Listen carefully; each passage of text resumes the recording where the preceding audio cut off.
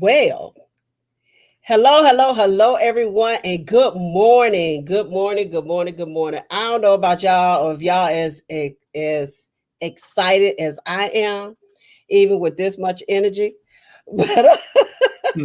I am always ready, always got something going on. So anyway, today is a great day, right? Is today is Kelly's Choice first annual World CP Day global conference. Uh, I don't know what I called it. Virtual experience. Virtual movement. I changed it last night.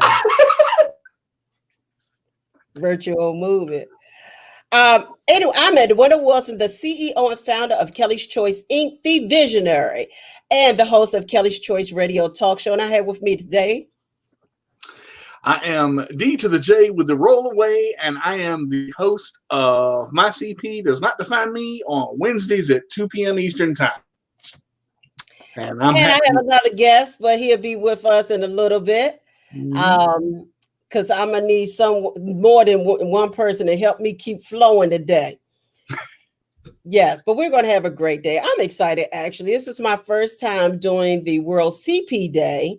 I normally do CP Awareness Month, but I'm excited. I'm always looking for people to share stories. I'm about sharing stories. I'm about the journeys.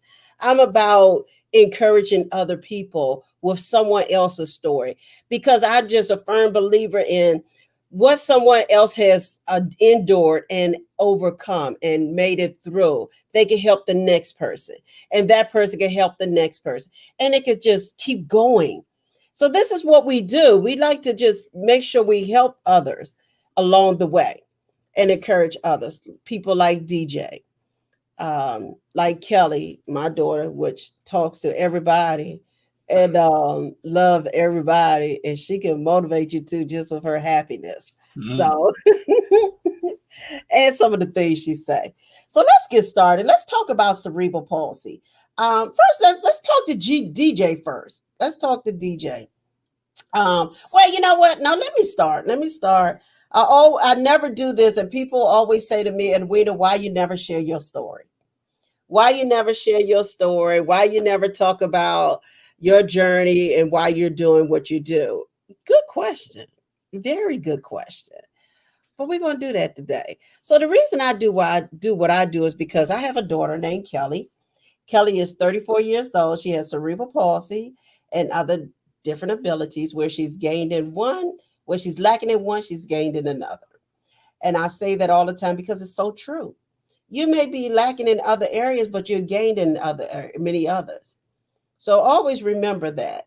And that's good for society because they look at individuals as if they have any clue of anything, no clue of anything whatsoever. So we're going to change all of that. It's going to be a lot of work. It's going to take a lot of work. And it takes a village to continue to do that. You got to build the village and get the village out there to help us bring all this awareness to society, to those that have no clue about cerebral palsy or other disabilities. But we're going to talk about cerebral palsy today. Okay. So Kelly has cerebral palsy. She has a history of seizures, something that nobody likes to see. It's bad, but I'm glad that she don't have them as often as she used to. Thank you, Lord. She does walk with assistance. She does use a gait trainer. She do know how to get up and down stairs. Because she scoots herself up like a baby, like the Mhm. infants do. They scoot up and they bump down. That's what she does. She do crawl. She do talk a whole lot. She probably get it from her mama. But it's all positive, nothing negative. It's all positive because she's like that. She's good like that. What else can I say about Kelly? Kelly loved people. She loved people. She is intellectually challenged. So even though she's 34, she's not at a 34-year-old level. Um, and that's okay because I do challenge Kelly When I see growth in her, I expect growth. I expect certain things when I see her levels going up. And what do I mean by that? If she starts saying different things or she start acting a different way and meaning growing in a different way, I look forward to challenging her in certain ways. Um, I remember the first time she said something about earrings, hoops. And I'm thinking, you can't wear no hoops, girl. And she said, well, you got on hoops. And I said, I know, but you can't wear no hoops. And I thought about it that moment. I was like, hey, she is 21. She Mhm. is 21. She was literally 21 years old when we had that conversation. That was the moment that changed my life forever, to remember that Kelly is a young adult. And I had to treat her like a young adult and not a child. Now, this could be for some parents out there and some caregivers out there, because we tend to forget that they grow up. We tend to forget that they do age, even though we're caring for them and we have to do all these things for them. They grow up and we have to treat them like young adults. And that moment hit me when she realized I had on hoops and she wanted hoops. And I was literally doing her hair in a way I shouldn't have been doing her hair. So it really changed my life. It made me realize that she understood what I was wearing. And she understood that she could wear those things too, and she wanted to. So again, that changed my life forever. Um, she loved to dress nice. She loved earrings, and she loved wear her bracelets and watches. She could care the least about a necklace, but those are just some of the things that she liked, because they have choices and Right. they have desires as well, like we do. So we have to learn to be mindful that um, they do have choices. They do have needs, and they do have wants like we do, you know? So I just always try to keep my mind on that when it comes to Kelly, and I pay very close attention to her. But it's something I've been learning over the past few months since we've been on this pandemic. It's a group that I have, and I listen to these individuals in this group, and I've learned so much from them.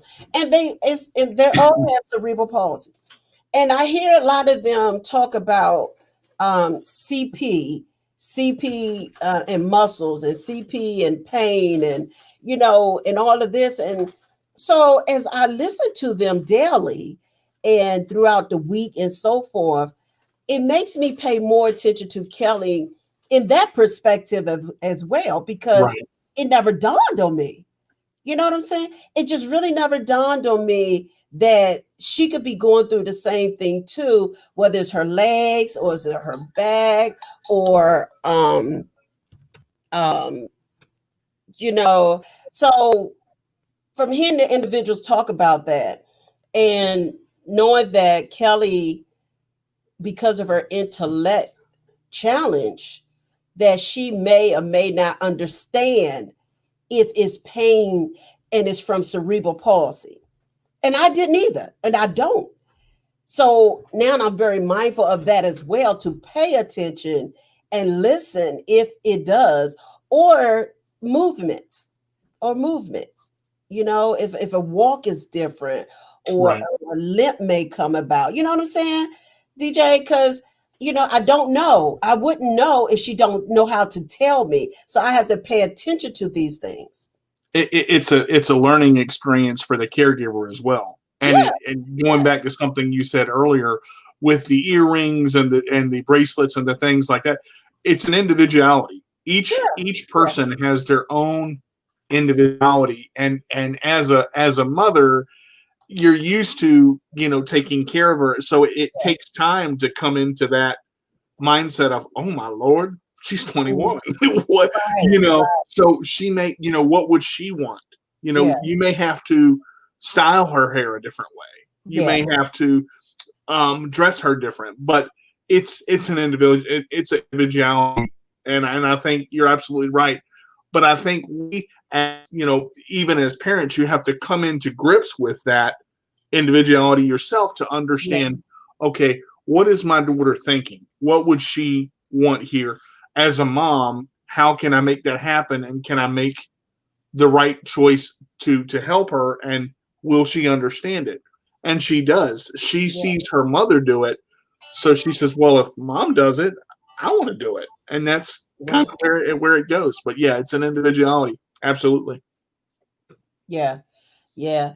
And I'm so glad that me being her mother, I've been doing this for 34 years, and she needs total care, Hmm. because she can't do a lot of things by herself besides run her mouth. I had to laugh at that one. I'm sorry. Very well. She voiced her opinion very well. Even though even in her speech, Mhm. is she lacking in that a little bit as well. Right. But she sure know how to use her voice though. She definitely know how to use her voice. And a lot of people with CP don't. That's something that I think a lot struggle with. And that's a gift right there because she does. She And it's good to see that the growth in her, even since I've noticed a difference in Mhm. how she's able to reflect how she feels, even though the some of the intellect may not be on a certain level. Right. You can tell when she's scared. You can tell when she's angry. You sure Yeah. enough can. Uh, you can tell when she's happy, which is Yeah. almost all the time. Yeah. And you mentioned it earlier. That draws other people in. Yeah. Happiness just it does something to people. It's like a ripple effect. It just kind of goes across the room, and that's the great thing about her. And again, when you exuberate that going through life, and you don't let things affect you, she sees that, Yeah. and she again goes to that. Well, mommy's doing it. I'm going to do it too. I'm going to be happy too, and it Mhm. teaches her growth in itself. Right. Right. Absolutely. Absolutely. Um, so paying attention to Kelly, the funny thing is you learn from them. I learn a lot from her, you know, and I have to be honest that even with patience, you got to have a lot of patience. You got to have a lot of patience. You got to have love. You got to have a heart, a good heart. Hmm. You really do. Because if you don't, you ain't going to make it with trying to care for an individual that needs total care or any Exactly. type of disability. Hmm. You could get discouraged. You could get overwhelmed. You could get frustrated. You could get to a point where you just don't want to do it, you know? But if you have love in your heart and you have uh, uh, that just love, period, you got to have Hmm. love in your heart. You really do. You're going to push. Hmm. It's like you've said 100 times. Everybody gets frustrated. Everybody gets angry. Everybody has feelings of what do I do now? But Yeah, you can't stay there. You got to move through, and you got to realize it's going to be okay. We're going to figure it out step right, by step and get where we need to be. right, right. Exactly, exactly. Well, so let's talk about you, DJ. Let's talk about you. We ain't gonna go into because you're gonna have a speech early. You're gonna be speaking later, so so we don't want to go into all of DJ. Actually, we could do whatever because your story, what you're going to speak about, is probably something else. So let's hear a little bit about you. Well, I like uh, it. Just let you talk. I like when you ask questions though because it makes it makes it easier. Um, as I said earlier, my name is DJ. I am 38 years old, about to turn 39 in December. I have spastic dysplasia (CP). My CP affects basically my lower and upper extremities. I'm affected more in my legs than my arms. I talk well, as you can see, sometimes too much, but I am a my CP truly does not define me, but it does in some ways. It's helped me to make me it's helped make me stronger. It's helped make me who I am, and it's helped make me to realize to slow down. I Mhm. think the biggest thing with CP is life is go go go in this world, and this day and age right now. Everybody's got to get to point A to point B as fast as they can, and I think sitting down in my life, which is what I do quite well because I've been doing it for 38 years, gonna do it for a little longer, but you got a lot of humor. I like that. I have to, because if I don't laugh, I cry, and then I don't want to slip on my tears, so I'm just trying to But honestly, I think when you have sat down for 38 years, you learn to look at life at different levels, and people who are ambulatory or able to walk, I got to get there. I got to get there. And when you stop and they have to talk to you and come down to your level because they're taller than you, they kind of are taken back by, wait a minute, let me slow down for a second, because we all have to start and stop. But I think I consider my CP a blessing, and a lot of people go, why? Because it's given me the opportunity to be truly who I am. There are a lot of people that are not who they say they are, and they're trying to be something they're not. Not me. And I had to come into that. I had to learn that it's okay to be DJ. It's you don't have to be the center of attention. You don't have to be in the center of the room. Although I like it, it's sometimes let it come to you. And patience is hard. It's a hard thing. When you think you've got enough, trust me, you need a little more. But just to I'm a martial artist. I'm a black belt. I've been doing martial arts for over 10 years. Like I said, I'm a radio host of My CP Does Not Define Me. The Secretary of Kelly's Choice. It's there are things I can do anything I choose as long as I put my mind to it and give everything I've got. One thing that I always say, I give 100% or nothing, and that's with CP, and CP is part of it, and it's I have to come to accept that. I think Miss Winnie said it earlier. There has to be an acceptance at a certain point when you either are going to go through life trying to figure out who you are, what you want to do. Once you accept what you've got and the cards that you have in your hand, so to speak, you're going to either play them or fold, and that's your that's your choice. But if you accept who you are and what you got and the gifts that you have, everybody has talents. You just have to find them. Everybody has ways of doing things. And I say this, I think one of the biggest things I can say, everybody has obstacles that they have to overcome. Absolutely. Whether it's glasses, whether it's diabetes, some of the disabilities we can't see. Some of the disabilities are on the inside. Right. You can't judge a book by its cover. And that's just what I am. That's how I look at CP. Yes, I have CP, but it does not define who I am. It has helped make me the individual that I am, but it does not mean I can't do something. Show me something you think I can't do, and I'm going to figure out a way around it, or a way through it, or a way through the person that tells me I can't do it. All right. That's it. Find a way to do it. I always say, if I can't help you, I'll find a way to help you. If I can't find it, then we're going to get to the resource one way or another. Exactly. There's a way to get to it. You can either let the obstacle sit in front of you, or you can find a way to do it, or you can simply say, yes, you do. Yeah. That's just plain and simple. That's it, right? Just simple. That's it. Well, I tell you, so I was going to say something else about Kelly. And she sit over here looking at me smiling. I guarantee she tempted to say something. I don't know what it is, y'all. But be aware that my child will say something throughout this, and I'm gonna let her speak. I'm gonna let her say whatever she gotta say. You finish eating? Yeah. You want to come and say something? Yeah.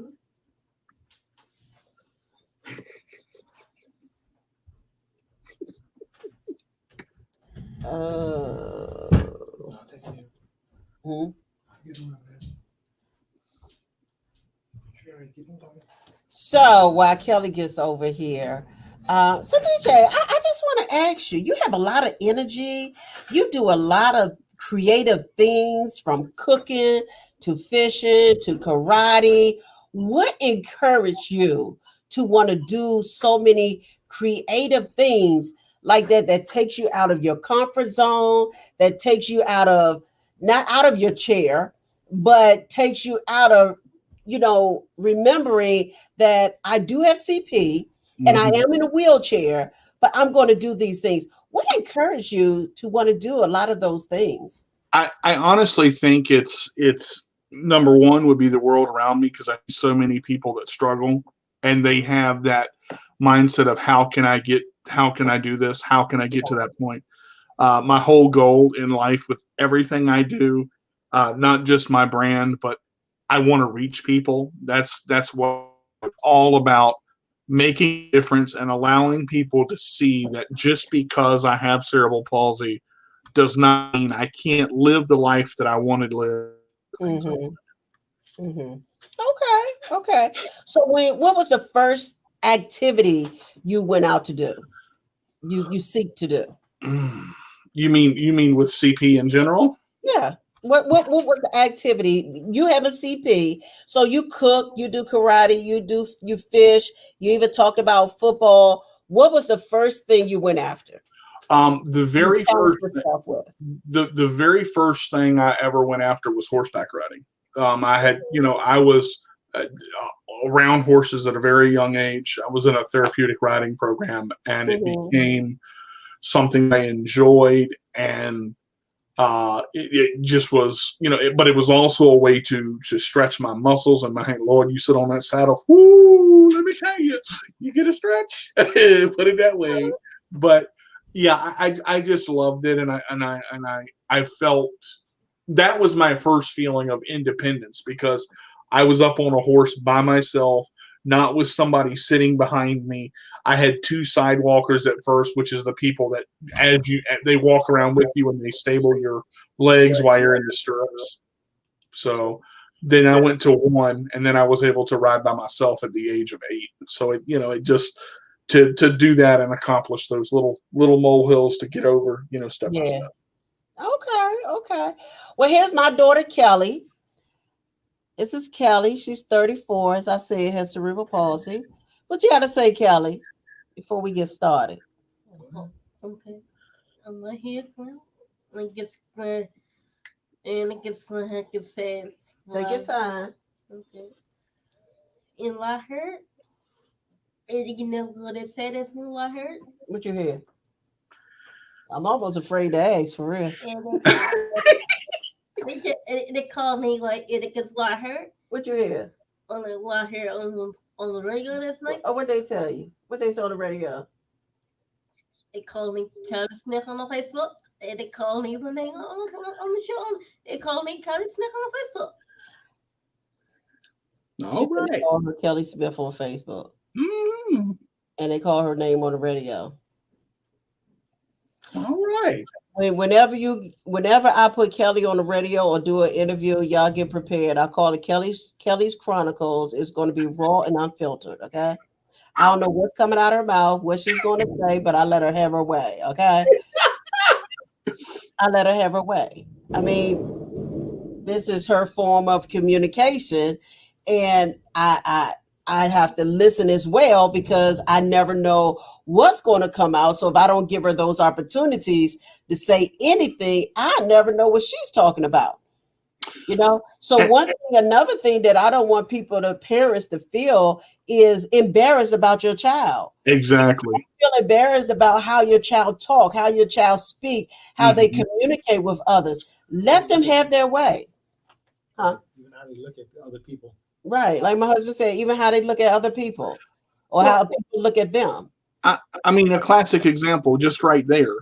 Take your time. 3 little words, and she understands it Yeah. because just because a person speaks a certain way doesn't mean that they can't. Right.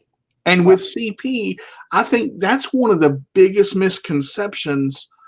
You have to take time to listen Yeah. and understand your children, your Mhm. adults, and the people around you. She can express how she feels. She Right. just has a different way of doing it. Right. And that's okay. That's it. So if I was the type of parent that would be embarrassed of my child because of the way I know she communicate and her level of communication, I would never do this. But that's my child. You know what I'm saying? God gave her life. He allowed me to be her mother. He gave me everything I needed to take care of her. So I'm going to let her be her. And that's how we do it. Let me ask you this, Wilson. Why do you think that some parents are afraid to, I guess, let their children speak? Is it just that it's not the so-called norm? I mean, you know what I'm asking, right? I just think some parents are really embarrassed. I think they're really some parents, not all, because back in the day, they used to hide their individuals that had disabilities. In the back rooms, chained up. 3 years ago, we were in Richmond at one of the Olympics, the Special Olympics, and it was the most phenomenal event I ever could have been at. To see them challenging each other, racing against each other, and they all did it at their own level. It was nothing like how we would go out there and race. Like we were hardball racing, what just, but they were at the most magnificent pace ever. And they weren't trying to impress anybody. What he said, they weren't trying to impress anybody. Exactly.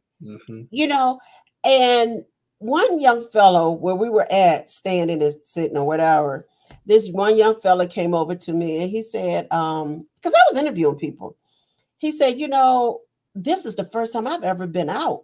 My parents keep me in the house. They keep me isolated. Wow. I said, really? He said, yeah, until I found this group, and they changed my life forever because, mommy wouldn't, as we said, mommy, they don't let me go nowhere. They say that it's not good for me to be out there in the community because of my disability.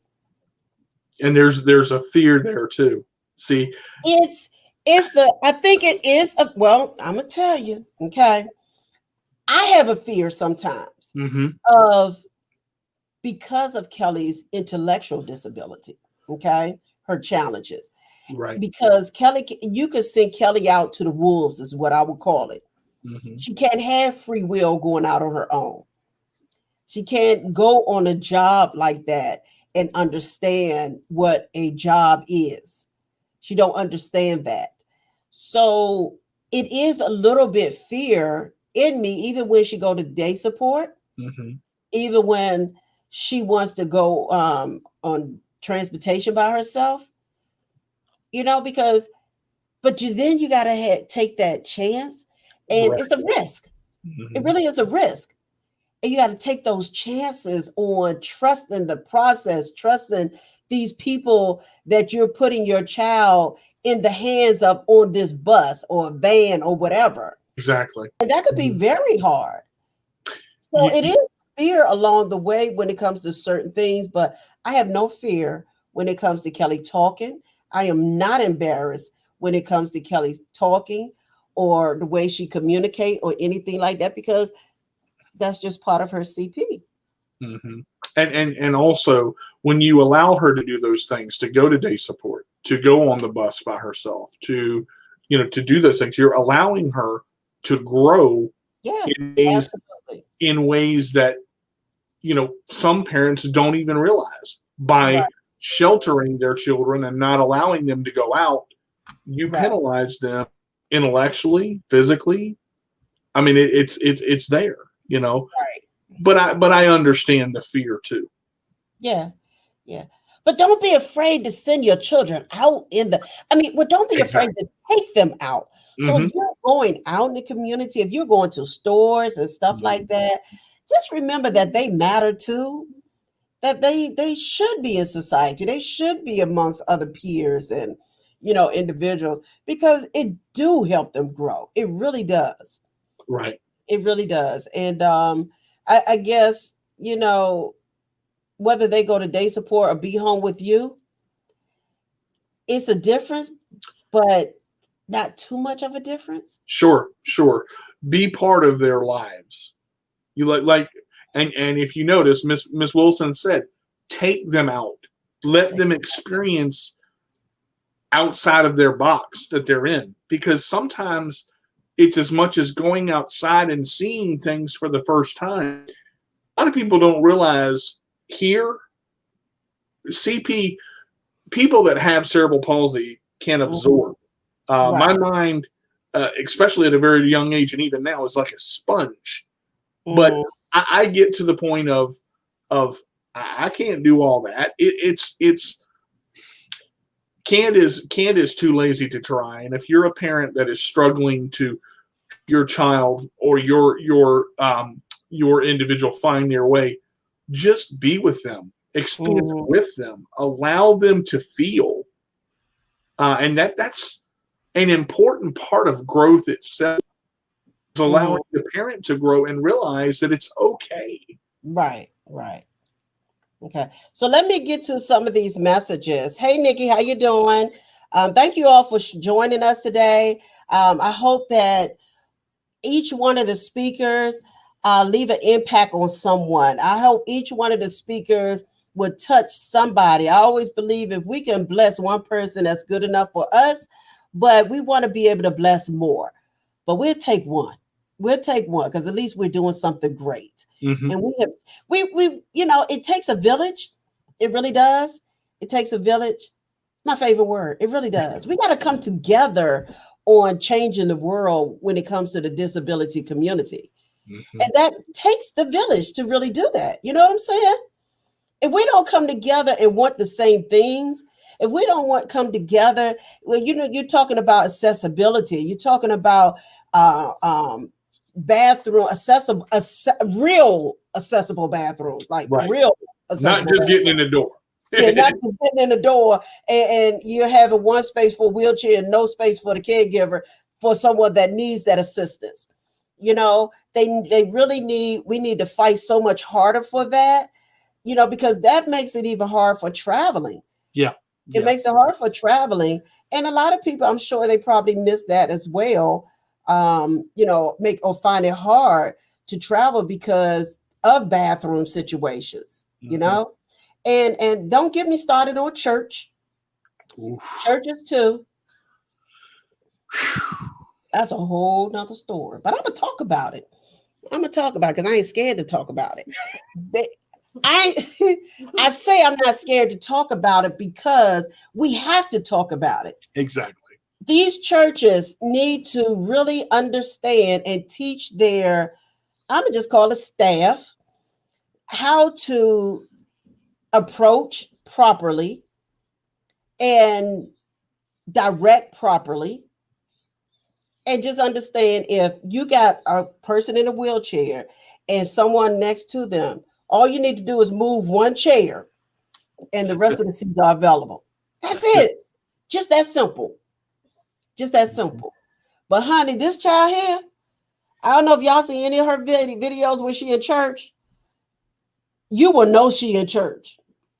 You will know Kelly is in church. She has no shame, no filter, or anything. When she gets the going, praising God, whatever her God talking about, that's what she's doing. But being in church, y'all, we got to talk about that too. We really got to. That's a powerful spirit in this Winnie. It really is. And some of the things are so simple. It's like you said, it's so simple. Just move a chair. Move a chair. Just move a chair. That's it. We went through that. We went through that before.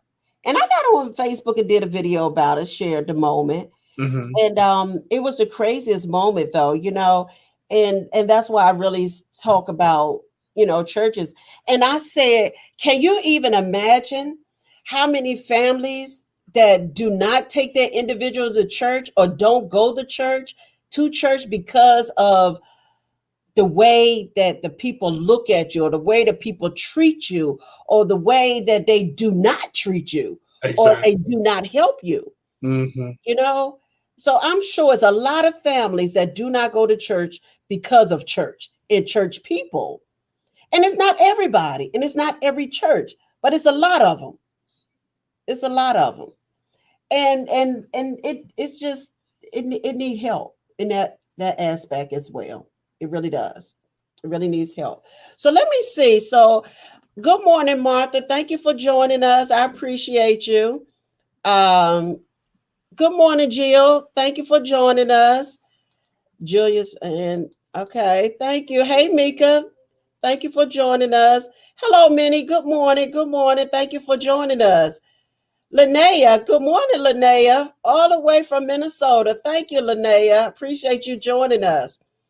Martha said, it's true, your CP muscles can cause discomfort due to your CP package. Yes, Martha. And I had to share that because I am learning from individuals like DJ and Christina and Cal and Biana and Shamika. I know Talia said it a few times. Sherry, all of them. I'm learning to pay attention to Kelly Mm-hmm. when it comes to her movement, because she may not be able to explain it to me properly like they understand because of her intellectual level. So with me paying attention to Kelly is me putting eyes on her all the time. It's me watching change. It's me watching movements. When something is different, I have to question it, you know? So that's how I pay attention to Kelly. But now I'm more aware because I see them and I listen to them. So it makes me, be very mindful of certain things when it comes to Kelly as well. So yes. Um,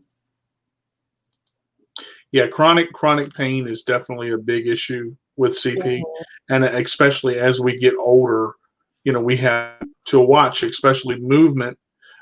If you're in a chair all the time, if you're wheelchair bound, pressure sores are a big deal. You've got to move, and that's why they designed chairs to tilt, and that is a medical necessity.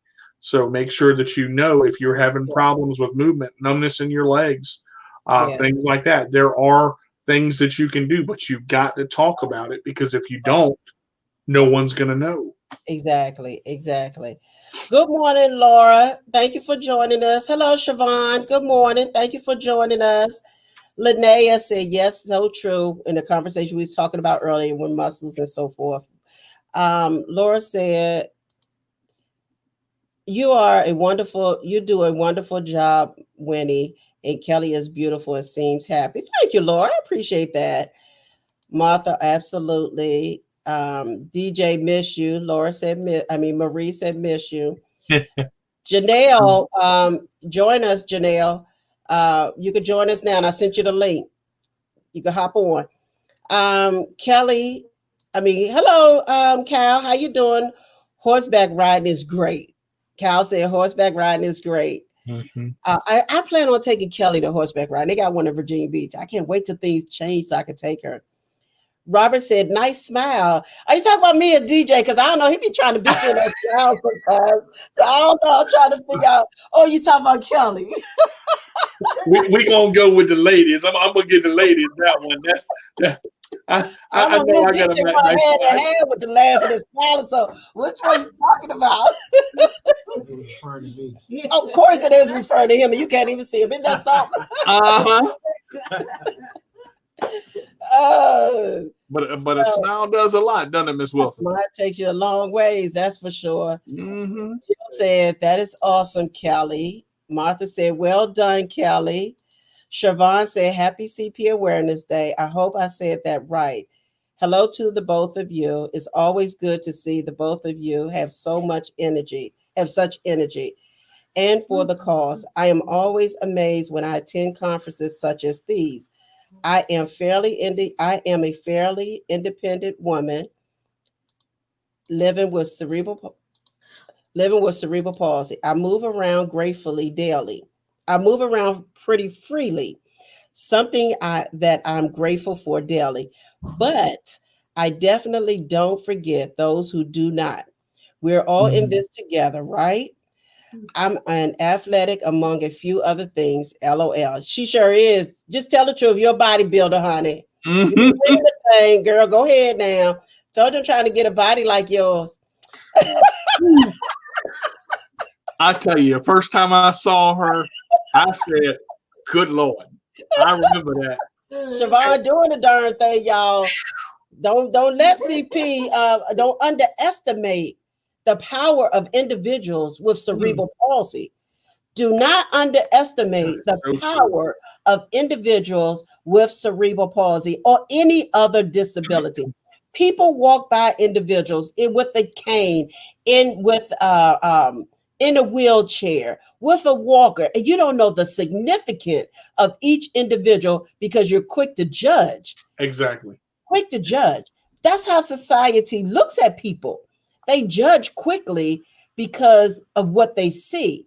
They miss the people, but see the disability. And that's what's that's the problem right now. And I don't think it's going to ever change. We could talk about it forever, and we could keep talking about it because we're going to change each person differently. And we're going to be an eye opener for so many people as long as we all keep talking about. And again, it takes a village, y'all. It really takes a village to do that. One of the I most can finish Yvonne's message. She said, okay, maybe I need to turn my notifications on. Okay. All right. Okay, sorry about that, y'all. Message came through. She said, and that's great. I want to be remembered. I want to be remembered for something. LOL. I want to keep encouraging you all to keep pressing forward, keep proving them wrong, and keep loving you. Awesome job, Miss Edwina. Keep smiling, Kelly. Thank you so much, Siobhan. And you continue to be great and continue to inspire others. Some people don't like that word, but truly you are inspiring people. You really are. Why do people think they're not inspiring others, DJ? What do you think? And that there's two parts to this. I want to go back to something you said earlier about people walking by somebody and looking based on what they see. Let me simplify this real easy. You want to learn something? Walk by a person that has any disability and say, "Hi, how are you?" and see what happens. Just that easy. It is so simple. That's it. But people are afraid of what they don't understand. But if you want to learn and you want to know about a person, it's not rocket science. You ain't got to find a filter in your head to figure out how to say hi to somebody. And I think that is the biggest icebreaker is, how's your day going? Right. But as far as inspiring, that I've learned to love that word because I've been told if you don't see it as an individual with a disability or a different ability, you're doing it right. If you don't see it, I want people to learn and to understand that just because I have CP, I don't want to be alienated. I don't want to be, he's over here. I don't want to be labeled. That's the one thing. Try not to get into my speech, but it's hard because you see it every day because society, the only way we're going to change society is to talk about it like this. That's right. Doing conferences like this, and these issues where we go, why is this happening? Yeah. It's happening because we allow it. Yeah. And not one person should jump up. Everyone should jump up. When we see it, why did you just do that? What is wrong with saying hi to her or him? Right. Ask him or her their name. Don't just refer to them as the person in the wheelchair. Excuse me, I got a name. I can tell you what it is. But you, Miss Winnie often says, do it in fear. If you're scared, that's okay. Take a chance and make a difference. Right, right. Say hi to somebody. Come on now. It ain't hard. I bet you if they throw a tennis ball, you gonna move. Okay. But then you're gonna be like, hey, why did you do that? Right. Sometimes you drop a cinder block on the toe. I'm not A cinder block. make a difference. I mean, Yeah.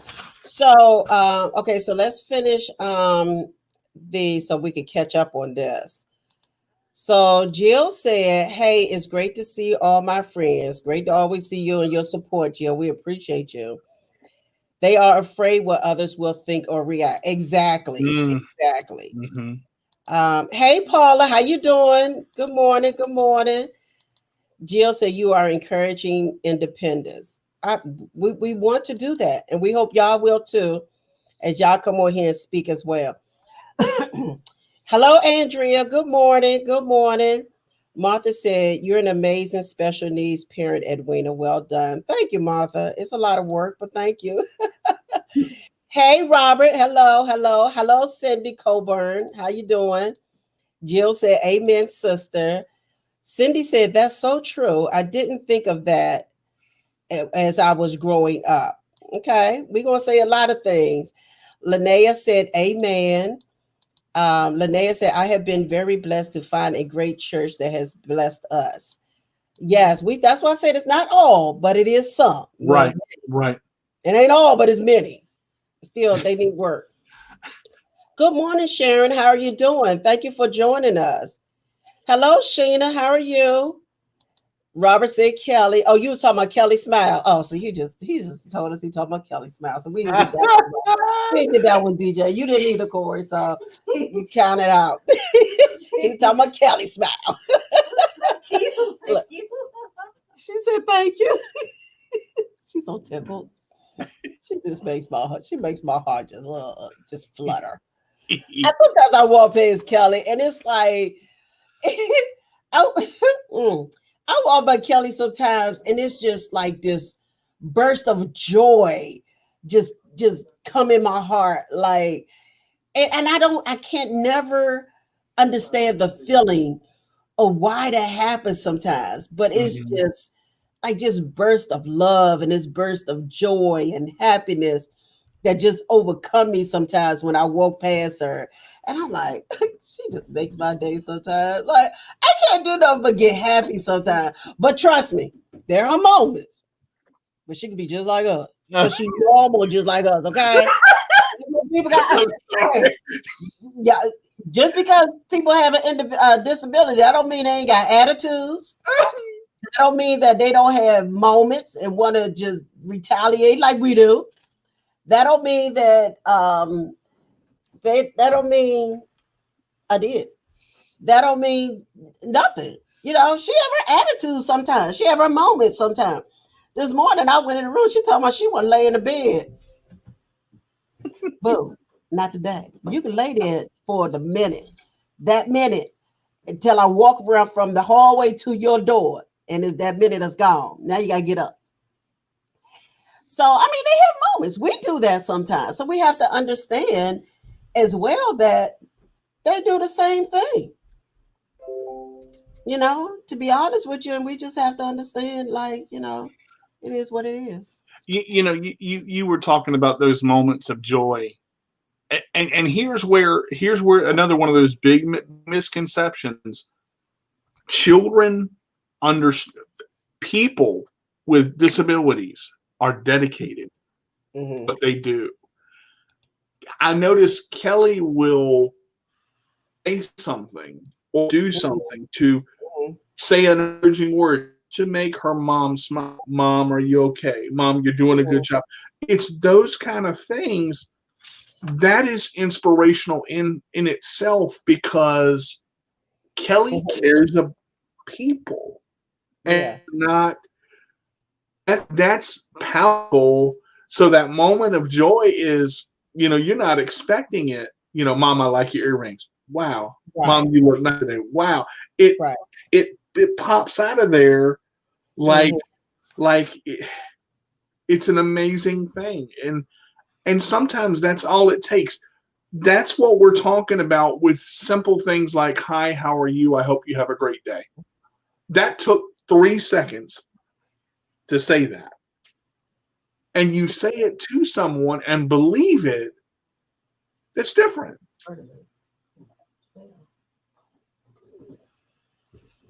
Keep going. I'm listening. No, it amazes me sometimes that people forget that just because of the way someone may look doesn't mean they don't feel. Right. Or don't understand. And I think the misconceptions become out there because people are thinking because they look a certain way or they don't communicate like necessarily like I do or like you do. They still communicate. They still feel. They still hurt. You cut them, they still bleed, and words can hurt. Right. And that's and I believe it was a month ago. I remember Miss Winnie talking about we were doing a live video, and she said one phrase, and I actually have this phrase almost in all of my notebooks. Words you have to be careful with words because they can crush somebody just like that. And it turns, and if you don't realize it and you say, well, man, you look horrible. What happened to you? Or what's wrong with you? That's a question that just starts off. Don't ask them that. Right. What's wrong with you? When they hit you in the kneecap and you're limping and on the ground, then you can say what's wrong with you because your knee hurt. But right. I'm just saying, you gotta think about it. How would go to the golden rule? Treat others as you would want to be treated. Absolutely. Would you want somebody to look at you in a if you break your leg or you break your arm and you're sitting in a chair? Would you want somebody to look at you for 5 minutes before they said anything, or just come up to you and say, "Hey, how you feeling? I'm sorry you're hurting," or something simple. It's not rocket science. Right. Okay, I'm gonna finish these messages because we gotta go to our next guest, our first guest, and she is on time. So Siobhan said, "LOL, behave, DJ." She said, "Thank you both." Janelle said, "Okay." Sharon said, "I hate when people stare at me. If you want to know something, ask, and I will tell you." Absolutely, Sharon. Linnea said, "As a CP parent, we celebrate the small things." Absolutely. We have to. And we have to let them know. And I always let Kelly know when she's doing a good job. I let Kelly know when she's doing something different. I always do like this. You know what I mean? Give me a high five, Kelly. And I do that because I want her to know if she did something great, because she challenged herself sometimes. So even when they challenge themselves, sometimes we have to let them know that they did good. Even if they got halfway there or partially there, they tried. And because they tried, that's everything. That's everything. Miss Winnie, all of that. Would you just share the I love how you say this. I think really wanted to pump gas and you didn't say no. Be careful with telling your child no, because So so what DJ is saying is that no is a harsh word. It could be a very harsh word. But I try not to say no to Kelly because I don't want to discourage her. I don't want her to lose hope. I don't want her to give up on wanting to try something or do something or think about, because she has this disability, that mommy ain't going to let her do these things. So what I do, instead of saying no, I find the best verbiage that will allow her to know that this is not safe for her. This is not a good choice for her. And as long as mommy know that it's going to hurt and harm her, I'm not going to let her do it. So when it comes to her wanting to pump the gas, because she has said in a minute, "Mommy, I got that. I'll pump the gas for you. I'll pump the gas for you, Kelly. I understand you want to pump the gas for me, and I appreciate you wanting to help me. But this one, baby, this is not for you, okay? You Mm-hmm. can hurt yourself. The gas can spill out. You can move your hand the wrong way, and the gas could just. I said, so no, we just find something else for you to do, okay? And I leave it like that. Because you don't want to just say, girl, no, no, you don't want to do that because you don't want to bring them down. You don't want to change their excitement level and their level of wanting to ask anything else. So always find the best verbiage to say something that you know is not as good for them to do or could hurt and harm them. Now, if it's something that's not going to hurt and harm Kelly, I give her chances. You Exactly. know, I help her because 99% I'm gonna have to help her anyway. Mm-hmm. So even with the gas pump, that could go both ways. She could jump because of her spasticity, and that thing could just be worse for both of us. So no, that's not going to happen. But let me move along because our guest is here. Um, so Rod said, "Good morning, everyone. Good morning, Rod. Thank you for joining us. Looking forward to hearing the stories." Cindy said, "Cindy said, Cindy, I don't think they want me to read your message." Uh, I had the opportunity to go visit a lady that had MS. Her golf, okay, it's not letting me read Cindy's message. But anyway, y'all, so we're going to move on. But let me say this, Nikki. Nikki is on StreamYard, and I can see all her messages, and she's laughing at us and some of the things because we say some funny stuff. See how her message come up. I don't know how she got on it, but if y'all could figure out how to get on StreamYard, you can message there and I can respond to your messages right away instead of looking at Facebook. Yeah, that's what I was trying to figure out. I saw Nikki Yeah. was on So here. Nikki, if you could share how you got on there, that would be great. So everyone else can join us on StreamYard as well. I think you might have to accept stream. I think you had to. Oh, she's on YouTube. She's on YouTube, Miss Winnie. She's on there through YouTube. Oh, you on YouTube, Nikki? Oh, she on YouTube, y'all, because we're Mhm. streaming on YouTube and Facebook Live. Okay, so never mind. Yep. Okay, so never mind about that. So let me introduce our next guest before we bring her to the line. I said to the line. Listen to me, y'all. I think I'm on the phone or something.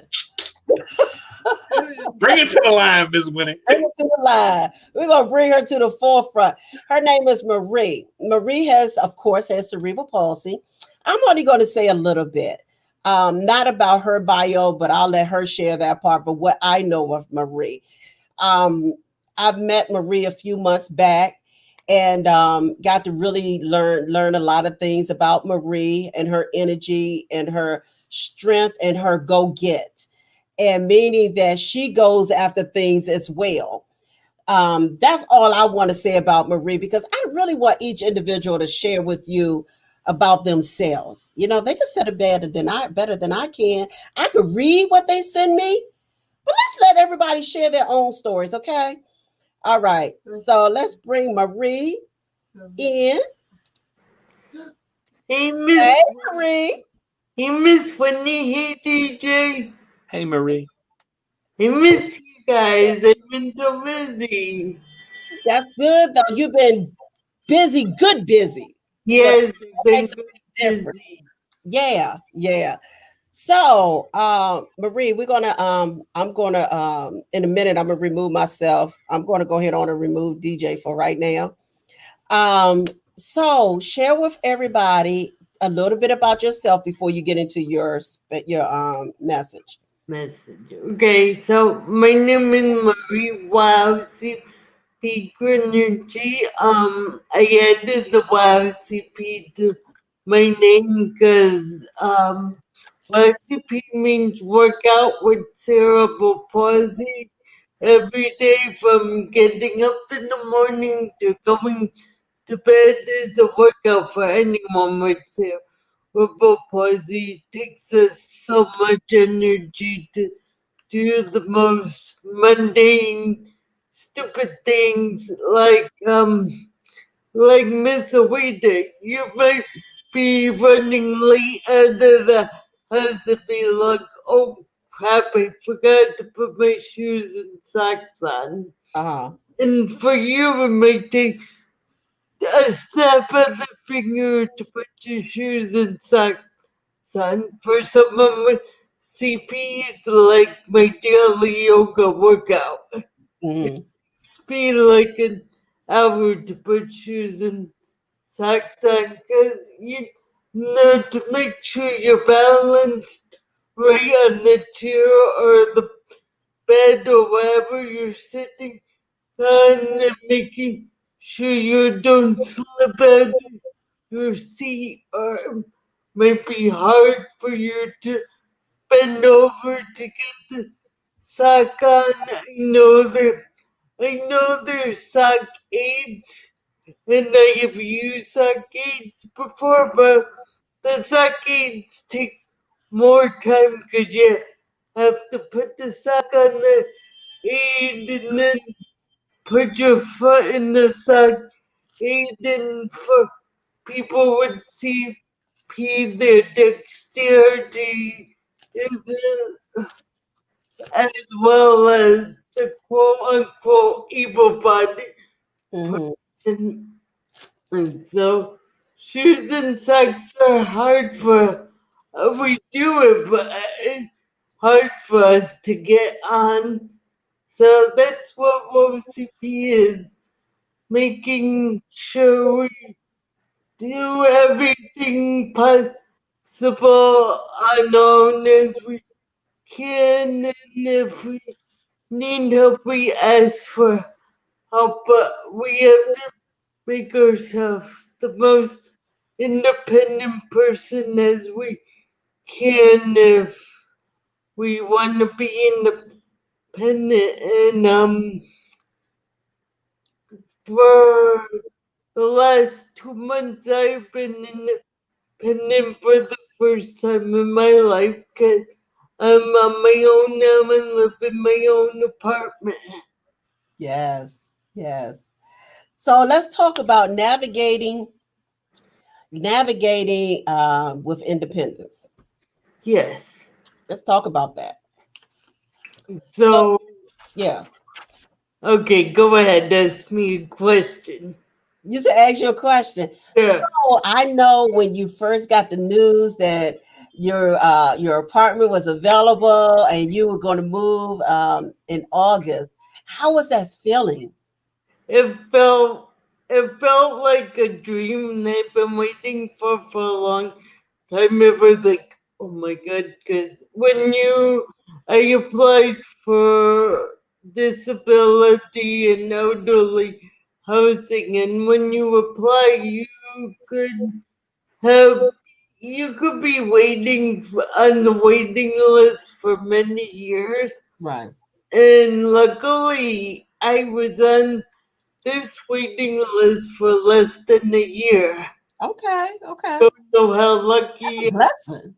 got or who said what, but I was on this waiting list for less than a year, and I'm in a good place because I'm right on a town green where like I could walk everywhere. Okay. I have I have a little store by me. I can walk to the post office. I can walk to the bank. I can walk to like a coffee shop, an ice Okay. shop, and the gym I go to is right down the street too. So I go walk down to the gym if I wanted to. Mm-hmm. Mm-hmm. I'm in a good place where I'm at. And I'm so grateful and so blessed for that. Okay. That's awesome, especially with you not driving. Yeah. And I think it's important for anyone that has a disability that's looking to go on their own is to make sure that when they do go out, make sure it is somewhere like that that's accessible to so many places. Whereas if you don't drive or you can't get a hold of someone quick enough to take you certain places, you have that available where you can, walk to. or if you're in a wheelchair, you can, get there as well. So that's a good choice. Now, was it something that was the choice something that you chose? Did they give you options when you was on the list? Did they give you options of where you wanted to go? When a couple years ago, maybe 2 or 3 years ago, I went to the Center of Disability Rights, which every state in the U.S. has at least one Center of Disability Rights. Mm, They they provide a list of stuff that if you're disabled, they they kind of guide you to where to go in life, whether it be a job or housing, and I went and they provided me a list of all the um what would you call it, disabled elderly housing. oh, And like assisted living properties too? yeah, Okay. Okay. list of properties in the area that I wanted. Okay. And I had to call and see if their application process was actually open, because Okay. they only open a certain time of year. Mm-hmm. And I called several in my area and applied to three of air times that I was comfortable with. Mm-hmm. Mm-hmm. And it just happened that I was very lucky to get this place because it's in a town that's only like 5 minutes away from where I grew up. Oh, okay. Yeah, so Okay. so and So being there now yes. in your own place, where in the beginning, I know you were excited, but being as though you were home for so long, was there any mixed feelings along the way as well? There was a lot of mixed feelings, like, oh my god, how am I gonna do this? Cause in my 20s, I used to stay alone on the weekends in my house when my parents would go away. But my 30s was a lot different because I had broken my leg at 31 and I had got diagnosed with psoriatic arthritis at 34. So I really haven't been as independent as I am now in probably about 15 years. So that's a new concept. Even though it's an old concept, it's a Mhm. new concept for me. Okay. Okay. They were talking about you putting your socks on. I'm sure some of them experience or understand that sock Yeah, part yeah, about putting your socks on. called Um, daily yoga routine. yeah, and Martha said hello. Hey, Martha. Jill said that's awesome. And Robert said putting the socks on.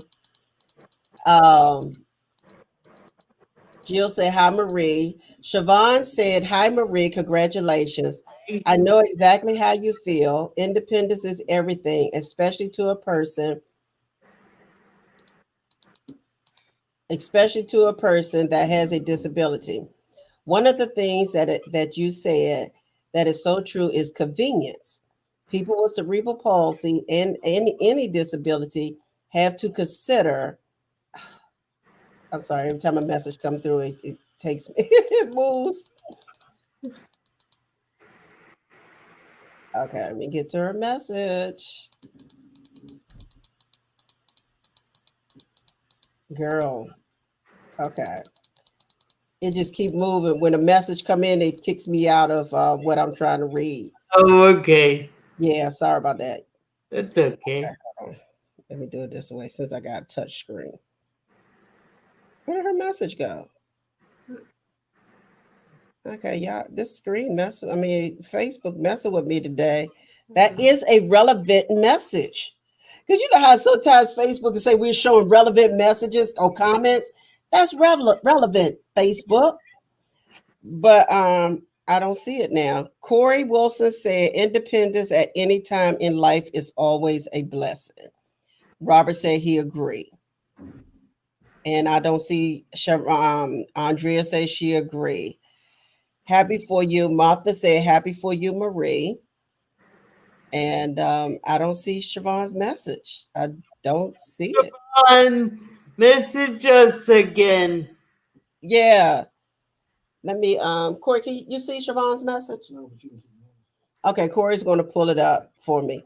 Okay. Let's see who else. But go ahead. We go. She's Jill said, "I'm so proud of you."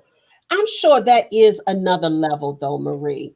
You Yes. know, being home for so long, and applying for the applying, receiving the application at one point, and going through it. I know in your mind, I'm like, you're probably like, I can't believe I'm getting ready to do this. I still can't believe I do it, but I also enjoy it because I went to cooking school for a little bit, and Mhm. so I'm able to cook on my own and cook. Okay.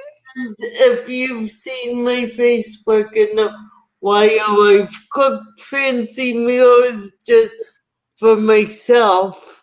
Uh-huh.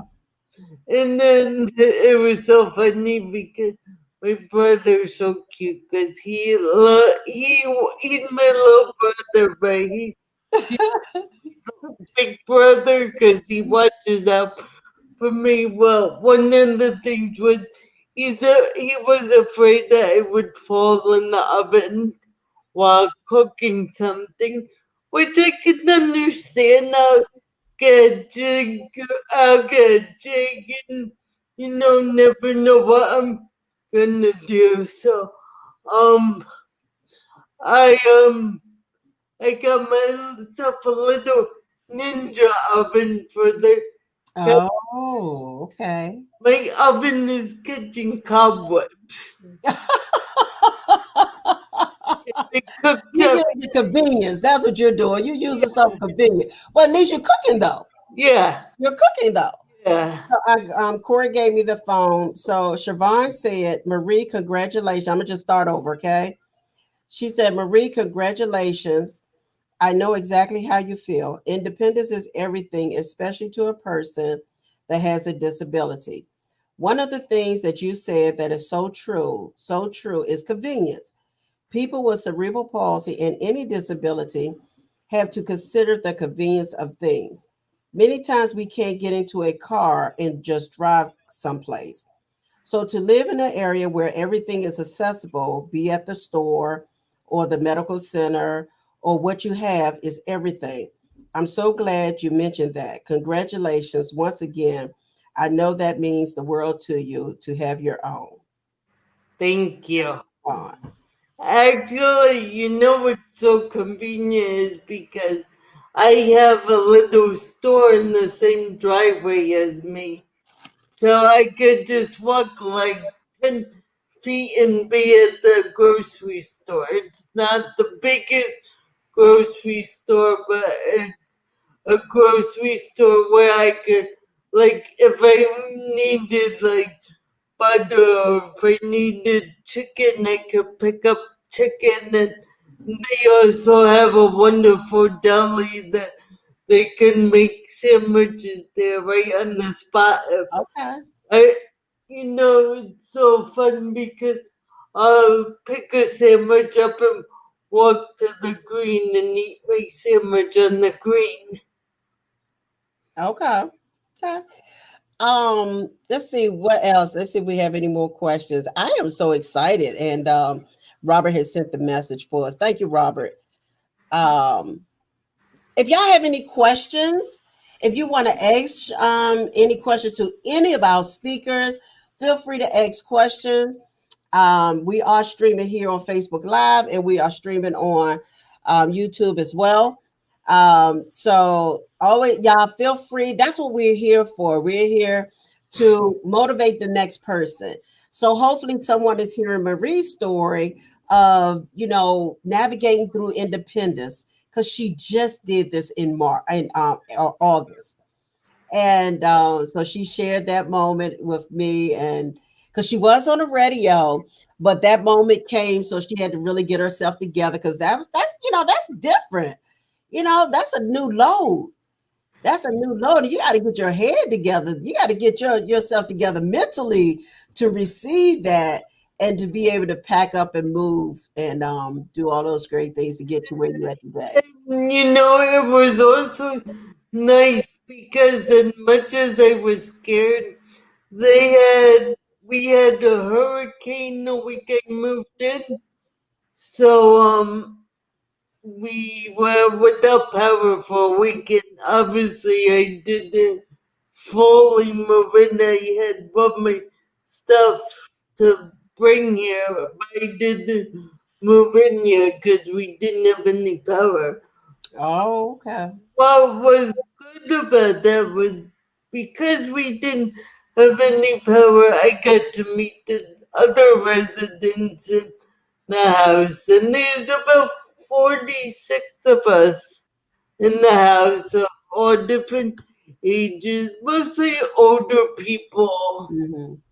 And it was nice to be able to meet those people while I was moving in, and it was nice because we have a little patio outside that we hang out with each other every day, and just talk and joke. Mm-hmm. So Okay, you have a question. Andrea said that's awesome.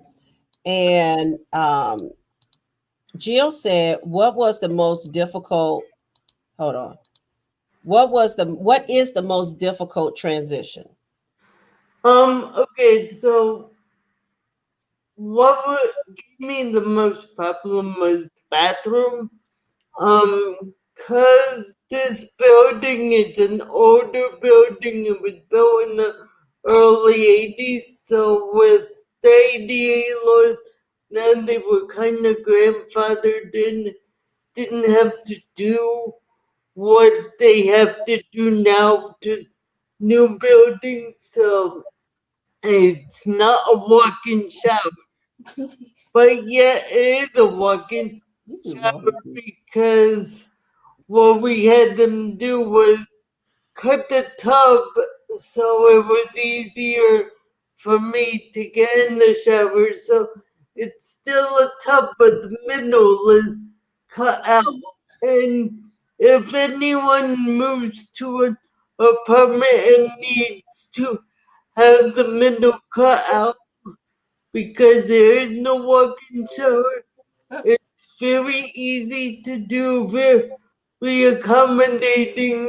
Actually, they pulled it up on YouTube to see how to cut the tub.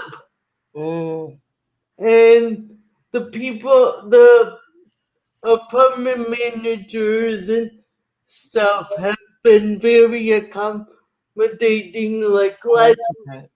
last week, I got a new toilet. The Okay. toilet they had in there was very low for me, so to balance and clean myself was very hard. So they had to put in a higher toilet for me. Oh, that's good. Yeah. So they brought a oh, that's wonderful. So Yeah. what did you have to now, okay, so let me ask this. When you realized that, were you afraid to go? And were you afraid to ask them because you knew why? Or and when you did, was it easy? Did they give you a hard way to go? Um. Did they challenge you on that? They were very accommodating. challenge Right me. off the bat? Yeah, they did, however, ask me if a toilet riser would be better for me, but I said I've tried toilet risers and they're just too cumbersome for me. So they said, okay, if you give me the measurements, then I'll send it to maintenance and have maintenance to get it for you. So we kind of had to work together, even though they Okay. were accommodating, I had to put in my work too. Okay. Okay.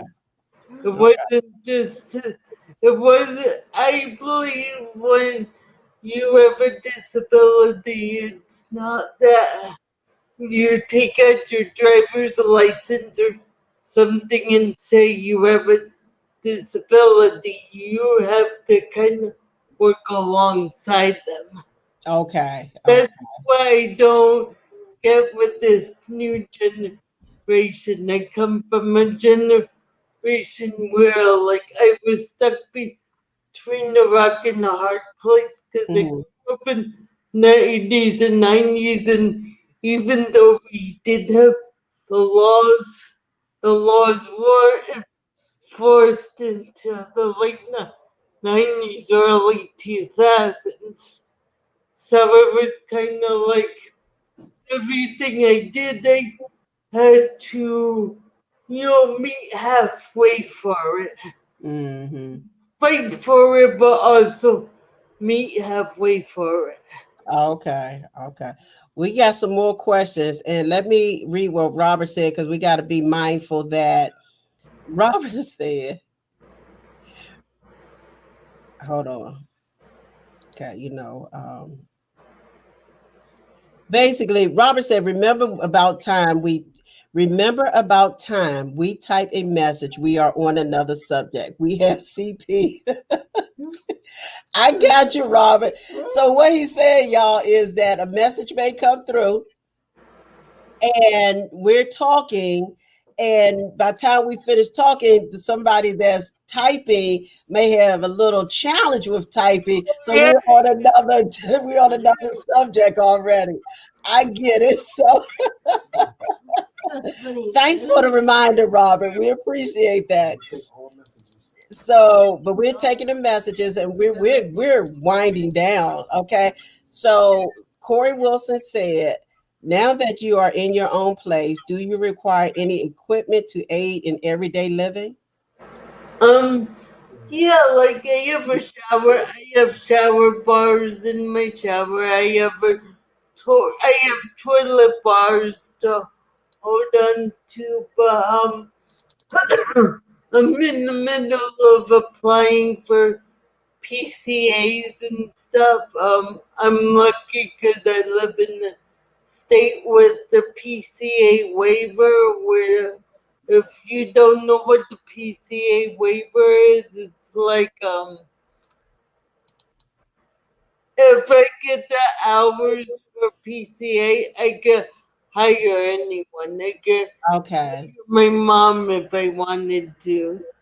Give Okay. her like $15 to drive me to the doctors or Okay. Okay. um Okay. So um that's good. So if you need help, if you need an aid or assistance, that they do provide that for you, being as though you're on your own. So that yeah, if I okay. if I apply for the PCA waiver, it's like in a lot of states you get whoever you get, but there's probably 10 states in the US that can say they have the PCA waiver where like you couldn't get paid for all you do for Kelly. Mhm. The hiring an aide from the middle of nowhere. Okay. Okay. So Martha really basically had the same question that Corey had. So we're going to go past that one. She said, I'm glad they made changes for you, when you was talking about the toilet and so forth. Um, and Andrea says that was a great idea about the tub. Um, I ain't hear about the tub. Okay, well, oh my gosh, I'm excited for you, Marie. Independence is everything. It's everything, and it's personal. It's personal. It's another journey in itself. That's Yes. that's another journey in itself. I'm happy for you. I'm glad you made that decision to even stick with it because it could have came to the point where you got your notice that you were approved and you could move in and you could have said, I don't want to go now. Sis, I'm glad you took that step and did it. I wanted to say that at first, and then for my parents, my parents are still at the age where they are able to help me with certain things in life. If it was 10, 15 years from now when they're in their 70s or 80s and they couldn't do as much as they do for me for now. That's why my parents wanted me to have the process doing this now because 10 years from now, they're not getting any younger. Mm-hmm. So Mm-hmm. they wanted to be able to help me enough and help me rely on myself and not rely on my siblings for Right. even though they help me, support me, and will do anything for me, they wanted me to do it all myself. Do it yourself. That's good. That's good. Well, honey, we have came to our time. I appreciate for everything you shared with our viewers. You want to leave a word to, inspire someone, to encourage someone to move on or whatever's on your heart. So, if you don't think you could do it, just sit down with yourself and say, I can do it. It just takes time, and there's no time limit on what you can do in life. Okay. All right. Well, there you go. Thank you again, Marie. I appreciate it, DJ. Did you have any questions for Marie before we? I wanted I one, now that you have moved in and you've gotten, accommodated with everything and some of the changes, um, what fear do you have now? Being by yourself,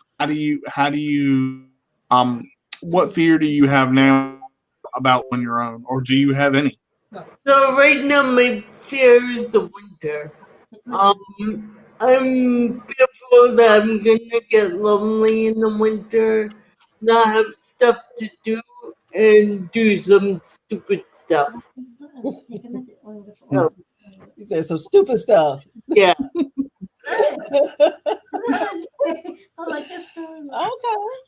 So, So you have anything that you want me to do at Kelly's choice to keep myself active through the winter? Just let me know when I do anything you want me to. thank you, sweetheart. I appreciate that. I'm gonna keep that in mind. Because I tell you, I ain't been to sleep yet. I know Martha can vouch for that. Martha can vouch for that. I have not been to sleep. I told DJ I'm on this much, but I'm like this. Yeah, yeah. Okay, well, thank you so much, Marie. I appreciate it. You have a wonderful day and continue to doing the great things that you are doing. And And good luck. anyone's around tonight, my me and my partner are going live at 7, and we're doing a World CP Day discussion too at 7 p.m. tonight. Share with everybody how people could connect with you. You could connect with me through my Facebook, Marie Wow CP Granucci, or Awesome People Wear Green, and we're just gonna have fun tonight and have 3 different people talking about 3 different topics. Okay. That's a good story. I love So bad at me. That's all right, So Miss bad Wendy. at me. So bad at me. Thank you again, Maria. I appreciate your time.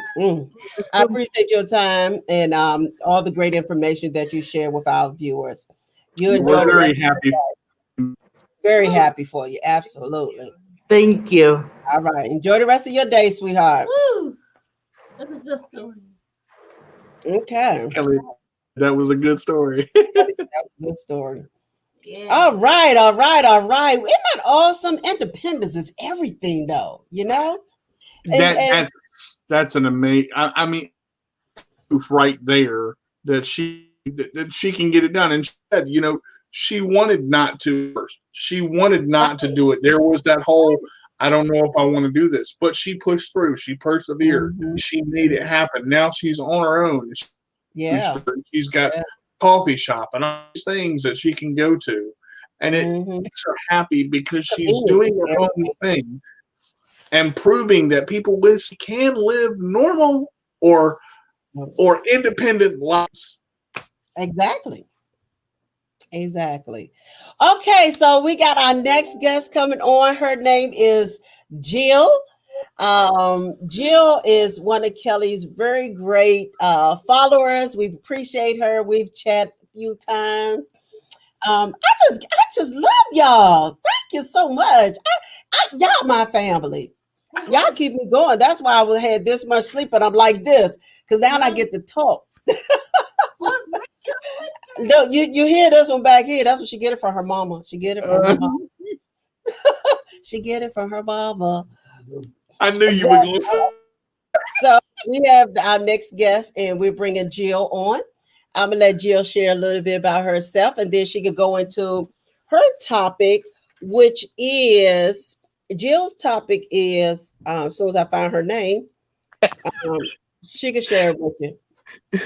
Hi, everybody. I'm trying to find her name. Then let So her glad to be with you. go ahead. Jill. Can you hear me okay? Yes, sweetheart. Go ahead. All right. Because you sound very low. So I wanted to make sure. I was born with CP. I was 3 pounds 6 ounces when I was born. But I've been able to persevere through a lot of stuff. And I have 4 siblings, and when I was growing up, when I was younger, there wasn't anything I didn't do. Wherever they went, I went. I did everything with them. And I have a bachelor's degree in sociology with a concentration in counseling. And I just feel very blessed a lot of times to have CP because I feel like it's given me the opportunity to touch people and to talk to people that I probably wouldn't necessarily have been in touch with. So to me, CP is normal. I don't know any different. So yeah, everything we've been talking about this morning, I agree. There are struggles, but that doesn't mean you need to give up because, I feel like God gives you different abilities, and the best thing you can do is use what you're given, what you deal with. So, but as of currently, I really am working towards being a positive influence on people and being there to be an encouragement and to be a listening ear if they need it, whatever they need. And I just, that's what I try to do every day. So I don't know what else. What else do you want to know?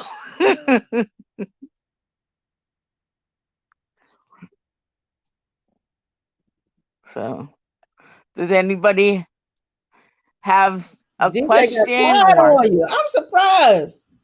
Huh? DJ got quiet on you. He was just sitting there looking at you. What's going on, DJ? You got lost for words. Oh no, I was just letting her speak. I didn't want to, cut in. I was waiting for the topic. I was. So, dang, you said something I wanted to question, but I forgot what it is. But you know what, Lena? Your topic is about providing a safe space for individuals.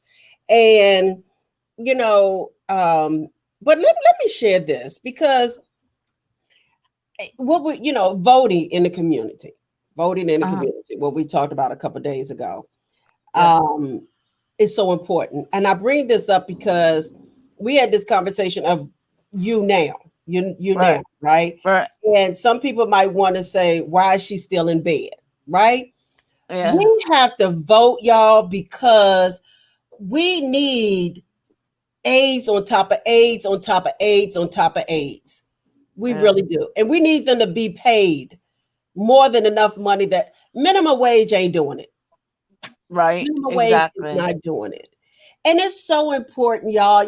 Like I know 2 individuals going through some major stuff right now because they have not had assistance since the pandemic at all. And they need, when I say they need an aid in their home.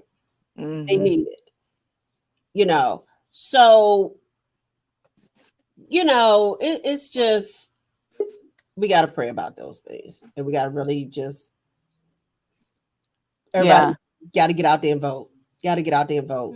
And I think it's important too because it'll give the disabled person a voice. Exactly. And they will be able to make a choice for themselves, one way or the other. Right. Whether it's choosing somebody that they know or choosing somebody that, comes from agency. It's all, everybody's different. Right. But if we don't speak up, we're never gonna get to where we want to be. Exactly. So first of all, I just want to say thank you in spite of, and our conversation, but thank you in spite of for coming on and speaking and sharing your journey, sharing the topic you want to talk about, because that is important. And why do you feel like it's important to provide a safe space for people with because not everybody feels comfortable talking in a large group, or they might have personal things that they want to talk about and they don't want to talk about it in front of a bunch of people. But if they know somebody's here for them no matter what, where I'm a safe environment, where I'm a safe space, then maybe I can encourage them to do something that they wanted to do, but they haven't had the ability to do. And, the one other thing that I was going to mention is, everyone talks about the negative from the pandemic and everything, but to me, there's been a lot of positive that's come out of it, because it has allowed me to not only link up with wonderful groups now that I'm family of, but also I am able to work with other disabled individuals that my home church in Florida is a mega church, Northland, and they have a amazing department. It's called the Access Ministries, where they provide opportunities for people that are disabled to take classes in the community, and it's all because of the pandemic, it's all done virtually. Okay. Well, now that I'm in New York and they're in Florida, I wouldn't have been able to participate if it wasn't for, virtually. So I just want to encourage everybody and anybody that is out there that feels like they're alone, have courage to reach out to somebody. Have courage to, to join Kelly's Choice or CP Sunrise or, anything that you feel comfortable with, just so that you can feel like you're not alone. Right. Because that's something that's really important. Yeah, I agree. I totally agree. A safe place is truly a great place.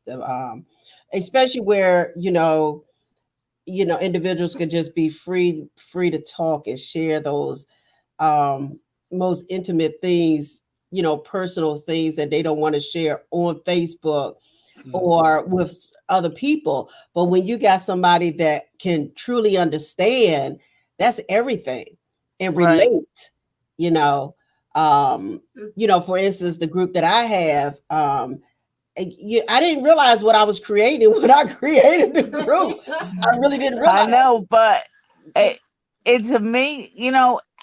I can't thank you guys enough. I really can't. You don't know how much you mean to me. Oh. And DJ and Jamie and CP Sunrise and everything. I mean, it's really been a blessing.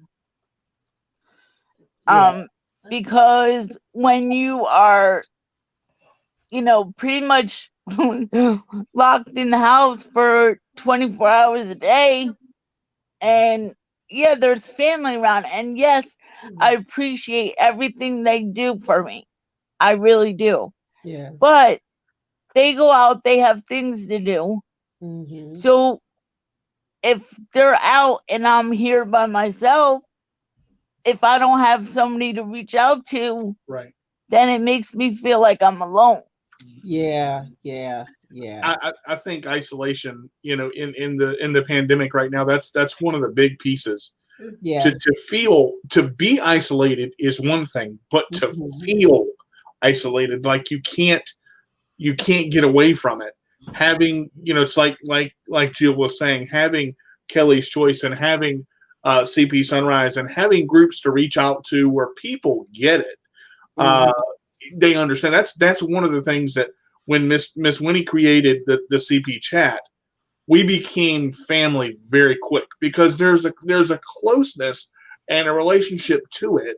Yeah. That when you understand and you have somebody to help carry the load, it's hard. Yeah. To carry the load by yourself.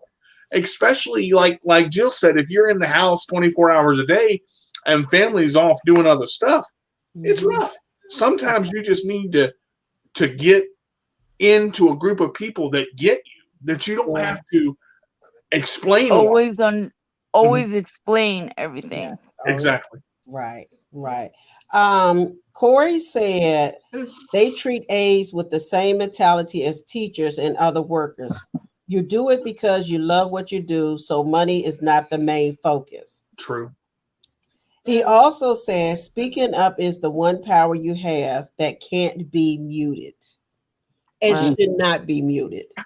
The group that I have that I created, I share with them all the time about using your voice. Yeah. Don't let people intimidate you. Don't be afraid to speak up. I encourage them all the time to use the power they have within, and that's their voice. That's their voice. And you know what? I'll be honest with you. Like, I can be very outspoken, but at certain things, I'm like, I've been afraid to say anything, whatever. But you guys have shown me that it's okay. Yes. It's okay to speak up, and it's important to speak up because what I have to say is important. Absolutely. Mhm. And people have to understand, stop thinking a question is a stupid question. I used to be told in school all the time, no question is a stupid question. Because guess what? It may be a question that you have that somebody else might want to have, but they don't want to share it because they think it's a Exactly. stupid question. So Mhm. you gotta really just speak up and just ask. If you don't ask, you won't know.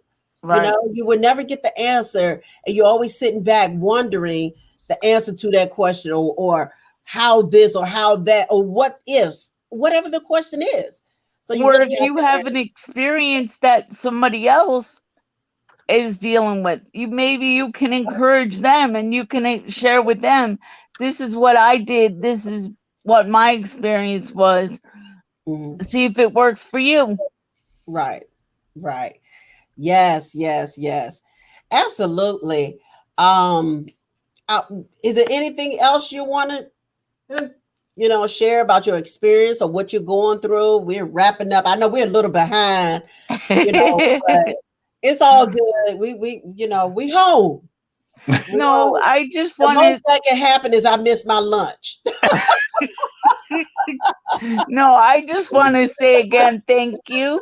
And again, I will echo what Marie said. I am here if you need anything at all as far as support.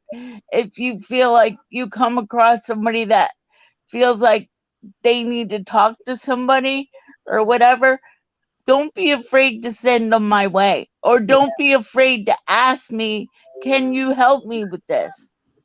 Okay. Okay. Because, you know, Yeah. as as crazy as it is, I'm getting pretty good at doing stuff. But that's good. That's good. We're going to invite you to the CP Table Talk this Friday. We're going to invite you to the live chat this weekend. Awesome. PM. We're going to send you the link. Remind me, DJ. I'm gonna write it down. You How too, Jill. Don't let me forget. Don't let I me won't. forget. I won't. How can people reach you, Miss Jill? How Yeah. can people get in contact with you? Right now they can reach me on Facebook. It's under Jill Rosa. I'm thinking about starting my own group though, but That's fine. You can still hang with us. no, I mean for like, if somebody wants to talk about something, or I want to be able to get myself out there, because not only do I have CP, but I also have counseling background. I Okay. worked at the Independent Living Center as a housing coordinator and an advocate. So I have a lot of experience that I would be able to share. So I would just encourage anybody, and like everybody today has been saying, don't ever sell yourself short. Don't. No matter what you're trying to do, just keep going. Yes. Just keep going. Do not give up. Yes, that's right. Absolutely. Good word. Good word right there. Great advice. Great advice. Well, there you go. That was Jill Rosa.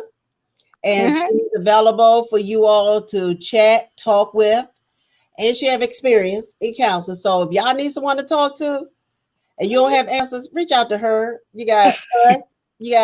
It's full of people. You just got to search for it. Got to search for it. And honestly, that's what I did. Go That's ahead. what I did in the very beginning when Yeah. I was feeling like isolated and stuff. And look what I found. Look where I am now compared to where I was. Yeah. Yeah. That's awesome. That's awesome. Well, thank you so much, Jill. I appreciate you joining us and sharing your word of CP and how it does not stop you either. And you know what? You don't even let your issues define you. You don't let your past define you. Okay? Real. All right. All right. Thank you so much, Jill. You All enjoy right, the rest guys. of your day. Thank you so much. Have a great day. Okay. You too. Thanks for being All here, right. Jill. Take care. You're welcome. Bye bye. That's a good one. Okay. So our next guest is Lena. And as I've been going along, I met Lena again, social media, and that's all I'm gonna say about Lena. I'm gonna let her share the rest. We've had great conversations, and I talk to everybody. I guess y'all can see that, right? That's right. I literally do.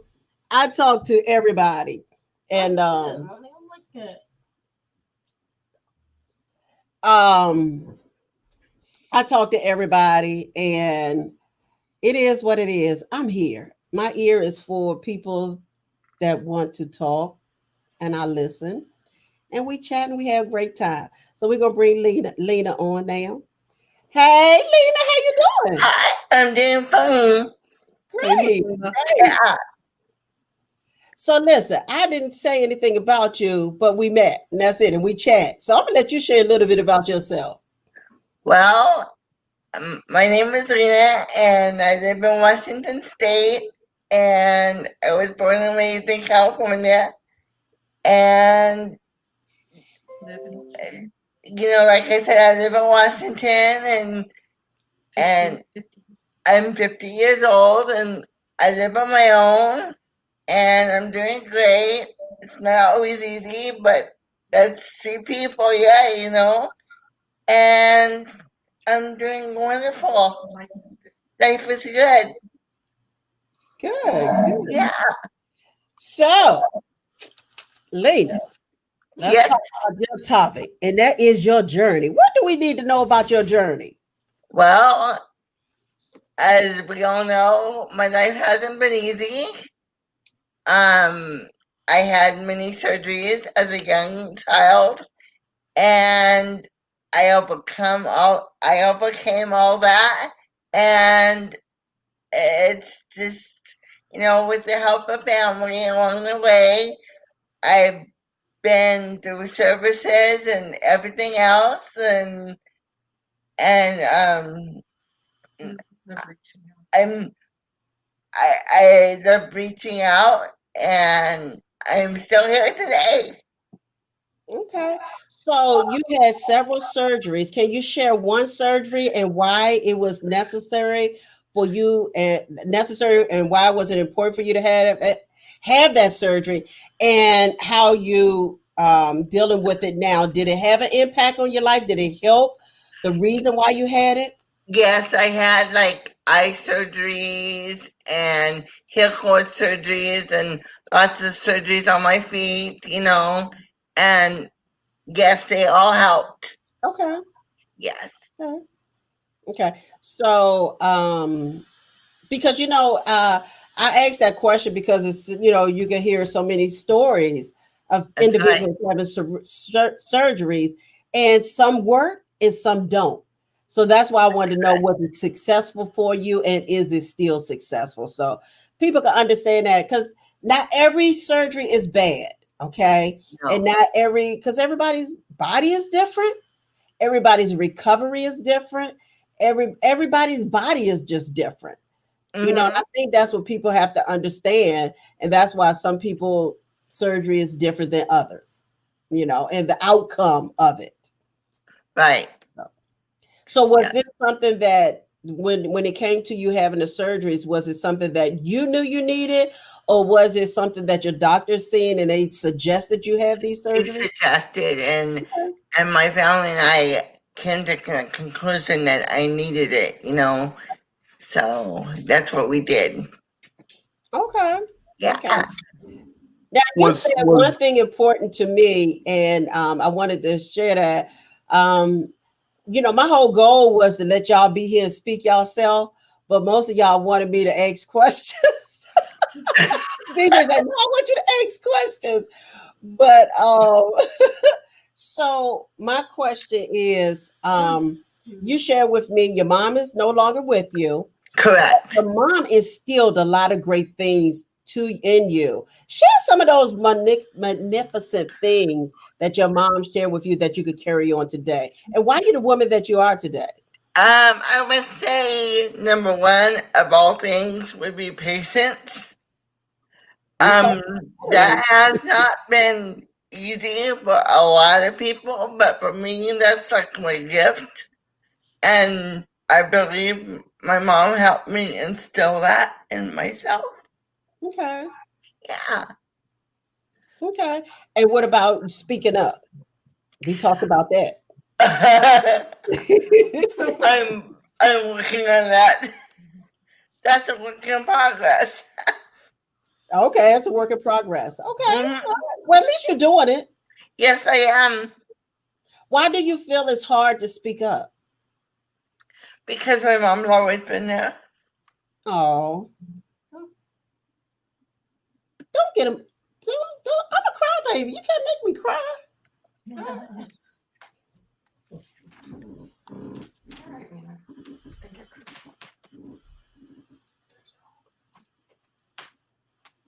Here you go.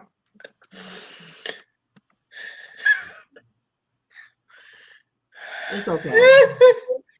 No, Oh, it's all right. It's all right. It's okay. Well, at least you're. Whew. DJ, take over for a minute. Yes. Let me ask you. Talking about the surgeries that you had. What was there a surgery that that you had to discuss more? With your family to say, you know, is it a good idea to get this? I know you talked about the doctors recommending, um, a lot of them and things like that. Was there ever one that you said, let me make sure that I need this one? Were you ever kind of not regretful, but did you ever kind of second guess whether you should have it or not? Not really. All my surgeries basically turned out for the good. Mm-hmm. And I know that sometimes for most people it doesn't do that, but for me it did. Mm-hmm. So I was very fortunate to have that,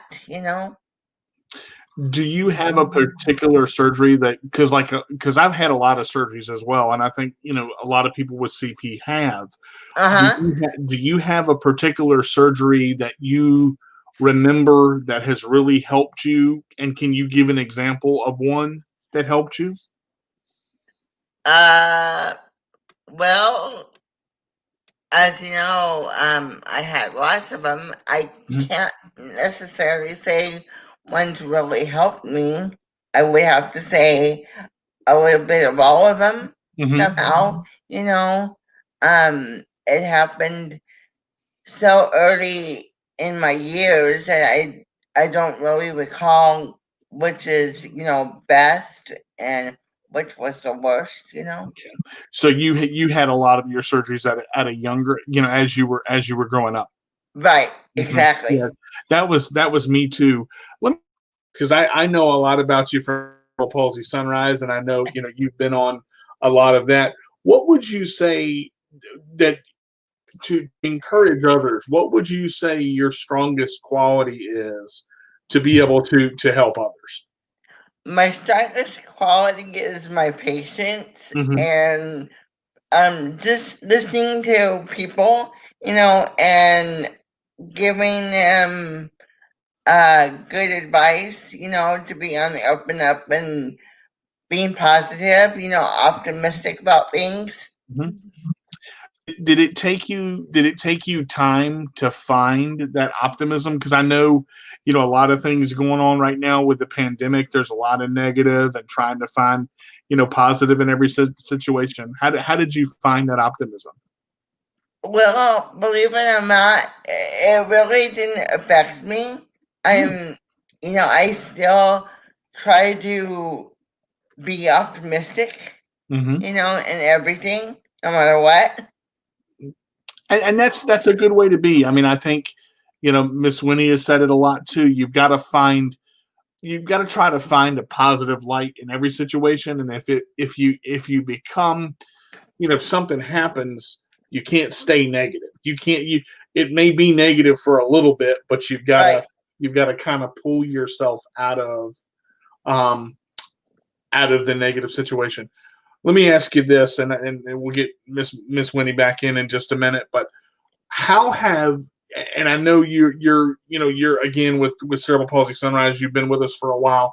How have other people with CP or any disability for that matter, inspired you, to connect with others?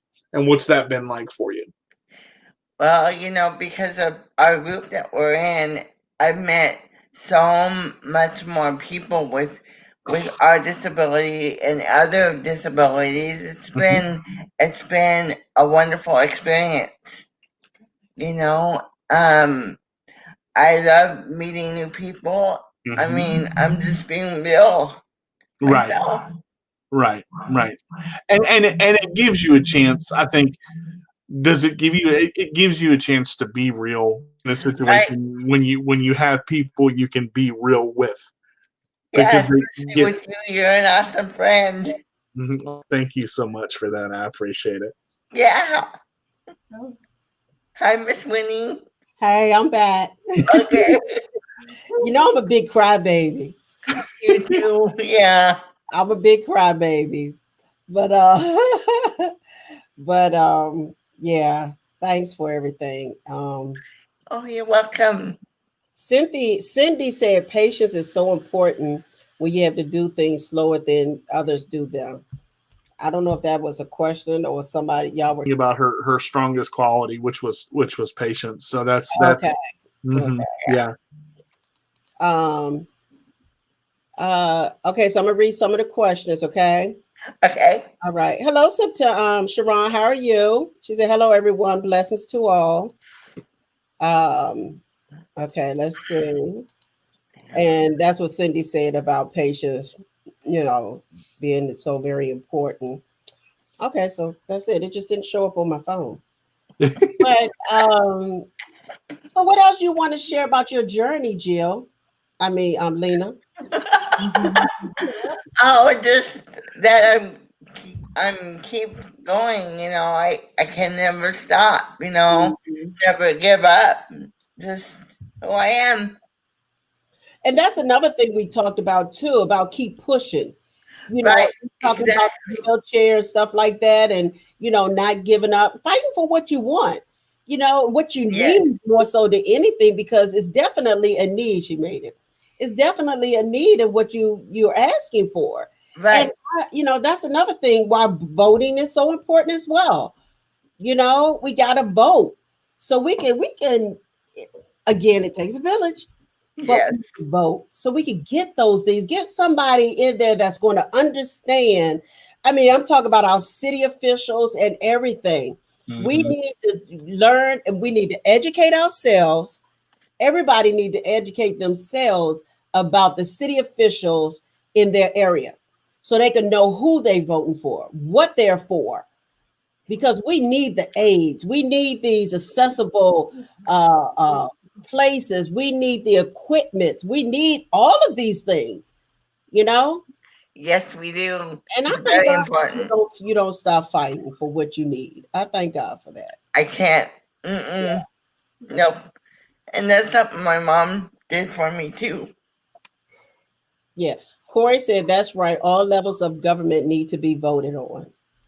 Absolutely. And if we don't vote, we're not going to be heard. And if we don't vote, we're not going to be able to make the difference that we need to make. I think that's one thing to really put in there too.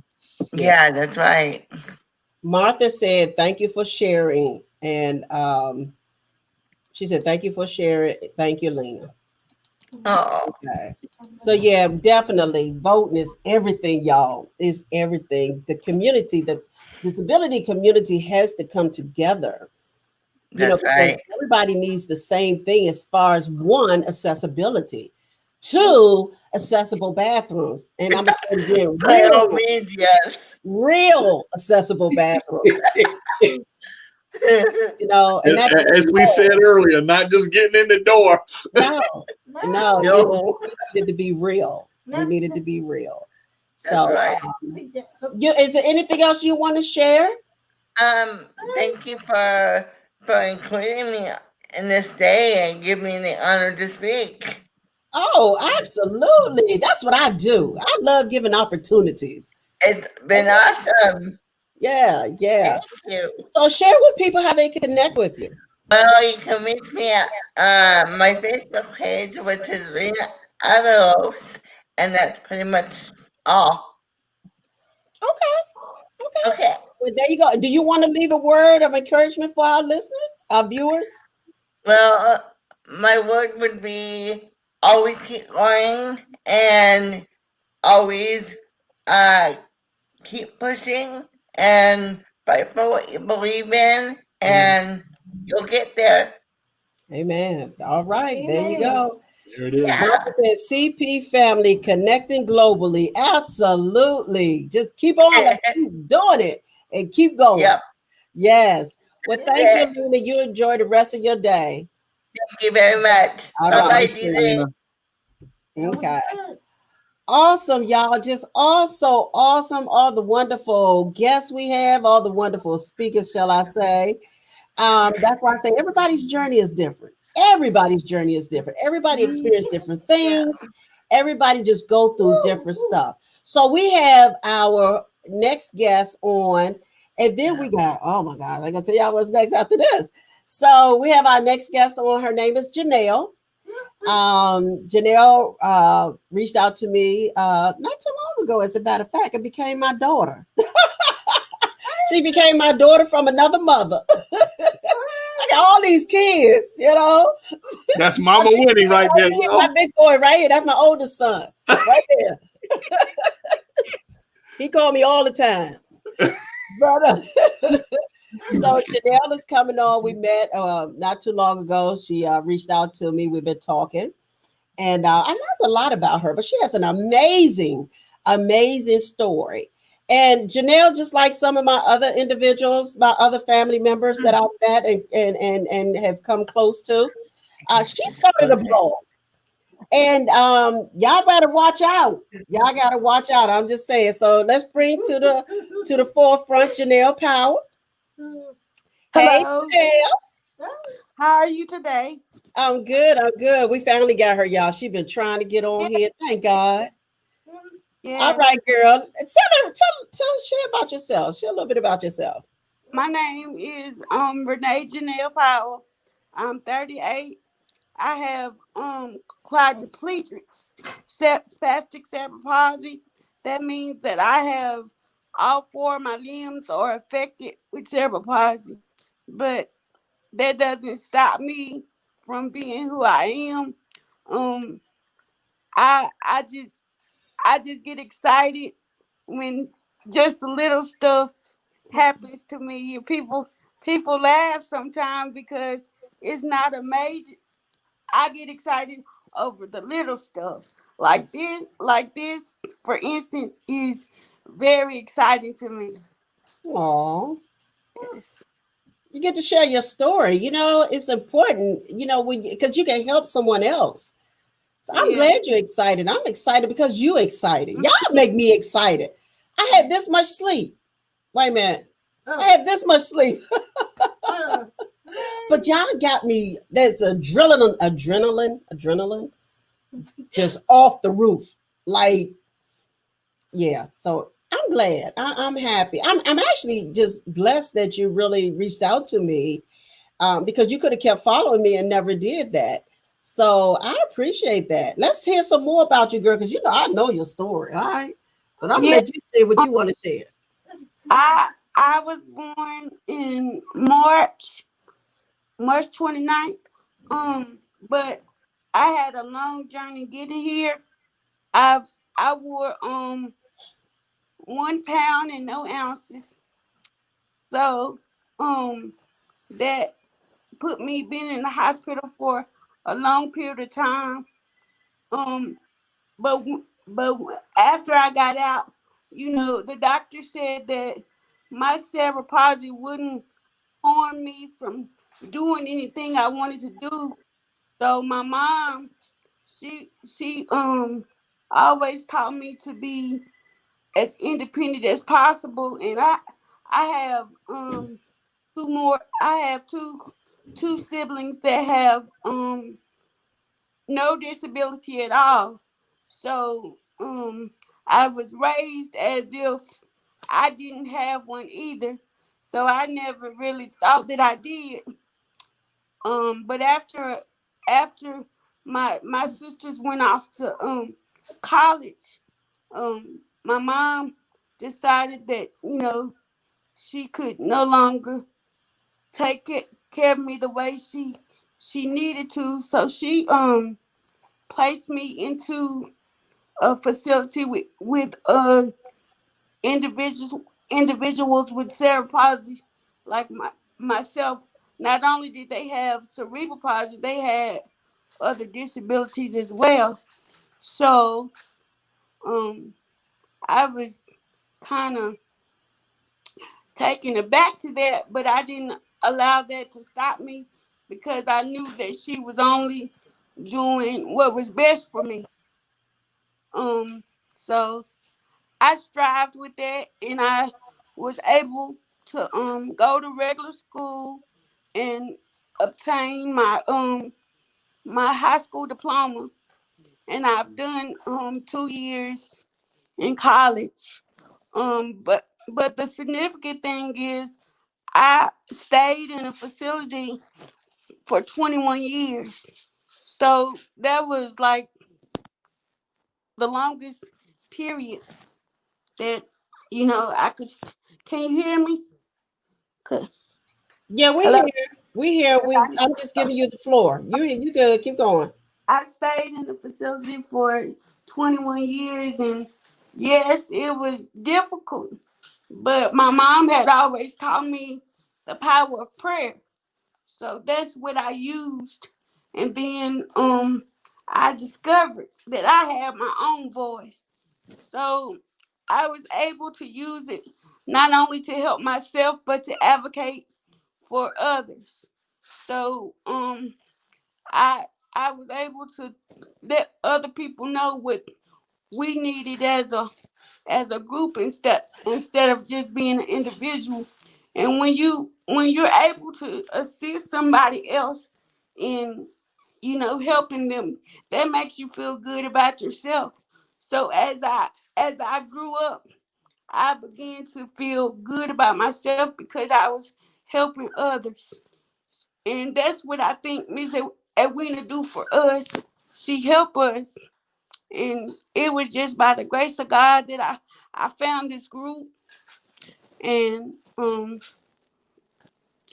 basically, I just feel that we have to be there for one another and be an advocate, because nobody's gonna be an advocate for us unless we can be an advocate for ourselves.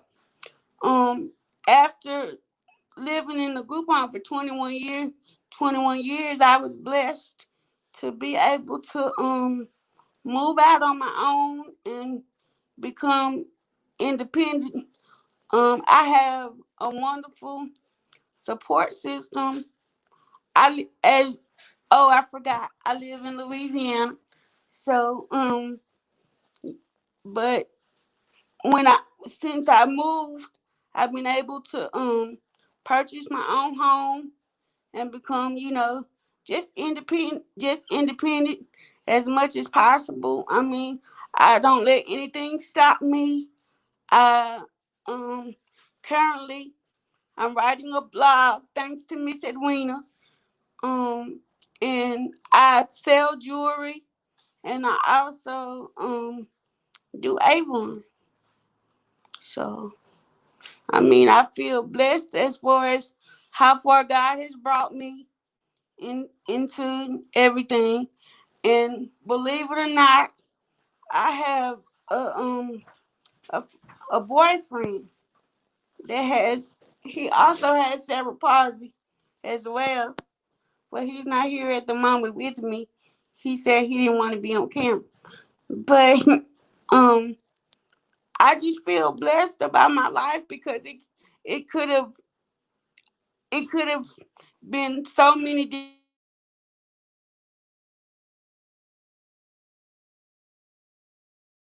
ways. Go, and my mom could have did so many other things, but she decided to do what was best for me, and that's what you know she did. So, did you feel any kind of way when your mom made a decision to put you in a group home? Yes, I felt some kind of way because I couldn't understand. why she would do it, because she had always taught me that, that I was no different than anybody else. But then I began to realize that, that she meant well. So I had to take it and, just do what I had to do and use the skills that she had already given me. Yeah. That Yeah. was be independent. Okay. Um, Corey said, I think with so much technology available to us, we can be connected but still feel alone. You have to make meaningful relationships for a long run. Now I'm thinking that question was in relation to what Robert said, but he don't have CP. He don't have CP. Though. I think he just typed it a little later, or I just missed it. Let me say that. I might have just missed it. So Cal said it is something special to have all you as family. Oh, thank you, Cal. Nice. Christina said, oh, she's gone. Oh, I might be a little slow right now. That was for Jill. Corey said you are all awesome. Thank you. Yeah. Okay. I might be a little slow here. Okay, so yeah, because Corey said know who you're voting for. Martha said, I did say that CP family connecting globally. And Cal said, Janelle, he said, your story is valuable. Thanks for being here. Oh, you're welcome. That's all thanks to me. Well, I need to give thanks to Miss Edwina, because I was like, when I saw the Cerebral Palsy virtual, I was like, I need to be a part of this. But she's probably not even going to answer me. But she definitely will answer you. That's one thing about Miss Winnie. Thank you. She sure did. She said, I didn't think you was going to answer. They kept saying, she ain't going to respond to you. She ain't going to respond. And she said, I'm not giving up. I'm glad you didn't. Miss Janelle, I wanted to ask just real quick, if I could, at what point did you come to terms with being where you were for 21 years? Like, where did you say, okay, this is where I'm at, this is where I've got to this is what I've got to deal with? How did you come to terms with that? I came to terms with that because I saw the effect that I had on other people. I could make anybody smile. So I saw the effect that I had on other individuals. That's a great answer. Wow. Made it all right for me. Mm-hmm. And so did, you said that you've got your own home, which is absolutely amazing. How did you do that? Did you have people where you were to help you, or how did that come about? Actually, my father died in 2011. Mm-hmm. And I have a wonderful stepmother, and I hope she's watching. I have a wonderful stepmother, and she took it upon herself to do this for me. Wow. So that's what you meant by the support system of having your back. That's awesome. Yes. So not only did you embrace being in a group home and accepting all of that, even though you felt like you shouldn't have been there, but you made a difference in a lot of people's lives once you realize, you know what, this is where I'm at. Let me make the best of it. Mm-hmm. I won't be here forever. And you made a decision to be a blessing to others. So that's a wonderful thing when you can, bless other people through your journey, through your story. So yes. now you hopefully that these individuals that you've been a blessing to is out here doing the same thing and blessing the next person, So that's good. That's good. You didn't just give up, and you didn't just, go into a pity party and stay there. Exactly. One thing to get into one, and it's another thing to not stay there. You know. No, you should never try.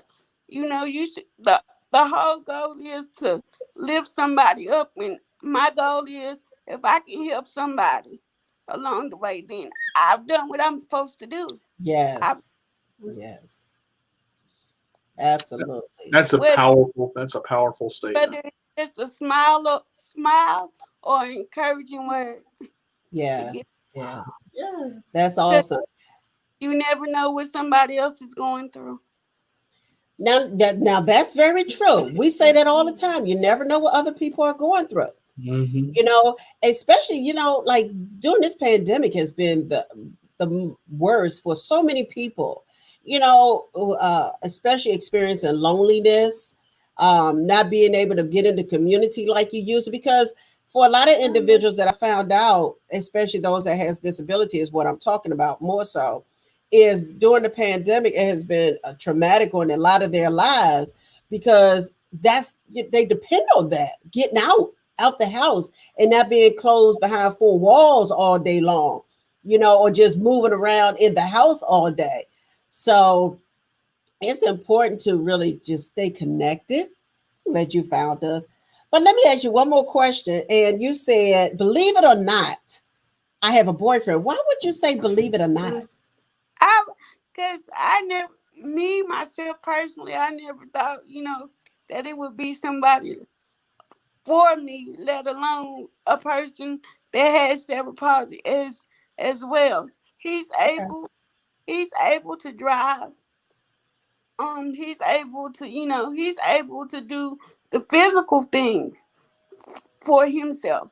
So we tease off his cerebral palsy is in his speech, and my cerebral palsy is in my limbs. So we always tease each other. I'm his legs and he's my mouthpiece. I'm his mouthpiece. So we have that running joke. So, you know, he helps me with the physical stuff, and I help him with the verbal stuff. Okay. So y'all okay. Yeah, so we work as a team. That's good. That's good. Support each other any way you can. That's awesome. That's We awesome. work as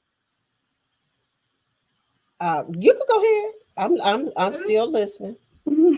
Well, I really just don't have that much to say, Oh, sure. but I mean, I'm just thankful for this opportunity, and I'm looking forward to more opportunities to do so, to speak Well, to us. yeah, I'm actually glad you joined us. I know you can't see me. DJ, talk for a few minutes. Yeah, I want to say how powerful this is. I've heard a lot of stories, and in a short amount of time, to hear your story is just like it does something to me on the inside, like because I can't honestly, like, for you to like come to terms with what you've come to terms with is just and how you've excelled. That truly shows that just because you have a disability or you deal with a disability does not mean you can't excel and succeed. And I think that it's powerful the way that you tell it, because you can hear the sincerity in your voice of what you've actually learned, and that's the power of positivity, and that's the power of what you're talking about. Right. Being able to affect others with your story, and the fact that you have come out of it and come out of it well and with success Yeah. and a support system on top of that.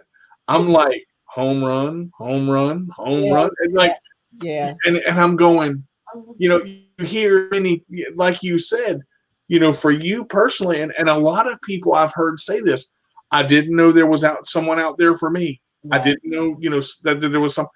I'm married myself, and I can tell you, it for a long time I felt the same way you did. Is there somebody out there that gets it? And you put it perfectly. You're his mouth and he's your legs. That is so Yeah. inspirational. I mean, I'm not lost for words often, but man, I think I'm lost for words on this one.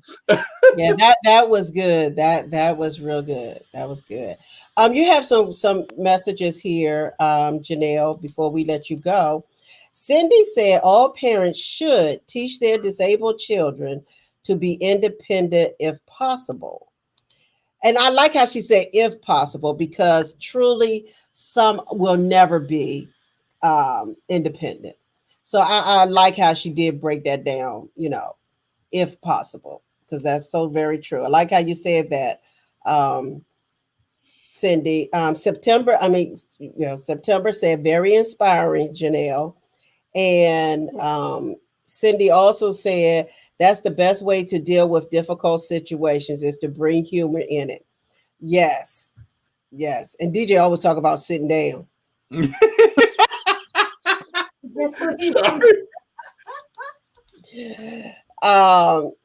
Sharon said, if your mother's still alive, and if so, is your mother still alive? And if so, how is your relationship, if I may ask? Great question. Yes, she is still alive, and our relationship is much better. I think it became better when I became an adult than I was a child. So yes, it is a whole lot better.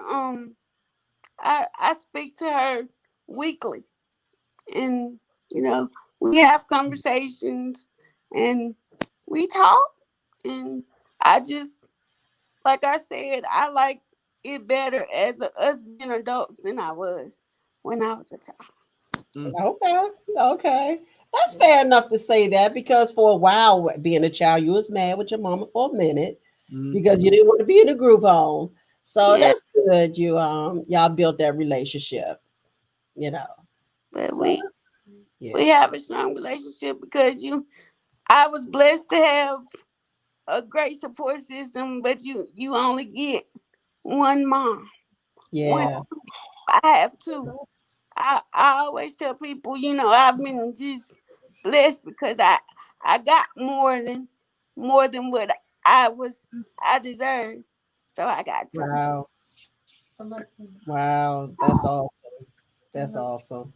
Mm. That's just, really being grateful and thankful that, like you said, you have an awesome support system, and there's so many people that don't have that. And thank God that you're letting everybody know that you're grateful. And maybe somebody that feel like, they're still mad or they're still angry about something that happened, and they hear your story and they can rethink things, they can rethink that thing and come to grips with it, because maybe it was something that the parents, purposely did to protect them or something. Because I know sometimes parents don't want to say why they do certain things, but a lot of times it is in the best interest of their individual. Sometimes it may not be, but because everybody's story is different.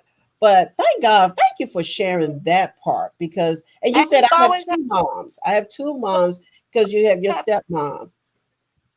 you always have to remember that forgiveness is not for forgiveness is not for the other person. It's for you, for yourself, so that you um so I had to be able to forgive so that I can move on with my life. Yes, yes. Yes. So very true. You do have to forgive yourself first so you can forgive them and you can move on with your life. You Yeah. forgive yourself for being mad. You know what I'm saying? Forgive yourself for being mad and not wanting to forgive. But if you don't forgive, you ain't gonna be able to move on, because you're gonna that's always gonna be in your mind. It's always gonna be on the top of your head. It's always gonna be in the back of Cloud your over head. you. It's gonna roll with you. It's gonna walk with you. It's gonna scroll with you. It's gonna be with you until you just forgive. Just let go and let God. Yeah. Yeah. So thank God for you. Thank God that God, was with you along the way, to be honest with you. Yeah. You know, he was walking with you, telling you, baby, listen, I got something better for you. I need you to talk to some other people. I need you to inspire some other folks. I need you to be an encourager to somebody else that's going through or going to go through what you'd already been through. So I need you to get it together. Like you said to your mama, Mama, why am I here? Ain't nothing wrong with me. Now look, you blessing other folks. Yeah. You got your own home. Just like you shared with me, you saved your money, you brought your own home. So those 21 years, you may not have wanted to be there, but you learned a lot. And you Yeah. saved money so you could be as independent as you was taught while you were there. So Yeah. And it was a blessing after all. I think that was my mom's goal to keep me independent and to teach me that you're gonna have to be out there on your you're gonna have to get it and be out there on your own. You're gonna have to know what I taught you. You're gonna have to use it. Yeah. And the Yeah. best way to know that it works is that you have to use it. Right. You have to, at one point or another, you're gonna have to be alone at one point. Mm-hmm.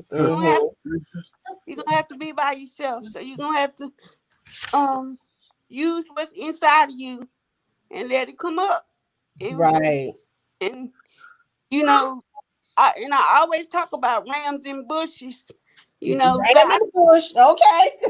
he gonna put that ram in the bush for you, and that's what he did for me. He gave me a whole bunch of rams, but he also taught me that I got you, and you have to lean and depend on me as well. So Yes. your Yes. faith, when you have cerebral palsy or any other disability, you have to have faith. Faith. You have to have faith. Yes. Yes.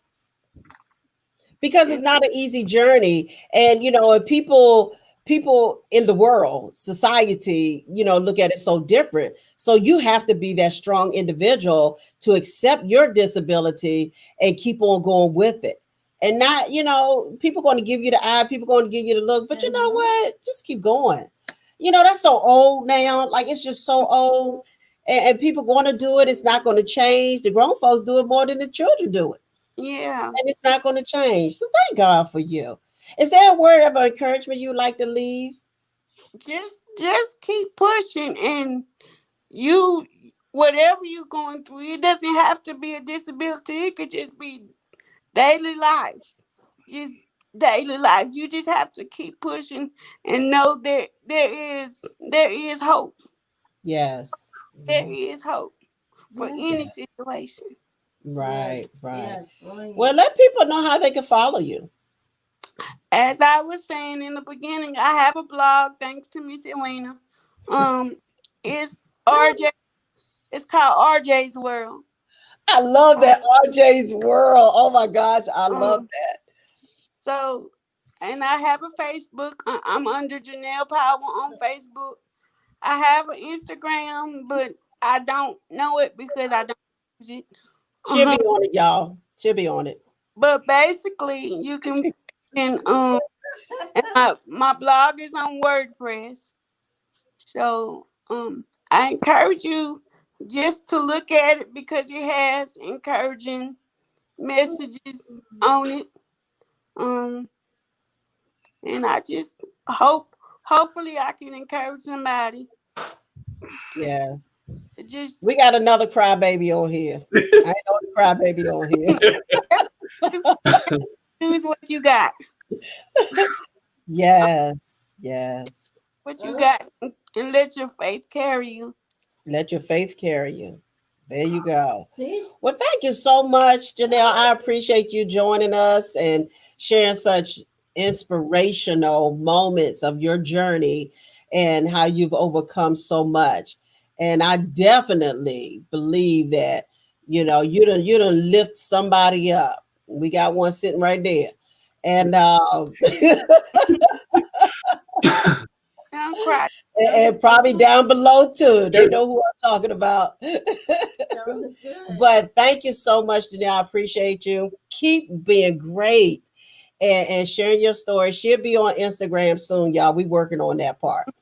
And Powerful story. Yeah, that was very powerful. Thank you for being here. Oh, you're welcome. You're welcome.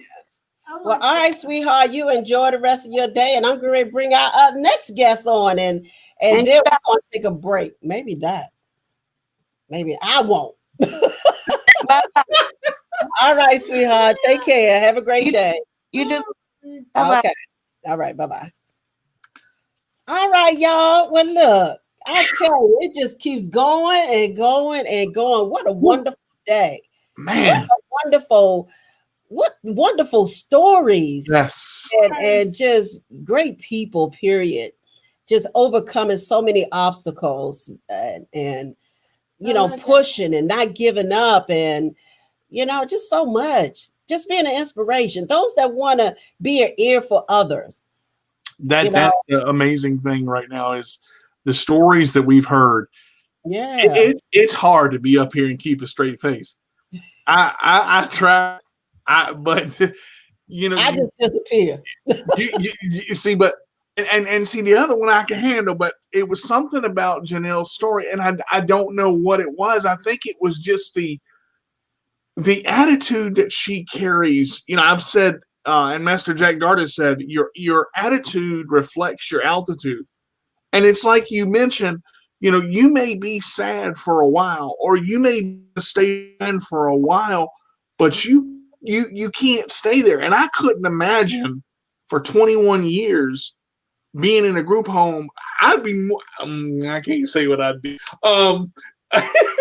But the fact that and what was so powerful about that, not only did she rise from it, she got her own home, but she talks to her mom weekly, and they have rekindled their relationship through forgiveness. And I'm like, well, I got to reevaluate myself. And it's not that I need to reevaluate everything, but sometimes you just got to look at life and what do I do now? I mean, that's a true hit right there. That's yeah. Well, I want to read the comments because I know she's still on here listening. Mm-hmm. So you had a few comments, Janelle. I'm sorry I didn't see them before you got off, but Janelle's September said awesome. Sharon says so true, and some of the great things that you were saying. September also says so glad you were able to forgive your mom. Yes. Wow. Yes. Sharon said you preaching now.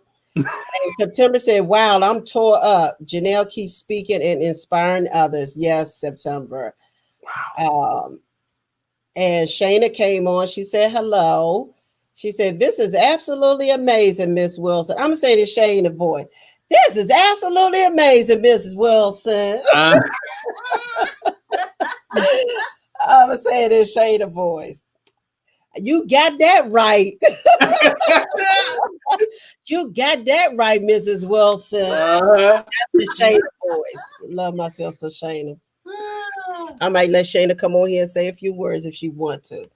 Before we lift somebody up, because she's doing amazing things as well. She sure is. These are all my kids, y'all. I'm just, I just see.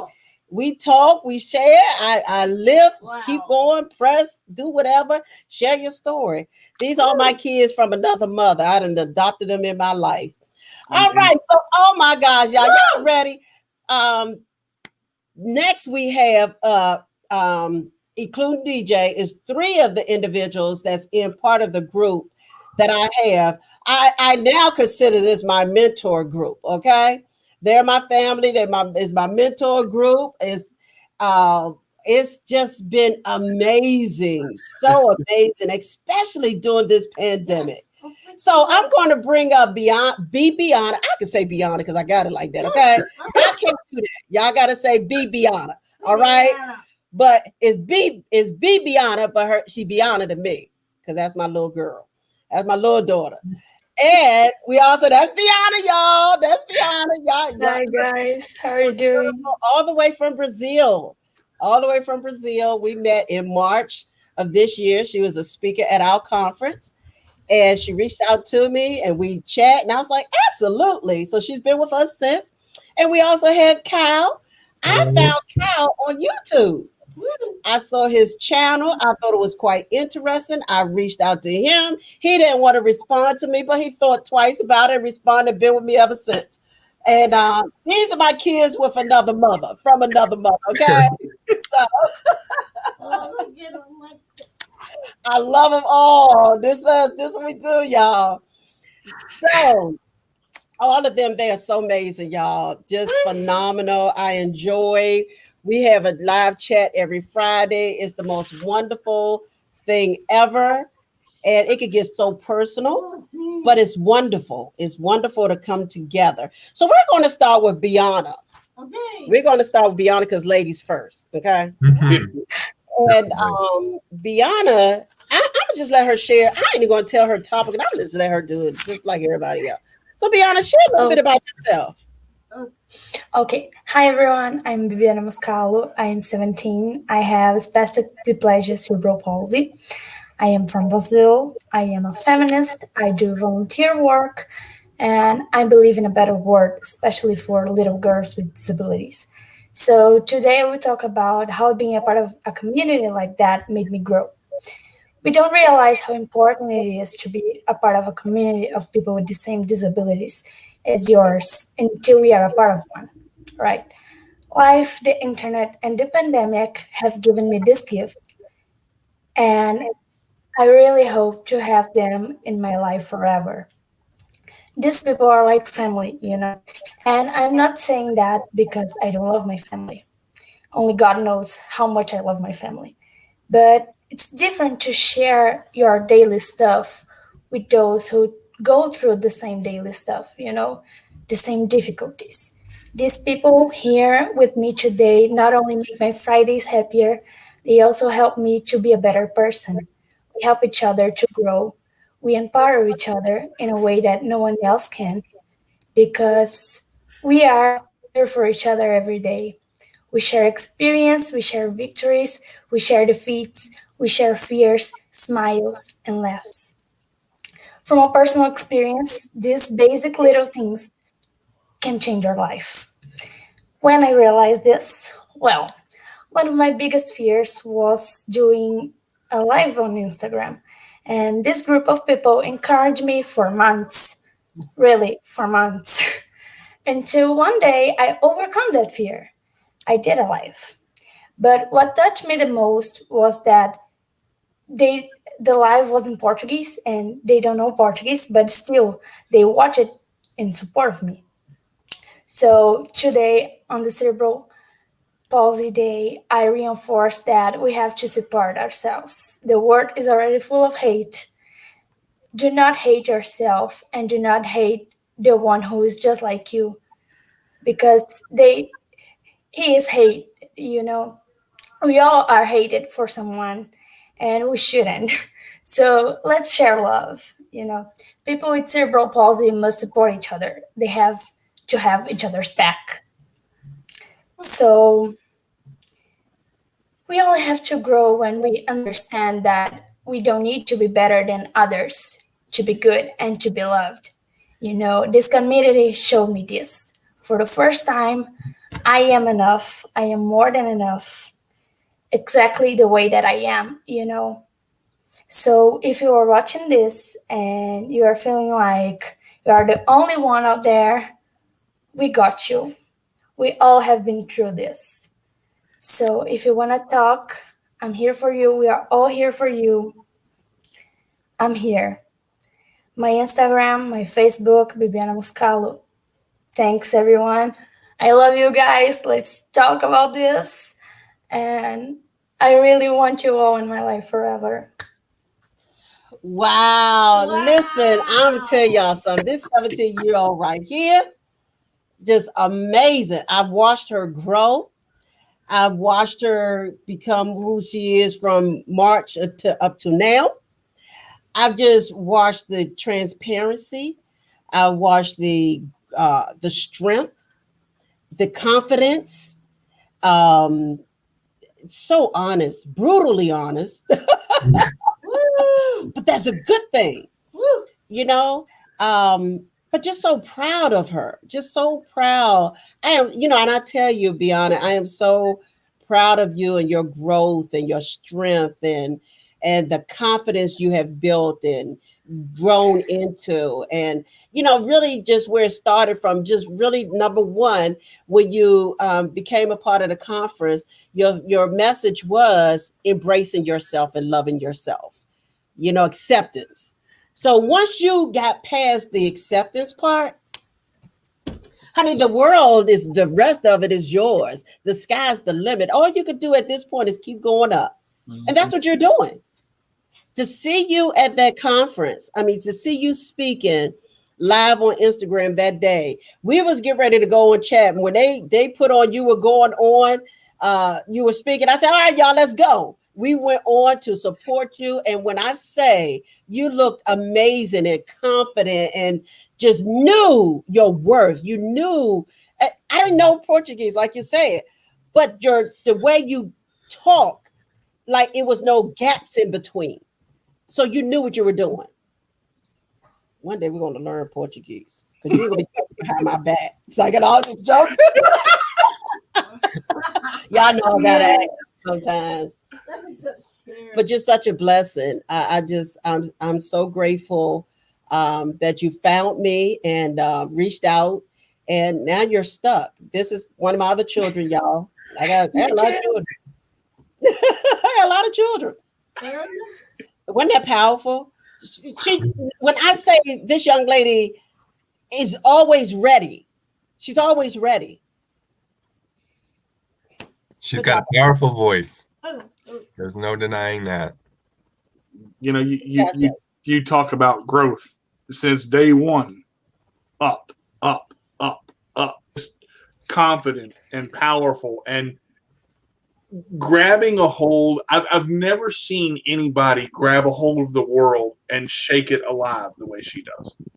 That's the way I can express Bibiana, because she has this motivational, I can't even put a word. It's so good. It's like you ever gone to a bakery and they're down to their last cookie and you know it's the cookie that you want and you savor that cookie for as long as you can. You put that bad boy back in the wrapper and you save it for a couple of days and you get it back out and you just pinch off little pieces.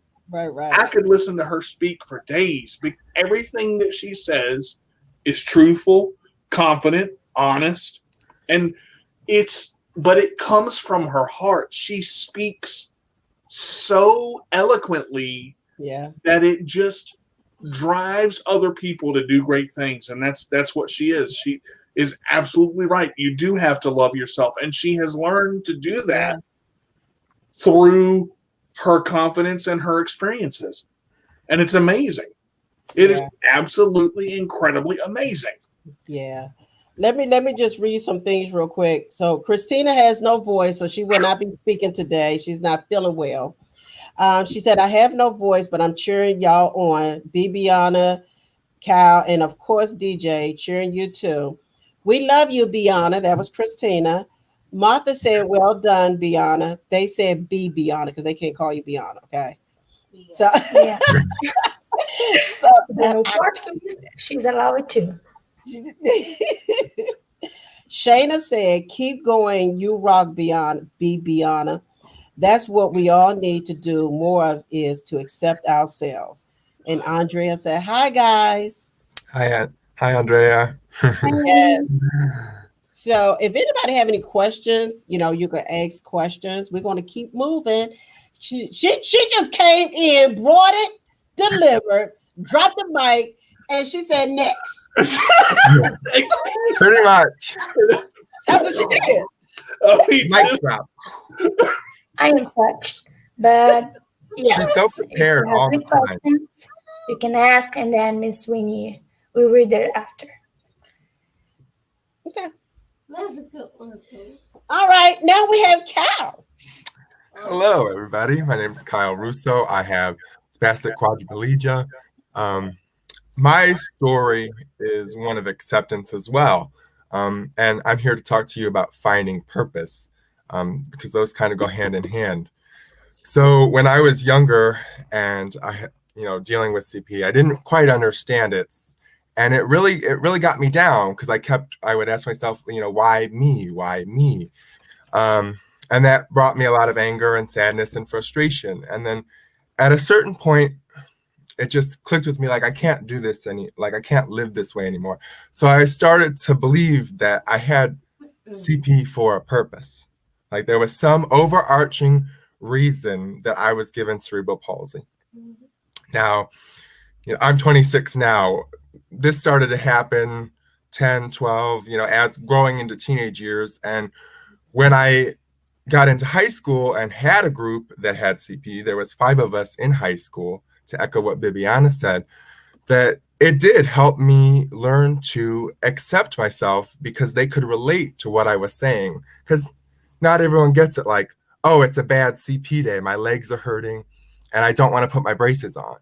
But when somebody's like, oh yeah, me too, like, it's really having a party today, you're like, oh, so it's not just me. So that group in high school really helped mold me into accepting disability. And then in college, I started a registered student organization focused on building a bridge between those who are disabled and those who aren't, temporarily able-bodied. And that really planted the seed to starting my YouTube channel, My Disabled Experience with Kyle Russo, because I just felt I actually had watched another YouTuber, Molly Burke. She's a lifestyle YouTuber who happens to be blind, and she was talking about how there wasn't that many disabled YouTubers when she first started, and that was kind of the spark that was like, well, I want to do that. And over the course of starting my YouTube channel and meeting all these wonderful people, Miss Edwina, Bibiana, DJ, I have found my purpose. And that is to share my story and be a disability advocate. For the longest time, I've always believed that there was a purpose, but I didn't know what that was. For years and years, wondering, and then bam, I started my YouTube channel. Miss Winnie finds me, she comments, like she said, about please join us for a Cerebral Palsy conference. And part of me was like, somebody's reaching out to me? Like, it was validating what I was starting to feel, that this is what I'm supposed to do. Yes. But I almost said no, as she also said. But I said no, because it's something out of my comfort zone. But I told myself no, like, she's seeing what you're feeling, like, this is it, like, do it. So I did. And, I won't lie, my first conference, I was terrified. But it, again, further showed me that this is what I'm supposed to do. And I just want people to know that you do have a purpose, and it may not be being a disability advocate. It's whatever, works for you, but it might not present itself right away. Just know that just because you are disabled, you are here for a reason, and you are going to do big things. Yeah. And life has a way of getting you there. So just hold on. Yeah. Because I'm 26. I started the YouTube channel July of 2019. So just over a year. So I would have been, well, just about to be 25. 25 is when I discovered that this is what I need to be doing, because it just fills my soul. But,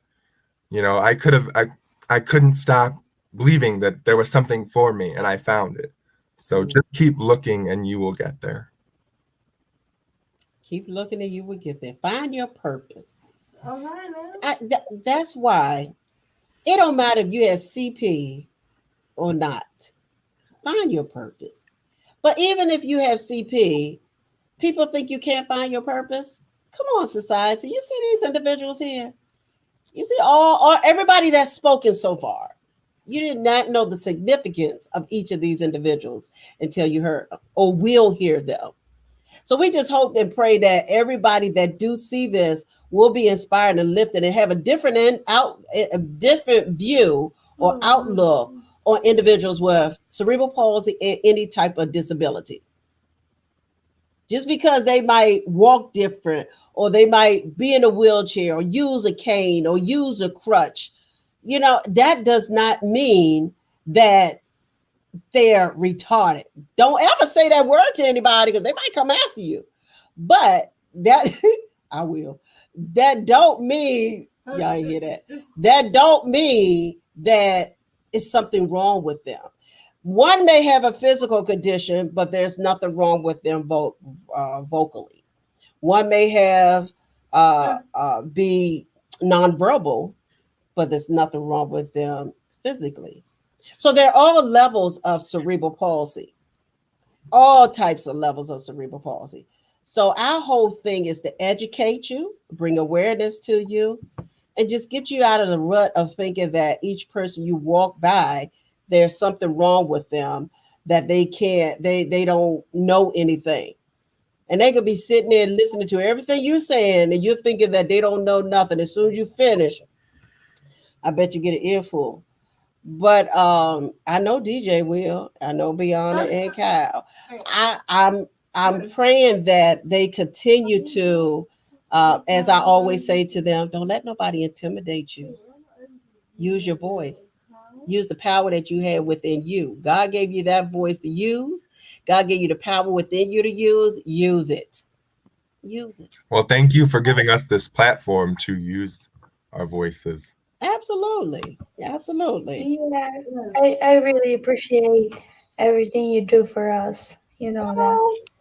I love y'all. that. I love too. We love you. Y'all hear her. We love you love too, her. Kelly. My inspiration, why I do what I do, why I keep going. It's just, and then it was a dream. So every time I feel like I want to walk away, here come Bianna, here come DJ, here come Cal, here come Janelle. There's always somebody either texting me, inboxing me, emailing me, or somehow God is always sending a message like, no, you're not. You ain't going away. But I love y'all. Y'all so wonderful. Y'all keep me going. And it's just been a major blessing, literally. And I have learned a lot from y'all as well. So let me see. Christina said, I have number. I read that part. Y'all know I had this much sleep. It's okay. Shayna said, you got that right, Kyle. She said, it's great to have someone to relate to. Linnea said, as a parent, this makes me feel so blessed to know how to try to help my daughter. She's 8 with right side hemiplegia. I'm so glad, Linnea. I'm glad you said that, because this is our purpose, to be a blessing to someone else out there. So thank you for sharing that. Robert said, it is not why me, it is because of me. It is not why me, it is because of me that you can change your world around you. Thanks for that, Robert. Thank you, Robert. Yes. Yes. Cindy Well said, I'm happy to hear that isn't still better today than when I grew up, because at least now you can see people with CP. Even though things can still be better, we just have to hang in there. Absolutely. Yes. Absolutely. Martha said, each one of us do have a purpose in life. Live your life to the fullest. With that, I want to say, Cal said, he said, when I reached out to him, why me, or, whatever, why not you? Always remember that. Why not you? Why not you? You make a difference just like everybody else. You matter just like everybody else. So don't ever say that again. Why not me?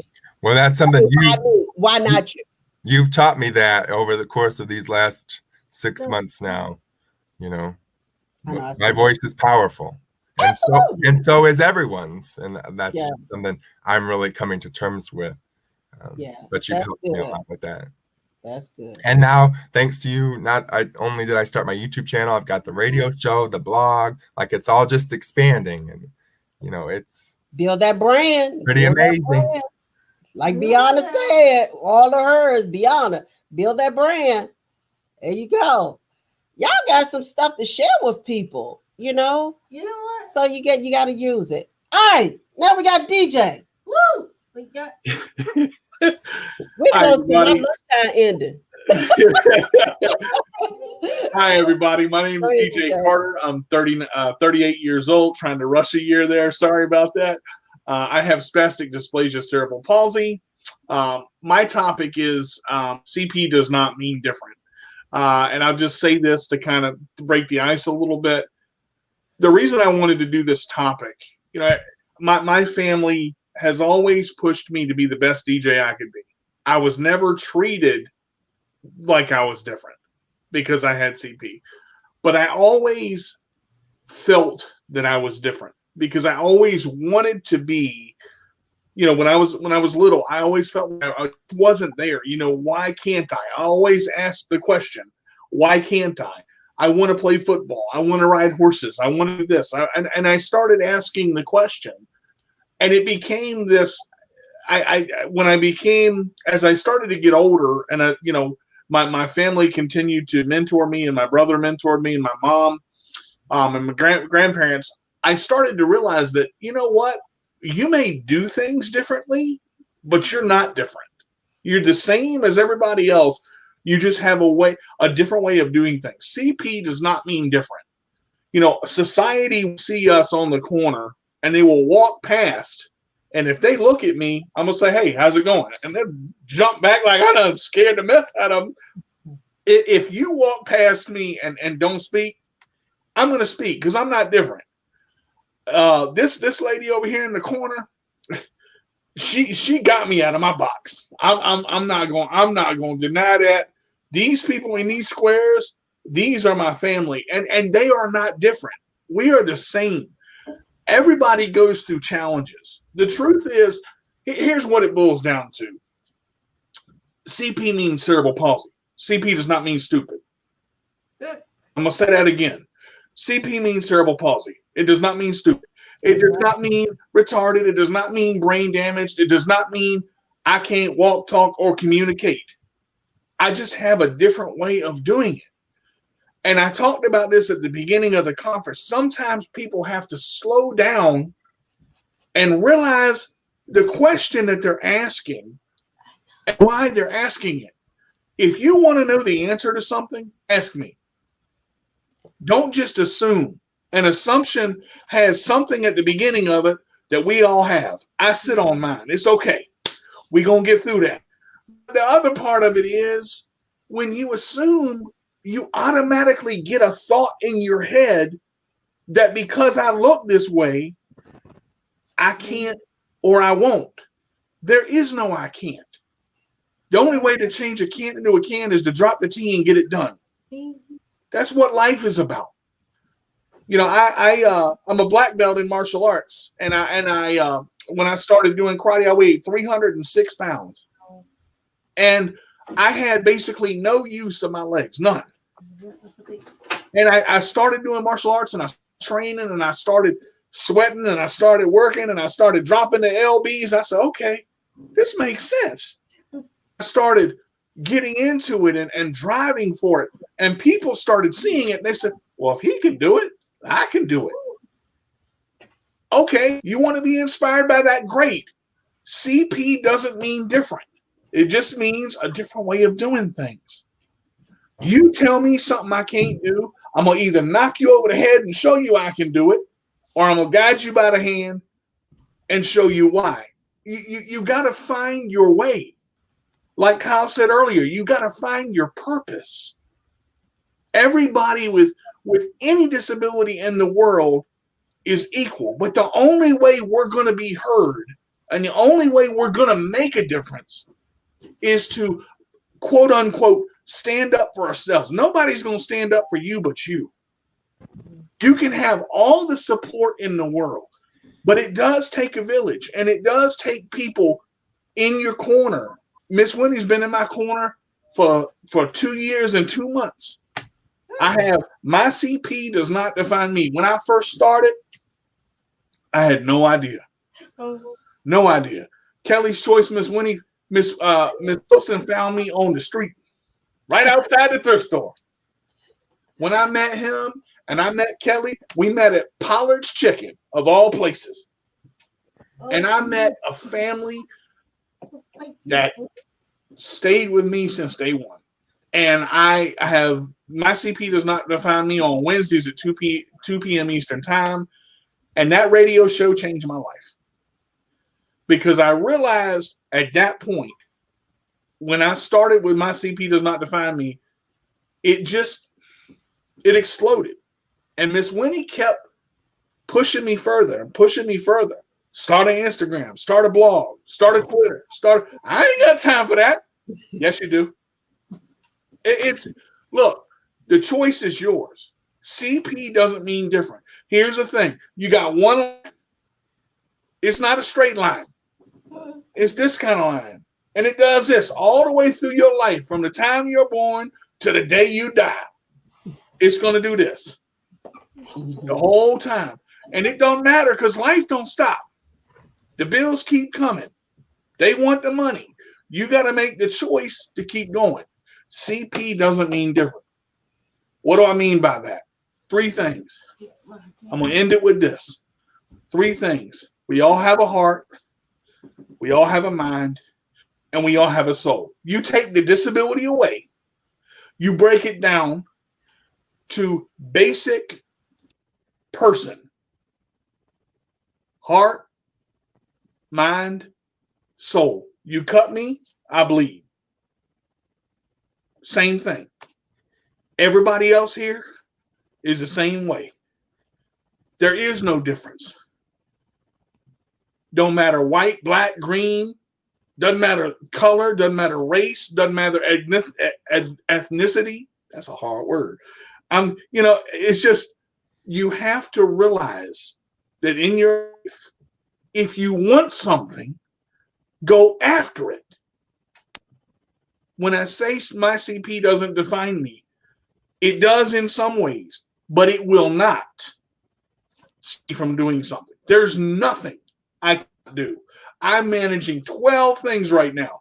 Secretary to Kelly's Choice, Twitter, Instagram, blog, YouTube, 3 YouTubes, 3 of them, 2 Facebooks, karate, teaching, cooking, all of it. Blew my comfort box out of the water, just totally exploded. All because of the woman that just popped up off the screen at the wrong time. She pushed me because she believes. But what I realize is, as much as it is about her, it's about us. If we don't believe in ourselves, if we don't believe in us, and we don't take what we have and realize that my CP does not mean different. I said before that my CP is a blessing, but it's a choice, and it's a mental state stability that I take. There is nothing I can't do. There's nothing I won't do, and my CP does not define me. Well, there you go. From D to the J with the roll away. My daughter cheered you on too. DJ, calling you. Kelly. I like her mama, don't she? She did it for her mama. So there were some messages that I of course didn't see. So I'm gonna share those real quick. Hold on. So Cindy said, all right, keep talking. I just want to add to DJ. I'm really glad that you had this as your topic, because I think people assume that because we're disabled, we don't want the same things. We still want to live a full life, and we want to achieve our goals and dreams, and we just have a different path to getting there, but that doesn't mean we don't want them. And we just gotta work a little bit harder sometimes, but we will get there. That's right. And I think people dismiss that a lot. So I'm glad that's my brother down there, y'all. You don't understand. Yeah. These my family. I think the same thing, like something that gets me all the time is that people assume that I don't have cerebral palsy because I live an independently life, just because I walk by myself, I walk alone, I do the things that I want to do. I go out with my friends and all the stuff that everyone does, literally everyone does the thing. People assume that I don't have cerebral palsy because for them, cerebral palsy is like when you are constantly with somebody else because you cannot take care of yourself. That's cerebral palsy for them. And that's why this day today is so important, because we want to share that this is not cerebral palsy. Cerebral palsy is so much more than that. Lives of people with cerebral palsy are so much more than that. And there is no mold to CP. We're all Thank you. different. Thank We you. all have CP, but it all affects us differently. And you can't assume Absolutely. there are no blanket assumptions that can be made because every person is affected differently. Yes, so true. And we say that over and over again. You know, I mean, everybody's level is different. It's too many levels about cerebral palsy to even mention because not one person is the same at all. Not one. Exactly. You know, so man, y'all. For example, we have the same type of cerebral palsy, but we have different levels of cerebral palsy, Exactly. even though we have the same type of cerebral palsy. So people should understand that, you know. Right. I know it's not simple to get to know all the disabilities and all that stuff. I know it's not simple. At the same time, that is not that simple just to get through someone that has cerebral palsy or other disability and say like, you know, you can do anything. You must be at home with your parents and you cannot go out. Exactly. Life, it's not that simple, and we should all get it like right away so we can fix it while we still have time to do that. Exactly. One thing that Kyle said, it's not a label. See, and that's the problem. CP somehow got this generic label that everything is the same. When you have CP, you can't walk, you can't talk, you can't think. You're an invalid. There's nothing about this, and there's nothing about these folks that are invalid. Right. And that needs to stop. And that's society. That's what society done to us. And I want to say to Bibiana's point that, you know, disability isn't simple. And yes, there are so many levels of CP, but all someone really has to do is be willing to listen and to communicate with us. All you have to do, if you have a question, is ask. And generally speaking, I can speak for, I know the three of us here talking now, we will respond to you. I know not everyone will, but please don't be discouraged if someone refuses to answer your question. It's a personal choice.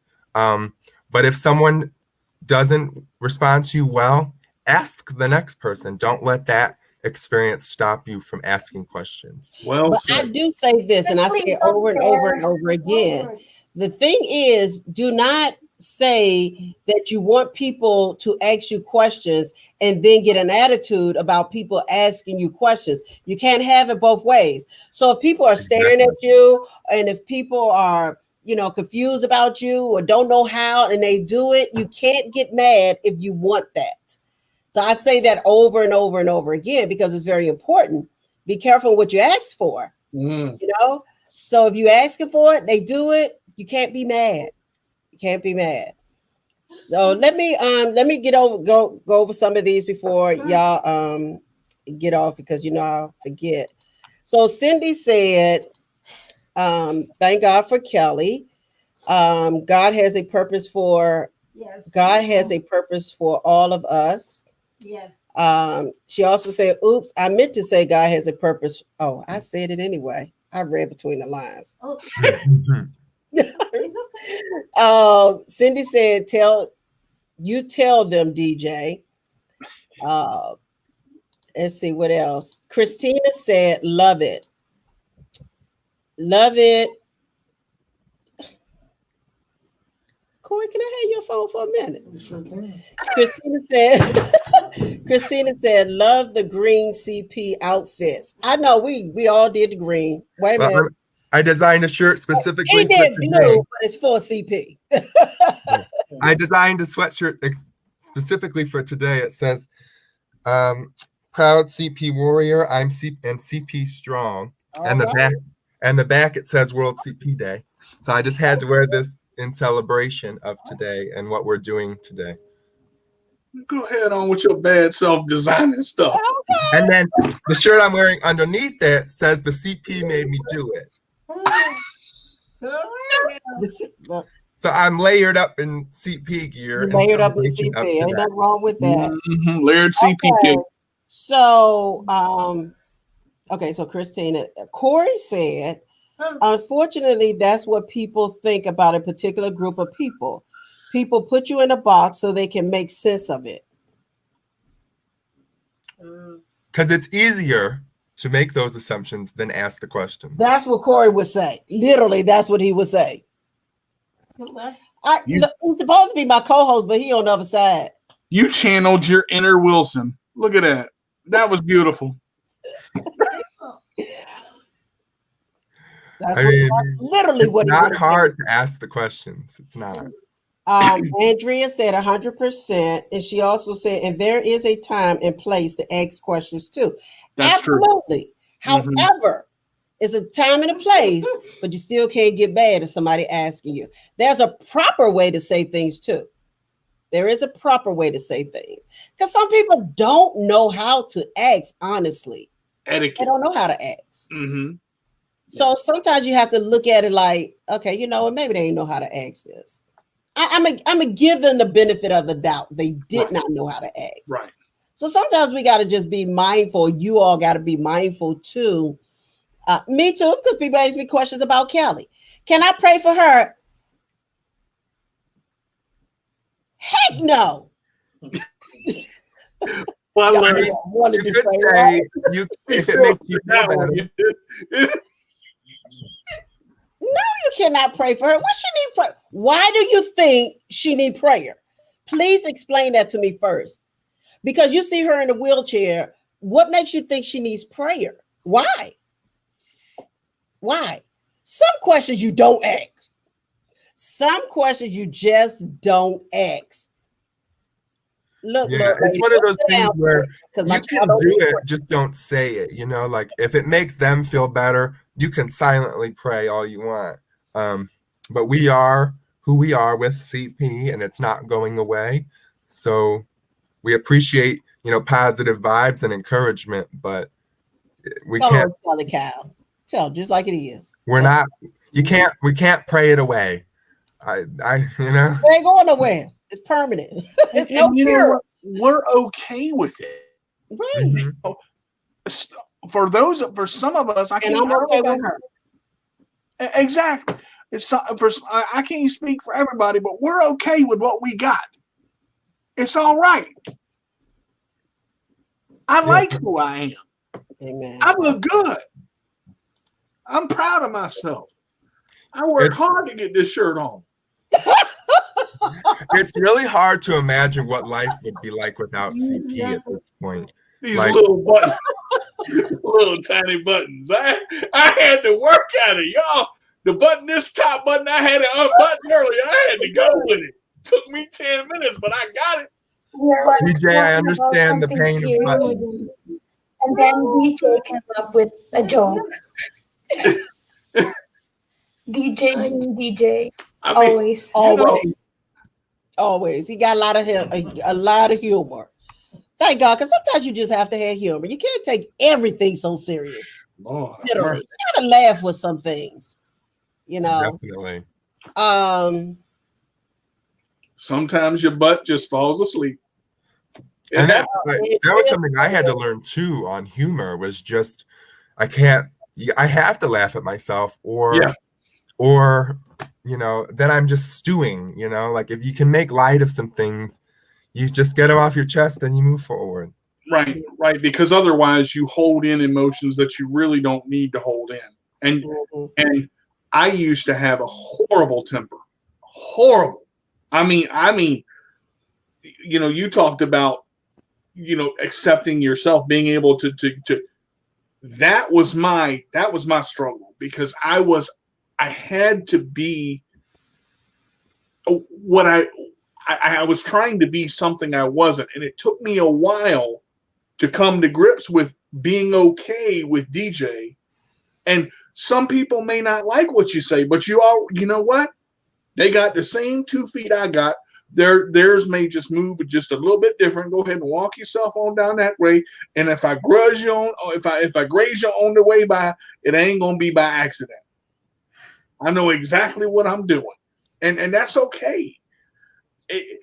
If people start realizing that have cerebral palsy, you're all right. You are the way you are for a reason. Somebody's always worse off than you. Just go with the hand that you've got and play the cards on the table. Yeah. Last time I checked, a full house is a full house. A straight is a straight. A pair is a pair. You got what you got. Just deal or go home. That's it. And everyone's acceptance journey is different. So, Yes. you know, but there is a light at the end of the tunnel. If you are if you are in the middle of feeling like why me, or why did this happen to me? I wish I could do this.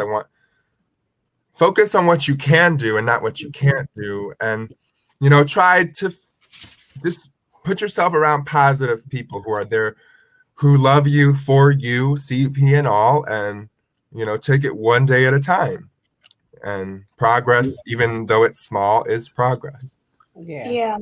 I am in a time of my life that I'm in a level where I accept myself, and now I am grateful for some people that came in my life, like you guys, you know. But I think, first of all, we should accept ourselves. And after we accept ourselves, we can start saying grace to the people that are with us, you know. Just today, I made a post on my Instagram talking about that, because today, when I see some pictures of me when I was younger, I don't see just the pain and the crying and all the stuff that happened to me and all the stuff that made me stronger. But I see that was people with me. There were people helping me through this, you know, where I had my mom to pick up my hand and walk me through all the stuff. And I think that's the point that we should all get, but I think it's a process. So first of all, you should accept yourself, you know, accept your journey, love yourself. Just when you love yourself, you can love the others. That's just my view. You know, I don't see how we can love the other if you don't love yourself. Because I don't see that matching. You're right, Viviana. If you don't love yourself, you miss the love from others because you're not allowing it in. Yeah. Yeah. That's right. That's true. Because you have to love yourself first. It's so important to love you before you can even love anybody else. Exactly. You just if you try to love somebody else and you're not even in love with yourself or love yourself or even know how to love yourself, how are you going to love somebody else? Exactly. You're not. It's going to be a big mess because you don't even know how to love you first. And you matter. You matter before you could go with and deal with anybody else. You know? Allow people to push you. And when I say that, I mentioned earlier that Miss Winnie wanted me to start a lot of things at one time. And this is something probably in the past 60 days that I've realized that will never leave my brain, ever. Allow someone to encourage you the right way. Miss Winnie encourages people the right way because she is able to see what people are able to do a lot of times before they see it, because people get tunnel vision and they think, I got to work one thing at a time. I got to do this. And that's okay. But if your dreams don't scare you, they're not big enough. And I had to learn that. When Miss Winnie told me Instagram, Twitter, this, that, blog, boom, boom, boom. And I'm like, this woman done lost her mind. Telling me to do all this stuff, knowing how much time I got. And she did, yes, you do. But see, the difference is she never left. If I had a question, Miss Winnie, I don't understand this. Can you help me? Boom. And it's not allow someone to encourage you because we need that nudge. Sometimes we need a kick in the butt. And Miss Winnie has given me a kick in the butt. And I'm not afraid to say that. And I felt it to the point where I got up and said, ow, you kicked me in the butt. I mean, DJ looked at me when I said about DJ doing a blog. He looked at me. He said, I ain't got the time. I said, yes, you do. And he looked like, well, you can tell me I got time. How you going to sit there? That look on his face told everything. Like he was laying me out on the inside. And I was looking at him, you know, like, you do. I said, how this woman going to tell me what I got? You know, long fine. You got 24 hours in the day. And when you break down those 24 hours, you'll realize how much time you really have. Exactly. And you're doing awesome. You're doing amazing now.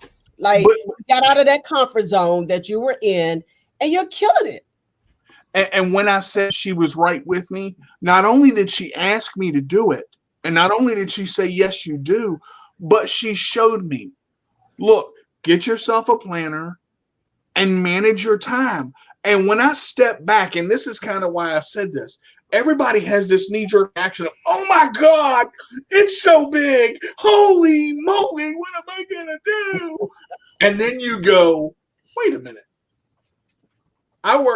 She told me to start an Instagram. I worked on the Instagram for 4.5 hours the first night. And I'm like, I ain't working with this no more. Left my computer. I said, I got up the next day and said, let me do it again. Because if you manage your time and you schedule it out and you do it, you can do it. She's not going to tell me anything I can't do if she wouldn't do it herself. And Miss Winnie does a lot of stuff. She does, but she believes in us as a people because she supports us. She is our mom. We do call on her.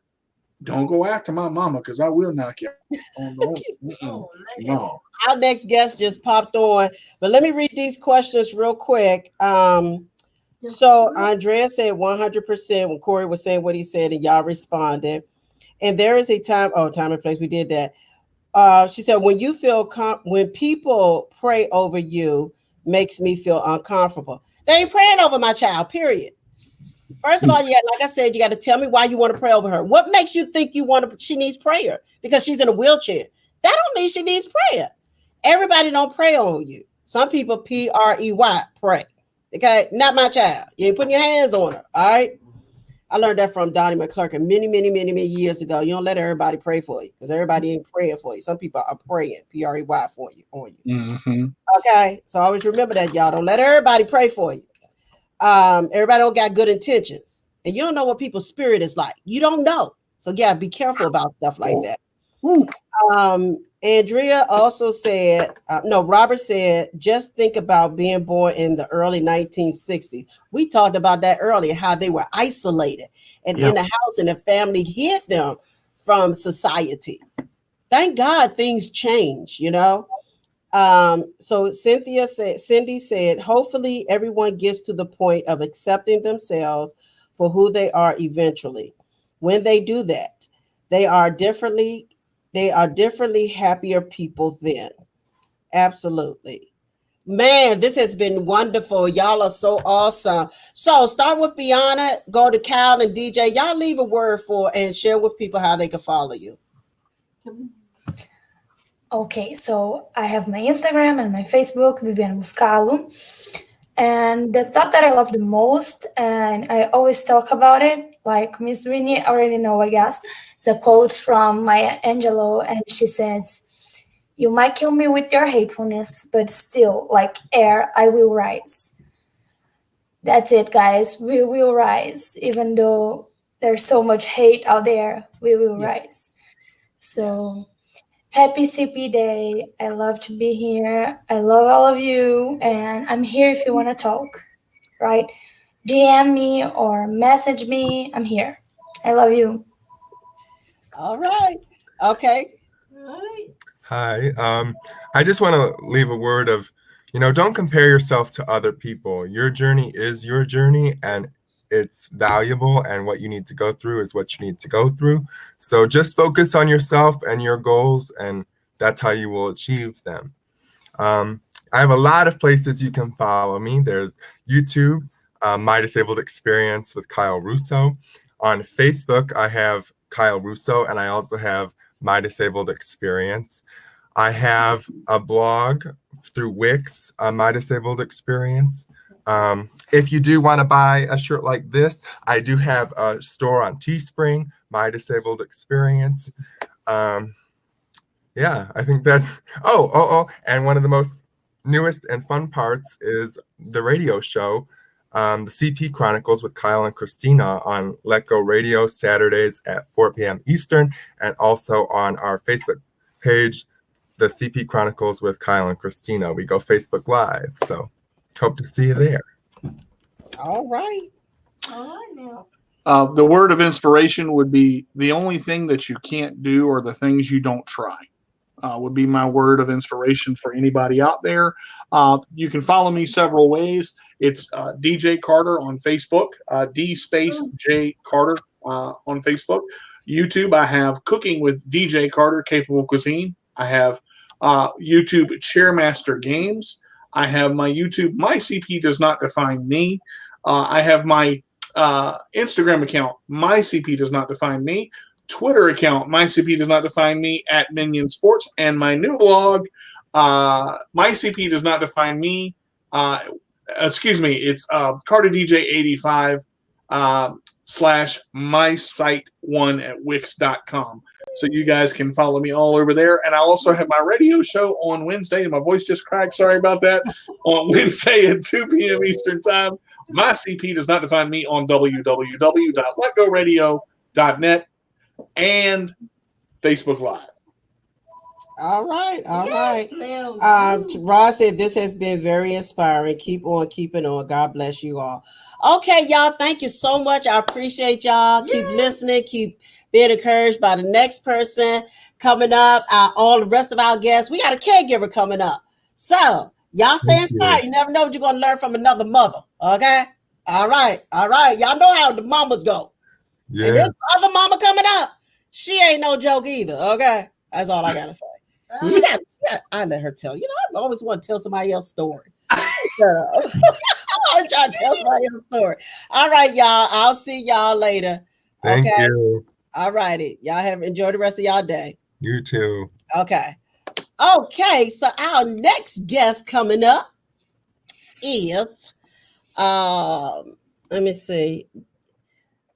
Our next guest coming up is Miss Paula Connolly. She's the mother of 2 twins. No, just a set of twins. Not 2 twins, a set of twins. I ain't gonna put that on Paula. Let me not do that. I'm too old for another set of twins, but I mean, try to put nothing on me and Wayne. Don't be going there. Try to put something on me. Paula said, I'm trying to live my life down. I got one more. But all right, we're gonna bring Paula up because I'll agree go on with more, but I'm gonna let her tell her own story. All right. Hey Paula, how you doing? Hey, how y'all doing? All right, looking all cute there. Look, yeah, girl, just aging all well and stuff. Look at you. There you go. Look, she got the balloons ready. Dang, I missed out on that. I ain't got nothing back here, just my daughter. You got Kelly back there. Thank you, Kelly. That's all you need. Look, she waving too. Hey, Kelly. Kelly, Yeah. Kelly, that's me. You can say Kelly's choice. That's me. That's right, hey, girl. Paula, what's going on today? Nothing much. How are y'all? We good. We good. I want to make sure I'm not talking too loud to wake my husband up, but my dog barking, oh Lord. Right. I'm gonna let you share your own story. You can do your introduction, and okay. The floor is yours. I heard you about to tell my story. No, just kidding. Well, okay. So yes, I'm a caregiver. My name is Paula Connolly. I have twin girls. We have an older daughter as well, Nikki, who lives in Florida. But here with us, we have twin girls, Nakaya and Nikayla.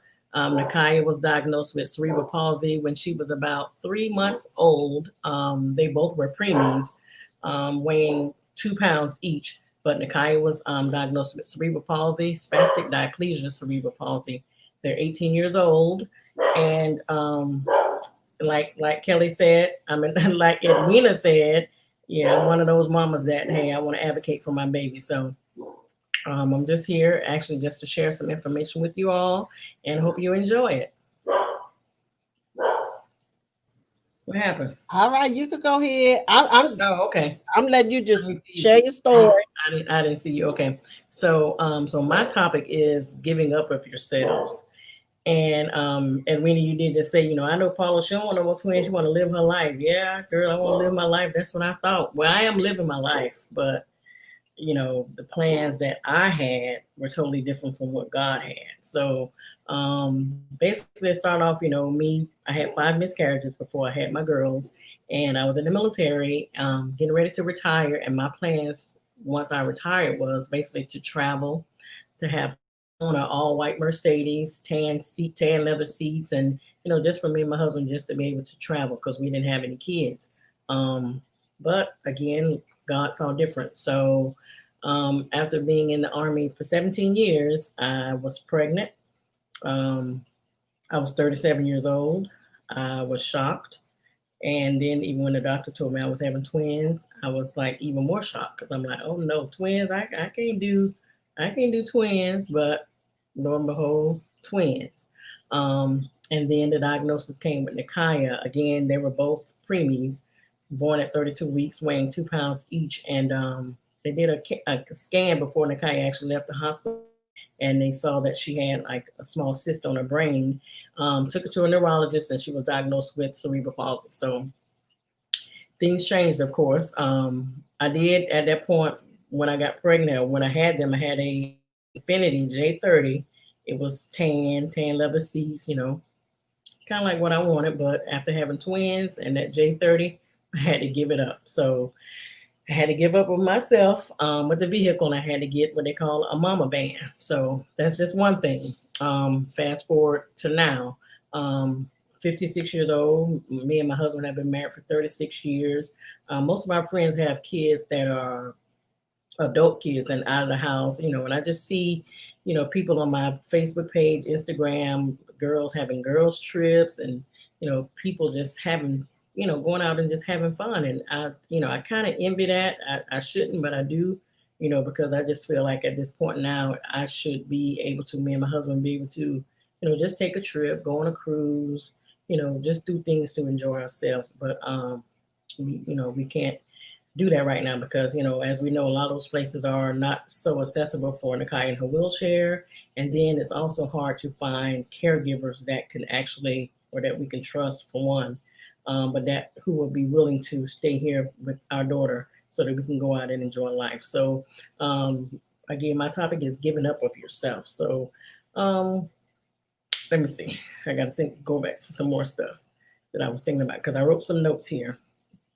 And then myself, I'm a very, very social person. So just basically, again, just seeing, you know, all my friends and people just taking girls trips and going places, and me just not being able to do that because, you know, I have Nakai here. I don't regret having Nakai, of course. But there are some times where I just feel like, you know, I just want to do things with me and my husband, just go off on a vacation for a week, you know, don't have to worry about anything that's going on back home and just be able to enjoy ourselves. And we can't do that. So that's just, you know, a part of being a caregiver.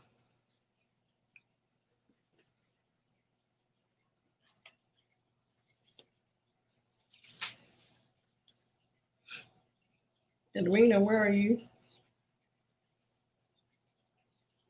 I'm going to come back to some more of my notes.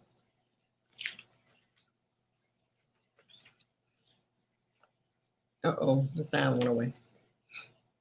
You muted. Oh, there you go. I was saying, girl, don't be getting over there crying. You know, I'm a crybaby. I'm a big crybaby. And, you know, we talk. And when we talk, we are so real. We keep the story real. I mean, we have gotten personal. Right. And so what Paul is saying is like, it's so real. And, you know, I think people miss that. And I dislike the fact that people say to me, oh, I thought you was busy with Kelly. I thought you was busy to Kelly. I didn't call because I thought you were busy with Kelly. I didn't come by because I thought you was busy with Kelly. I get so tired of that because even though I take care of Kelly, Kelly is not my life. I want to know that I have a life too. And what Paula said, you know, that hit home as well, what she said about, you know, girlfriends, trips, and all that kind of stuff. But yet, you know, we're home taking care of our daughter. You know, that's real. And you know, and it's real and personal, because a lot of people don't understand that part about what we have to do as a mom, as a caregiver. And that's our child. We're not taking care of nobody else. That's our child. You know, our individual. Yes. Yeah. So it's kind of like, you know, being isolated at home. Yeah. Kind of like being isolated at home. You know, a lot of people, like, you know, we be here on social media. I know, you know, especially for me and Nakaya, and we, you know, we're on social media a lot. You know, we're making videos and we're doing all these challenges and we're having fun, you know, and we do, you know, but then there's times where, you know, I just want to be, you know, me, you know, and just want to take some time out for me, and, you know, maybe have a girlfriend might come over to the house and, you know, say, hey girl, you know, let's just sit and just have adult conversation, pretty much, you know, because my husband, he's working a lot, you know, and then here being in Savannah, we don't have that we don't have any family here. All of our family is in Florida. So you just feel, you know, just isolated in your own home. And, you know, you said, you know, sometimes, you know, you like, I want just me and my husband to take a trip. Me and my husband just do this. I feel the same way sometimes. Like, I just want me and Corey to just go sometimes. You know, I want my daughters to say to me, Mom, I got Kelly, go and enjoy yourself for a day or two. Mom, I got Kelly, go do. I want that. And I think people miss that. You know, honestly, even my mother, you know, I've literally tried. She might say something because she be on my page. All right. She be on my page, but it is what it is. For real. It is what it is. You're a part of my life and I talk it well. So, and that's how I feel right now, because it's 34 years I've been taking care of Kelly. So I've been through, and I've experienced a lot. And, you know, we always talk about support is everything. Support is everything, but support for the caregivers is everything as well. Exactly. You know? And we need our families to step up sometimes and say, without us asking or feeling like we want somebody to tap on the door, bring the phone and say something, and we don't get that wish. We don't get that. And they know that we need a break. They know this. Right. Or they call and they'll say, you know, well, how's Nakaya doing? You know, but they don't say, well, how are you doing? You know, how are you doing in all this? You know, especially with the quarantine going on, you know, Nakai is still in school, so, you know, having to get her up early, you know, well, she had to get up early anyway, whether she was in school or not, but have her get up early, you know, make sure she's logged on, and, you know, it's just, you know, and for her too, she's social, she's very social, so, you know, she's just missing out on a lot of things as well. But, you know, for me, I'm missing out on a lot of things, you know, just with, you know, just have some time, you know, a lot of my time I spend mostly about 90% of my time in the kitchen. Because for one, you know, I love to bake, you know, so that's one thing that actually keeps me sane. But just to be able to, you know, just hang out, just, you know, have a girlfriend or someone, you know, just call, hey girl, what you doing? You know, let's go to the mall. You know, pretty much everything I do, it consists of Nakaya, and especially now because Nakaya's twin sister is off in college and she's out of town. So right now at this point, I can't just, you know, say, okay, well, I need to go to Walmart, you know, and leave both of them home together, because I know, you know, Nakaya, she's on the phone, so she's good, but Nikayla would be here if anything was to happen. So now that Nikayla's gone, you know, I can't just make a quick run to Walmart, make a quick run, you know, up the street. I got to load up Nakaya, load up the van, tie it down, have her pull the seatbelt across, make sure she holding the seatbelt tight till I get around to the other side so that I can buckle the seatbelt up, you know, and then we're off. It's just, you know, it takes so much. So, you know, a lot of people, they don't understand. They just see the good part. Yes. You know, they see, you know, they see us singing and laughing and dancing and everything on Instagram and Facebook, and, you know, they don't care to ask, you know, but how are you doing? Or is there something that, you know, I can do for you? You know, just sit there with Nakaya, you know, Nakaya's easygoing. She'll be on her phone and she's no problem, you know, but, you know, you just don't get offers. You don't get offers for help. Yes, I totally can relate. And then I knew your life was about to change again when your daughter went off to school, and I called you, Yeah. and because I'm there. I was there when everybody left the house. It was me and Kelly. Yeah. I'm like, and I'm 55, and I'm like, wow, I'm it's just, I'm still taking care of Kelly. Right. And Right. I'm like you, not saying that I regret it or anything like that, but I do want to do things. Yeah. I do want my family to understand that I do want to do stuff, and they are Mhm. capable and able to do these things, and nobody says anything. And what I was Yeah. going to say about my mom, you know, I've been literally, without saying it, trying to get my mom to come here for a little while, right? Mhm. A couple of days, a week, or whatever. She's stuck in her ways and stuck in Maryland, Yeah. and Yeah. just won't do it. But in the inside, I'm like, I just want somebody with me. Just Right. give me Right. a couple of days or something, Right. without me having to say this. So Mhm. I get it, Yeah. but like you said, doing things with Nakaya and Yeah. all these things, like you said, people see the good Yeah. part, Yeah. I mean, we try and make the best of it, But and again, like you said, we're like I'm 56, so we're in our prime pretty much, in the time, like I said, where because Kelly is grown, Yeah. my girls I consider they are almost grown, but just basically where we can just should be able to just get away with our Get away. husbands, 3 days if it's nothing but a staycation here That's locally at a right. hotel for That's two right. days, and then not have to worry about what's going on at the house. I Right. mean, we're older and we're able to lift the kids. Yeah. Lift you're able to lift Kelly. I'm able to lift Nakaya. So why not our younger children or our older children? I mean, be able to come over and do the same things that we're doing. That's right. I mean, we're doing it. Y'all can do it, Yeah. but Yeah. they I don't totally offer.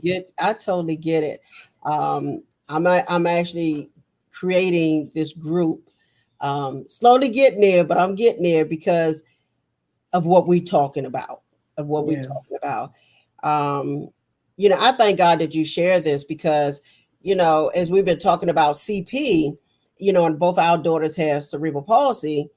That's a whole nother level in its own Yeah. with their condition because both of our children are in wheelchairs, Right. and yours like mine need total care. Right. So that's A a whole different ball whole game. nother level, a Yeah. whole nother level.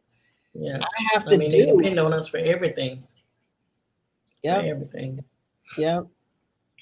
Yeah, So so I mean, so as far as the giving up of yourself, I decided because usually, I don't do nothing with my hair during the week. I put on a little makeup, put on a little lipstick, just to, just try and look alive. And even, even my husband said the other day, he was like, why don't you, do something to your hair, fix up a little bit, because I'm always baking, so I always walk around the house with a do rag on my head. It's like, why, why?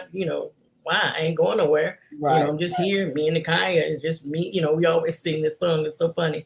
The Tony song. Just me and you. Ooh, baby. So, and she even knows the song because it's just me and her.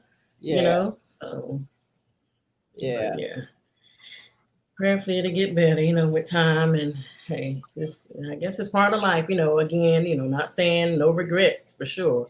God blessed me. God knew what he was doing. And it goes to show our plans are totally different from what God's plans are. So like I said in the beginning, my plan was to retire from the military and, me and my husband just travel. Going back to Italy was one of our biggest things that we wanted to do. Mhm. But that hasn't happened. That hasn't happened, of course. So, but it is what it is. I get it. I just thank God every day that we are where we are, and Nakaya is who she is. So, Yeah, because of him. that's it. That's it. Mm-hmm. Wow. Yeah, I'm trying to think of some notes that I had. The main thing was girls trips because I just saw childhood friend of mine, or four of them childhood friends. I mean, I don't want to go to Las Vegas. They call that Sin City or whatever. as a Christian, Las Vegas don't appeal to me. But but they went to Las Vegas, and they were zip lining and riding on four wheelers and just having fun, and they're all in their mid-50s, and then I just look at the pictures and videos on Facebook, and I'm like, like, wow, like if I can just, I try not to envy, try not to be jealous or whatever, but it's just how I feel when I see it. Like, I'm trying not to cry. I know you go. Oh no. Yeah. I'm always doing that. I'm so sensitive. Stop it, Weena. But yeah. I'm a big crybaby. Me too. Me too. Oh man. But yeah. Look at Kelly. Coming in here every time you think I'm getting emotional, you say stay focused. Yeah, I know. I'm trying. Sorry, Corey. I know, girl, but yeah, but it's hard, but again, it is what it is. It's gonna get better. God knows. So we'll have our day. I was talking to Sharon, and I said, oh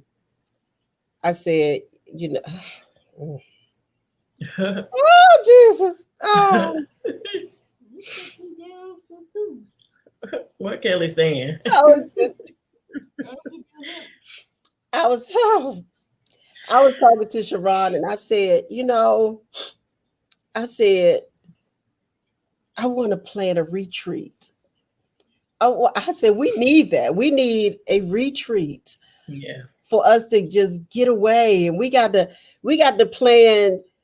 The sad part about it so far in advance, because we need to make sure. Yeah.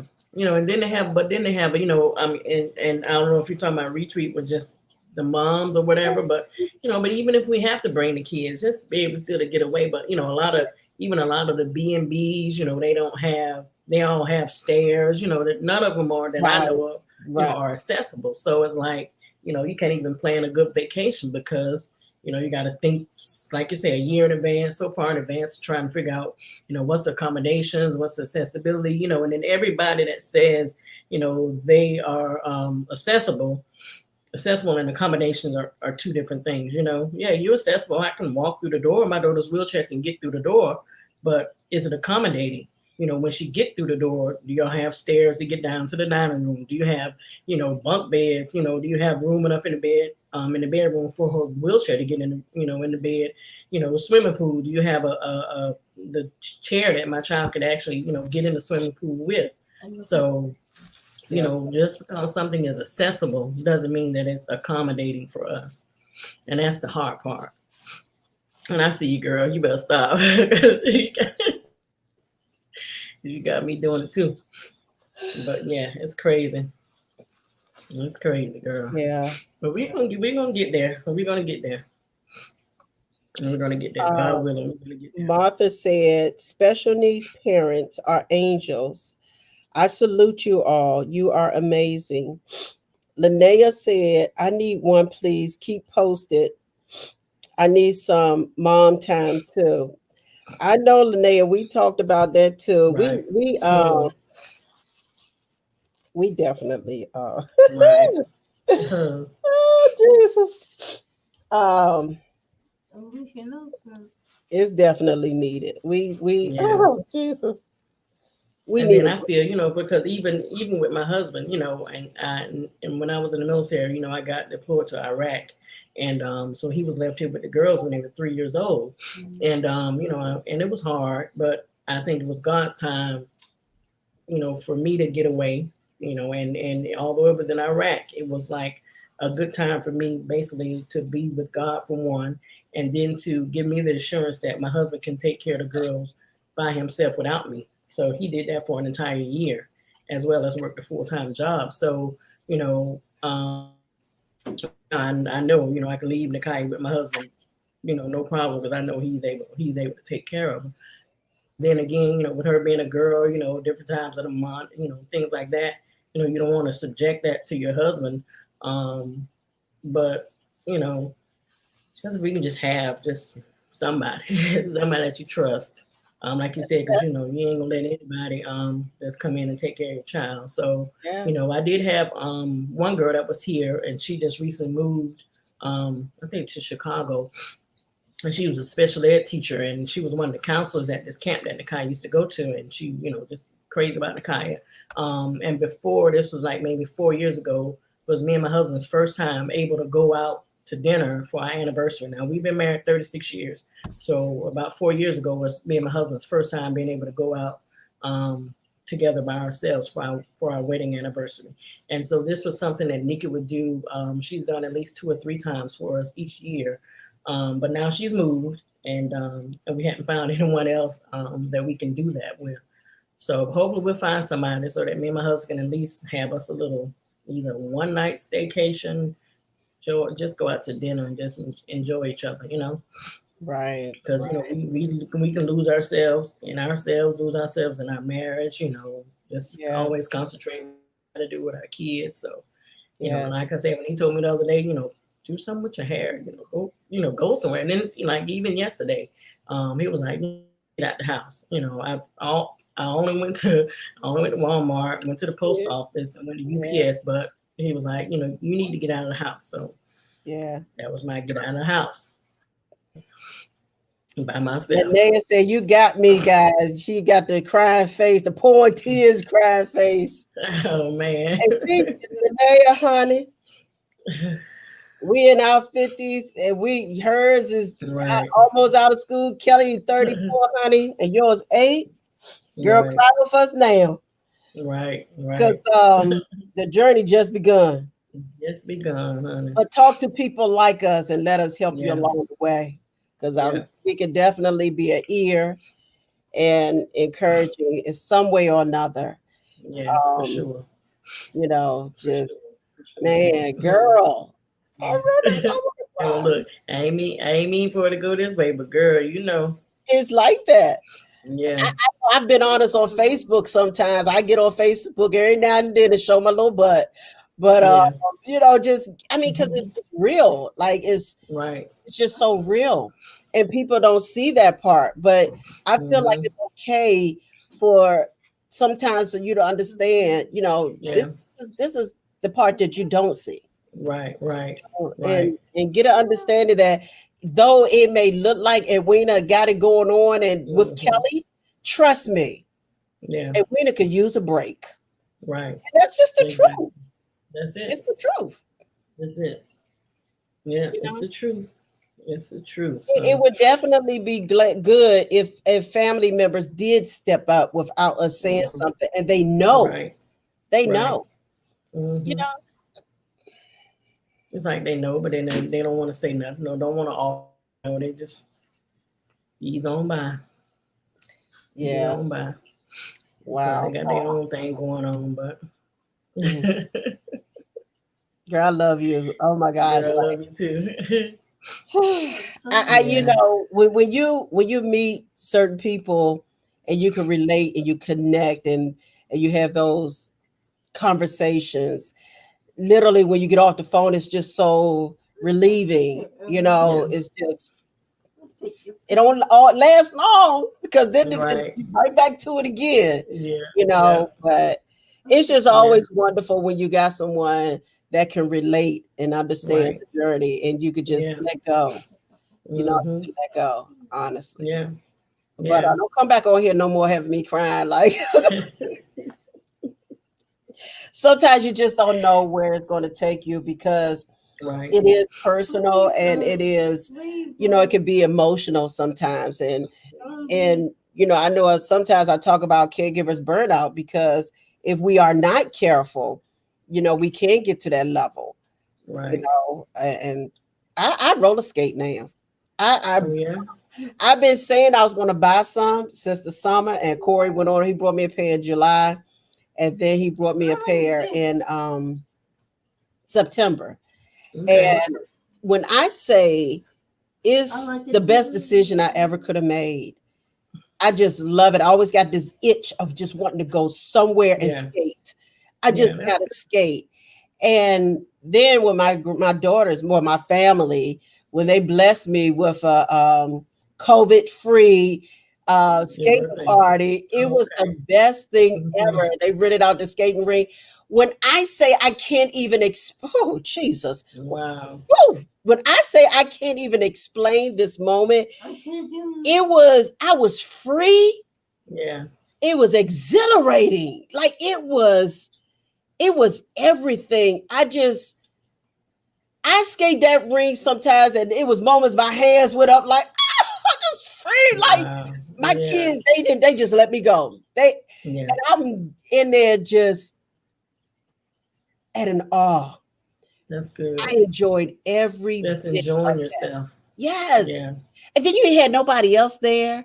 Right. You know, to bump you or see you act the food and crying and you know, yelling, yes, I'm free, you know, like I really enjoyed that. I mean, I was so serious, like I just didn't know how to express myself but that way.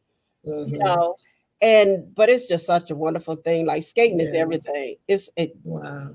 Honey, you would not have known that I was as tired as I was. I pushed Kelly around the skating rink a few times. The second time I was tired, I was like, okay, Kelly, I'm done. I'm going again. All right, Kelly, this is it. Fourth ring, I'm like, all right, girl, I'm putting you down. I did 7 rounds with Kelly. Wow. But I do that because she can't do it herself. So I wanted her. Here we go again. Here we go again. Back to her. Putting them. Right. Back to her. Back to her. Yeah. Yeah. I'm supposed to be enjoying myself, but here I go. Joe and Kelly. Let Kelly have a moment too. Yeah. But then I got back on the floor and I said, now the rest of this is my time. And I enjoyed every bit of hours. They had 3 hours. When I say I skated, I couldn't skate no more.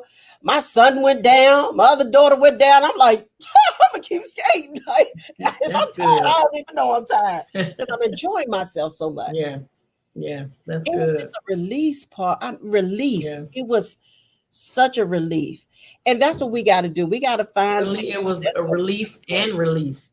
A relief and release. Both of them. Yeah. Yeah. So as caregivers with children, with not just with CP, but with disabilities, we have to find that outlet of something that we're going to enjoy doing. And I know you got a passion for cooking all them beautiful cakes and stuff. I'm like, she always in Georgia showing off and stuff. Like, you know, in Georgia talking about some jars and this and that. I'm like, see, you know what? Girl. I be sitting there like, why she gotta be on there doing this? Like, you know, I'm a late bird, right? And I'm on there all at the clock at night. Like, mouth watering and stuff. But I should be saying to you, I'm coming across your page and here goes some food on there, some cake and cupcakes and you know, girl. Everything, girl, yeah. So but that's you know, that's my release. Although it's still I'm still in the house, but you know, that's all I can do for now. So baking makes me happy. I got my baking, I got my AirPods in while I'm listening to my, you know, my music, like my late 70s, early 80s R&B, you know, and just jamming and baking. So until things change, until somebody come knock on my door, family members say, hey girl, you and Paul, just go pack up your bags and go somewhere for a couple of days. Until that time, I'm here baking. Something, and that's a promise. We definitely gonna play something because we have to. We have to do something to get out and be free. Right. To get out and be free. No, they're not cutting me off, babe. Oh no. Just cut back on me. My conversational piece. Look at Kelly. I see. My conversational piece. But hey, Paula, leave a word for everybody and how they can follow you. Y'all might not want to because she's gonna be teasing y'all with the fruits and vegetables. I mean, sweets and stuff. And y'all not near her, you can't get none. Yeah, well, I'm just giving my my special needs mom mission on Instagram, and then of course my daughter Nakaya is Nakaya Connolly, and it's spelled NYKIAH. And then Connolly, of course, you see it here on the screen. And she has an Instagram as well. So definitely go follow her because she was trying to get over 1,000, which she has now. She was trying to get over 1,000 followers by her birthday in November. And now she has 1,017, I think. Yeah, because we did that Tabitha Brown video. And since we did that video and Tabitha put it on her story, like, I mean, people just been commenting and viewing, and people been following me like from everywhere. So, but Instagram, Special Needs Mom Mission, and then Facebook is Paula Howard Connolly is my Facebook name. And then to leave something, just try not to lose yourself. Just try not to lose yourself in the midst of everything. You know, we are very selfless people. So, you know, we all, you know, although we should be thinking about ourselves, we're always thinking about others and thinking about the ones that we need to take care of. But we just definitely just make sure you take care of yourself. Like we said, do something that you love, do something that you are passionate about. Yeah. So that it can just help you, help your inner peace. And help you be a better you, and keep God first and keep praying for strength. So that's it. There you go. Wow. Thank you so much. Thank you so much. Thank you, girl. If y'all heard that, you need someone to talk to, whatever, we here. I'm sure, especially the younger moms coming up. Y'all gonna need a whole lot of people to talk to. Yeah. And see, and then even, you know, and go ahead. No, go ahead. Yeah, and then, you know, and then I call and talk to Edwina because, you know, like I told her, I think for her, she's like the one that has the oldest daughter, you know, with cerebral palsy. So Edwina has been doing this for 34 years. She's been doing this for a long time. I've only been doing it for almost 19 years. But, you know, so you're never too old to learn something, you know, and you learn something new every day. And then, you know, even the younger moms coming up, we can actually learn something from y'all too. So, exactly. You know, just put it out there. Just put it out there. Yep. And we're here. I mean, you know, if you want honesty, that's what we're going to give you. Like, really, honesty. The nitty gritty. To it. And we talked about that on the phone where we're going to have a conversation, and it's going to be on Facebook, and it's going to be one of those types where if you really, really want to know the nitty gritty, especially with females, with girls with special needs, make sure y'all tune in because it's going to be real. And if you can't be real, y'all, trust me, y'all. If y'all, when y'all hear this, Thank you, Paula. I appreciate you coming on and sharing all this great information and got me being another crybaby again. Girl, me too, girl. I'm gonna go in there and cry some more, child. I'll never get Kelly. You have a wonderful evening, Paula. All right, you too. Okay. All right, bye-bye. Okay, y'all. Well, man. Oh, man. DJ, you gotta unmute your mic. I am glad you had me in that little room. I said, Lord Jesus, please don't bring me up. I can't take no more. Listen, Weena crying and Paula crying. I'm crying. Oh, that right there. That's hurt. I mean, and you think about it because there's no break. There is no stop. That's what people don't understand. It is a constant. When you have somebody that needs 24-hour care, and then she got twins, Lord have mercy. Woo! One of them don't have a disability. She's in college now. But you know, something that you talked about, and I'm not going to drag this out, but when people tell you I'm gonna be there for you, I'm gonna help you out, I'm gonna be there for, and then they don't even call. Like she said, they will ask, you know, how's Kelly doing, or how's Nikaya doing? What about Miss Paula? You know, I mean she, and it's not, she's not mad. But I feel that pain because my mom, you know, luckily I didn't need 24-hour care, but you know, to be able to, she couldn't get away. I mean, and it's tough. It's tough when family says they got your back and they don't, because what are you supposed to do? Right.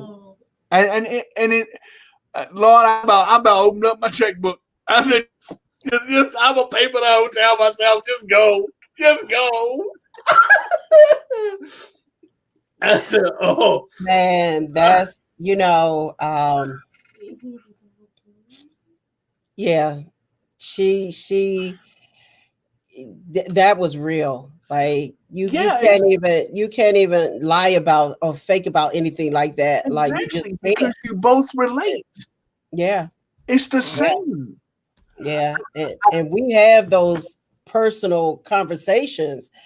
And I knew, when her daughter went to school that she was going to be left with it's just going to be her and Nakaya. Nakaya. Mm-hmm. Nakaya, yeah. And I called her one day, and I talked about that, because I've been there.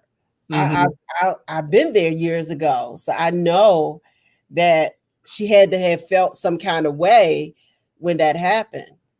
But I ain't going to talk long. I'm bring our next guest on because she is here all the way from South Africa. Miss Martha. Y'all know me. I want to tell everybody's story, but I'm going to let them tell themselves. All right, Miss Martha, how you doing?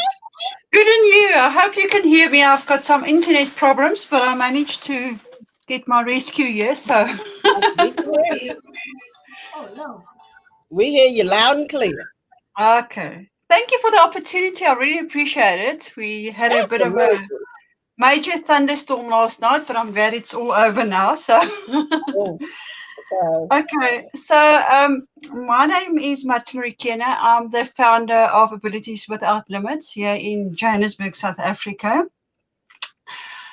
We educate people and raise awareness, especially about the cerebral palsy and wheelchair accessibility challenges. So I'm an adult with hemiplegia cerebral palsy, and I call myself an all sorts package. So yeah, people always wonder why I call myself that. So I'm able this side, and I'm differently able on the other side.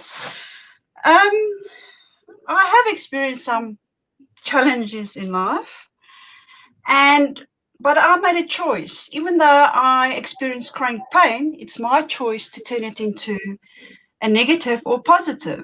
So I chose the latter, as I believe obstacles are frightful things you see when you take your eyes off your goals. And what I've also learned through life is the importance of self-care. Now, there are days that things can be difficult for you, and that's why self-care is even more important.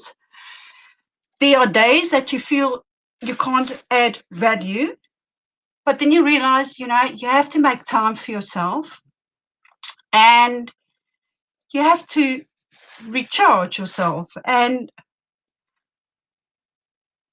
if you don't make time to recharge, you tend to forget that you have to relax and to enjoy things.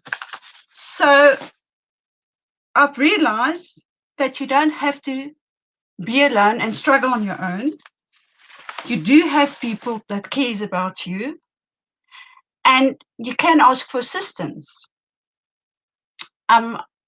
Actually, one of my friends came to me the other day, and she told me, you know what, I'm glad that I could help you.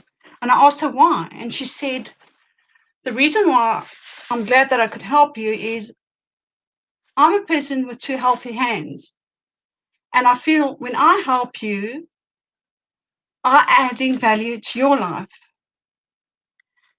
And I appreciate that she shared that with me. And you know what? I've also realized that you need to treat yourself to the same attention of detail as you would treat your customer and friends. You shouldn't treat yourself less. Self-care relationships starts with yourself. When was the last time you actually had a chat with yourself where you asked yourself, am I okay? Why am I not okay? What do I need? So we tend to leave self-care behind, and that's got a tremendous negative effect on us. We need to change our thought of thinking. Why do we need to take care of ourselves? What will it take of us to take care of ourselves better every day? So for me, self-care is about self-commitment. It's about self-awareness. It's about self-responsibility. and how you express yourself. We need to treat ourselves with dignity and respect. We can't expect people to treat us with dignity and respect if we don't treat ourselves like that. And I've also realized, the benefits of self-care. It will improve your productivity. You learn to say no, and you have to make more time for yourself. You'll improve your physical health. When you exercise, you'll stress less and you'll build up your immune system. And you also enhance your self-esteem. You'll be good to yourself. You'll make more time for yourself. And you'll increase your self-knowledge. You'll figure out what inspires you and what you like to do and what you feel passionate about. So I would like to share a bit more about my journey with you. So when my mom was about 7 months pregnant, she went to the doctor for a checkup. They found that I had no heartbeat. They'd performed an emergency C-section. I was in the hospital for about 3 months. And as time went by, my parents realized that I had some developmental delays. So they raised their concerns with the doctors. But the doctors told them, you know what, she's just developing slowly. And eventually they met a pediatrician who referred them to a neurosurgeon. So when they arrived at the neurosurgeon, they actually gave them the shocking news. They told them, you know what, your child has got a slow death syndrome. So what happened in my case? The valve in my brain was underdeveloped. So there was pressure on the brain. They had to insert the VP shunt to relieve the pressure from the brain. And I truly believe, as I'm sitting here today, I'm living proof that miracles do happen. And I was actually privileged. I participated in sport during my school years. It helped me to set goals. It helped me with my balance. It helped me with problem-solving skills as well. And another challenge I basically faced was epilepsy. Now, my first epileptic fit I had was at the age of about 5 or 6 years old. And 2 weeks prior to my fits, my mom actually attended a course where they covered epileptic fits, and she knew exactly what to do. And I had about 3 or 4 epileptic fits as a child. And yes, my second last fit, I think I was about the age of 11 or 12. And we were on holiday. It was Christmas Eve. It was about 2, 3 o'clock in the afternoon. My family actually gave me the time because I never knew when I had epileptic fits. And we were about 30 k's from the nearest hospital and doctor. But they managed to get me there, and they injected me the Valium because the type of grand mal epilepsy I had, the only way I could recover was by them injecting me with Valium. And the next day, we got another shock. My dad had a heart attack, and they managed to revive him. And about 2, 3 days later,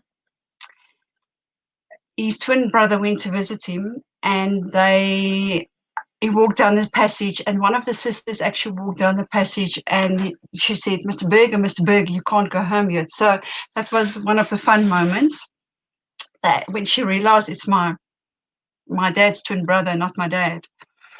Yeah, and I think my last fit I had was at the age of about, I would think I was about 12 years old.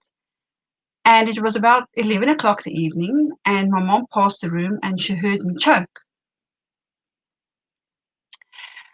And thank goodness she walked into the room and she saw that I had my fits. And yeah, that was basically the last time I had a fit. And at the age of 18, I recovered from my epilepsy. And I'm not in any medication anymore. So I truly believe that I'm blessed. And you know what?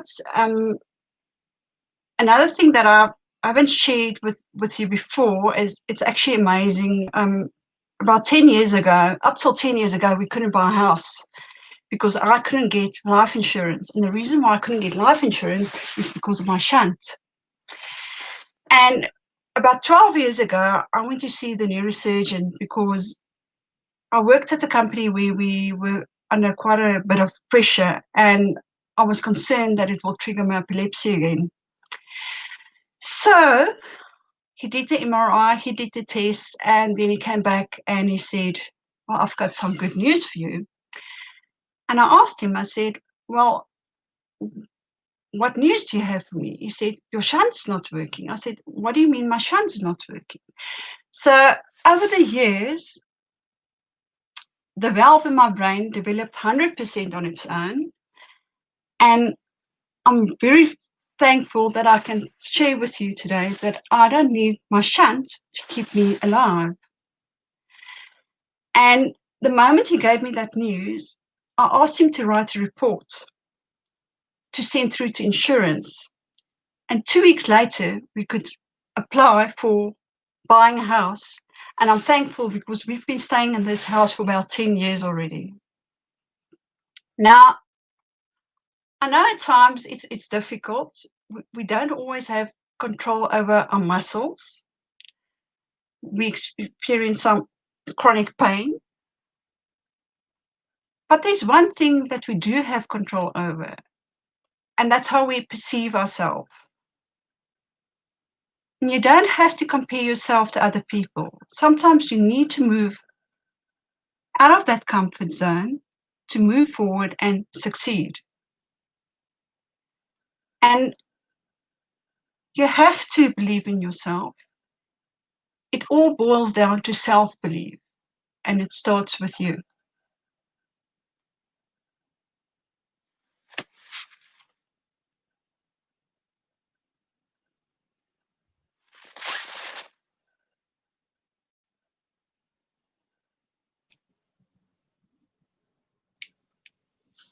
You're on mute, Miss Winnie.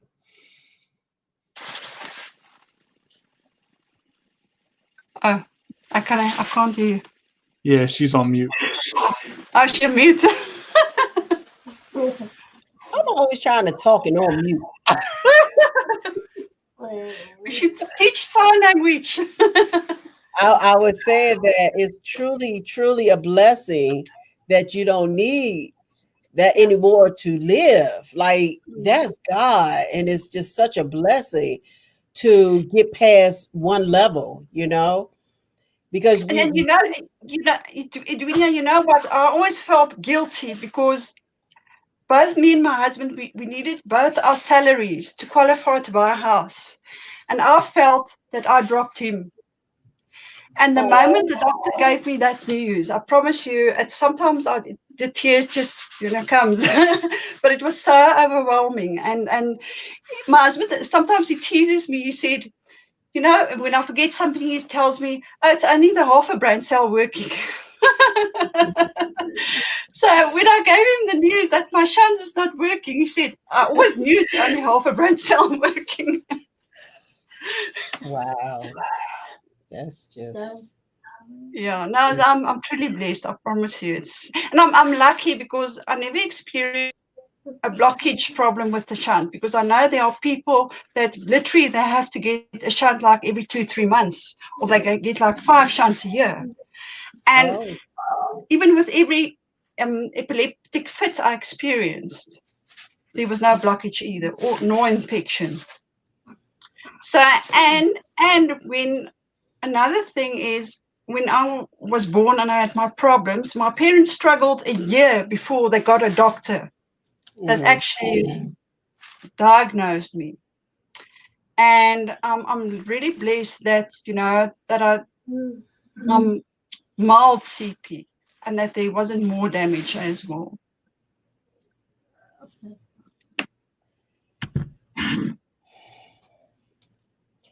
I'm speechless. That's the one thing I didn't want to share with you on that Sunday, because I knew there would be a time and a place to share it.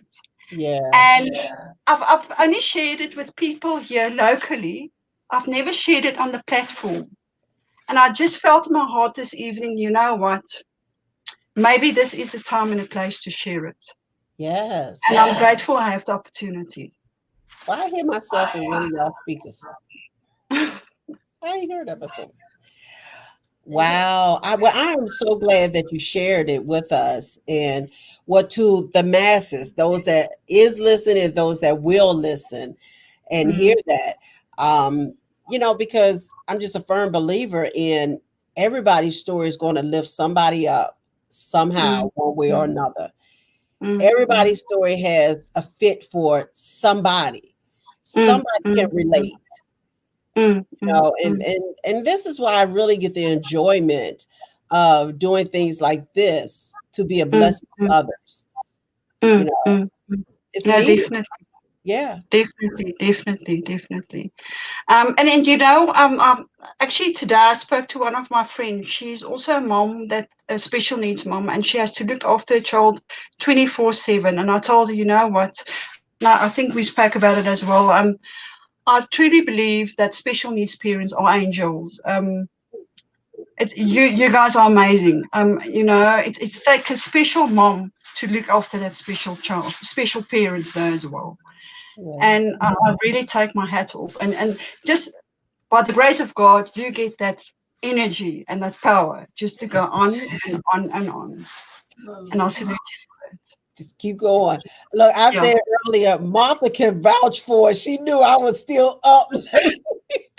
I mean, I was awake since 2 o'clock, 3 o'clock this morning. I just couldn't sleep. And I was like, okay, Edwina's online. So, yeah. Yeah, but I knew that I would eventually wake up. Once I get going and everything, I knew that tiredness that I did feel would go away. Because I know I would be talking, and I would, that energy level would just rise up. And then I got DJ, he a crybaby, and he's humorous. He got a lot of humor with, thank God. You have to have humor, hey? Otherwise, you've got a choice. You're either going to sulk and sink, or you're going to swim and smile. I always say, I swim and smile. That's your choice. That's right. At the end of the day.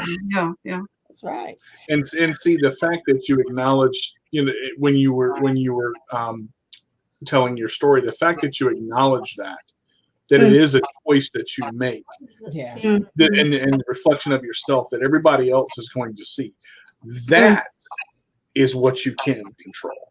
There are things that you are unable to control, and the fact that you kept going, and life is going to be hard. Like you said, you're going to experience chronic pain. There are days where it just, the CP says, okay, today everything's going to hurt.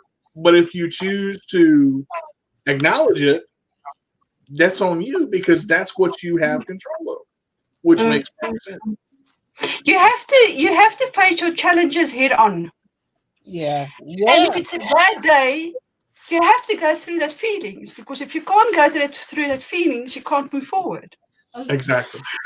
And I always say, I don't know if it's age or just my posture, I don't know, part of my package, but about 5 years ago, 2 of my discs in my back slipped. And I'd struggle finding a doctor here, because cerebral palsy is seen as a peds condition and not adult. So my whole thought of thinking, what happens to the adults, when you leave school? And I literally struggled 2 to 3 months to get to a neurosurgeon to help me. I was on, I think, 6 baclofens a day. I was on a trip. And it took me 2 years to recover from that back injury. And 2 years ago, I walked and I lost my balance, and I stepped on my foot and I sprained my ligaments. I went through the same thing. I couldn't walk with crutches because I can't use both my arms. The only thing I could do is put weight on my foot. So I went to physio, And then my physio suggested injection in my ankle. I said, no, that's not going to work. You don't put a needle, well, in my case, you don't put a needle in your CP muscle because it can spasm. It's a foreign object. Mm-hmm. So I made a choice to go to a place where they did the infrared treatment. So they put the gadget on your foot, and the infrared layer goes through to the first layer of the skin. And I went for about 10 sessions, and it creates like cells inside, and it actually helped with the recovery process. And that's when they discovered as well that the arch of my foot, the muscles, they spasm and they pull together. So that's when they created inserts for me, and my walking pattern actually improved with 30 to 40%. Ooh. And that whole recovery also took about 1 to 2 years to recover 100%. So yeah, I went through all this, but it's just something you add to your package, and you just have to deal with it step by step. That's all you can do. Right. I mean, well, it's improving things though. So sometimes it's best to take those risks of things that can improve your quality of life. Mm, mm, mm. You I'm know. actually now during lockdown. I think it was about May, June. I wrote a contribution chapter for a women organization called Women of Stature, and the book is Forgotten Women. So we 15 women from all walks of life. We shared our journey in the book. But during that period when I wrote it, it was in winter time, I experienced spasms, and I thought, geez, maybe it's the cold. And then it got more intense, and I went to see my neurosurgeon, and they discovered I've got 2 discs that slipped in my neck. And he suggested also injection. I said, no, there's no way they're going to inject me in my neck. And they gave me the medication, and I went for physio treatment. And yeah, thank God I recovered 95% as well, because operation is not an option and injection neither. So touch wood, yeah, everything seems to be okay. I'm doing exactly what the doctor and the physio tells me. That's very important. Right. And yeah, so far so good. Okay. Okay. Yeah. That's definitely a blessing. Yeah. I mean, all of it. Like, how do you? Okay, so when it came to the part of for your feet, was that your decision, or was that the doctor decision? I mean, in terms of it was my decision, because I had to find a doctor that can assist me with my foot. And again, I struggled because every time I phoned a practice, I would say, we only see the ped kids and not the adults. So eventually, via one of the special needs parents was a CP kid, she referred me to this doctor. And there was a 3-month waiting period. Wow. So yeah, I just had to carry. I think I've got a very high pain threshold because you just have to work through day by day. There's nothing you can do. And yeah, I'm very blessed that I came across this doctor. He's a very good doctor. And yeah, trust me, all those doctors that can assist the adult CPs, I keep their numbers and emails in case I would need in the future, And I'm actually busy building up a database because the CP kids become CP adults. So by the time they would need it, then at least I've got that contact list. That is something that we talk about a lot. With there's so much for children, but once they hit 18 or once they hit 21, that's when everything stops. Yet the doctors go, okay, we're not going to treat them anymore, but we're going, hello, we're still here. I mean, And there's a lot of those CP conferences where they only have the medical doctors there.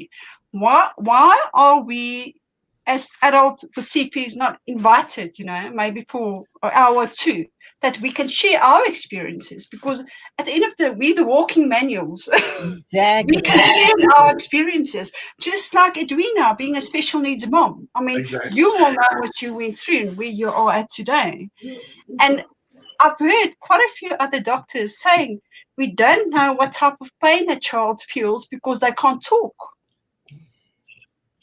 But we as adults can share what we've experienced. And there's a huge gap there. A huge gap. That's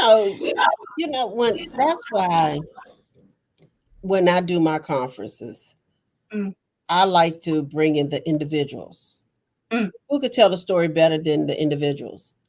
Who knows the life better than the individuals?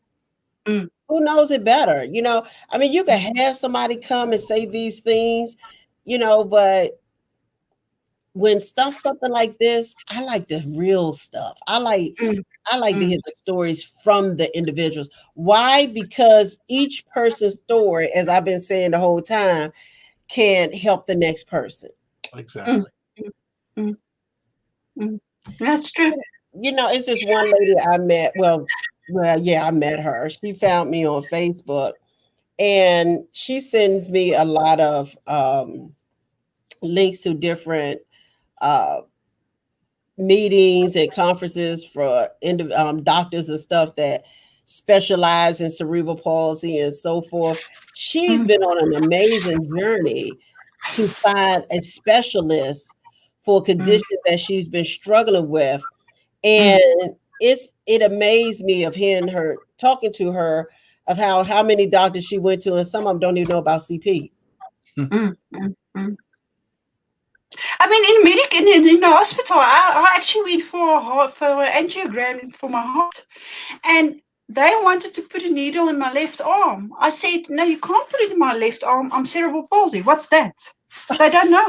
And it's scary. And because I always say my parents never raised me as their disabled child, but as their child with a disability. And there's a major difference.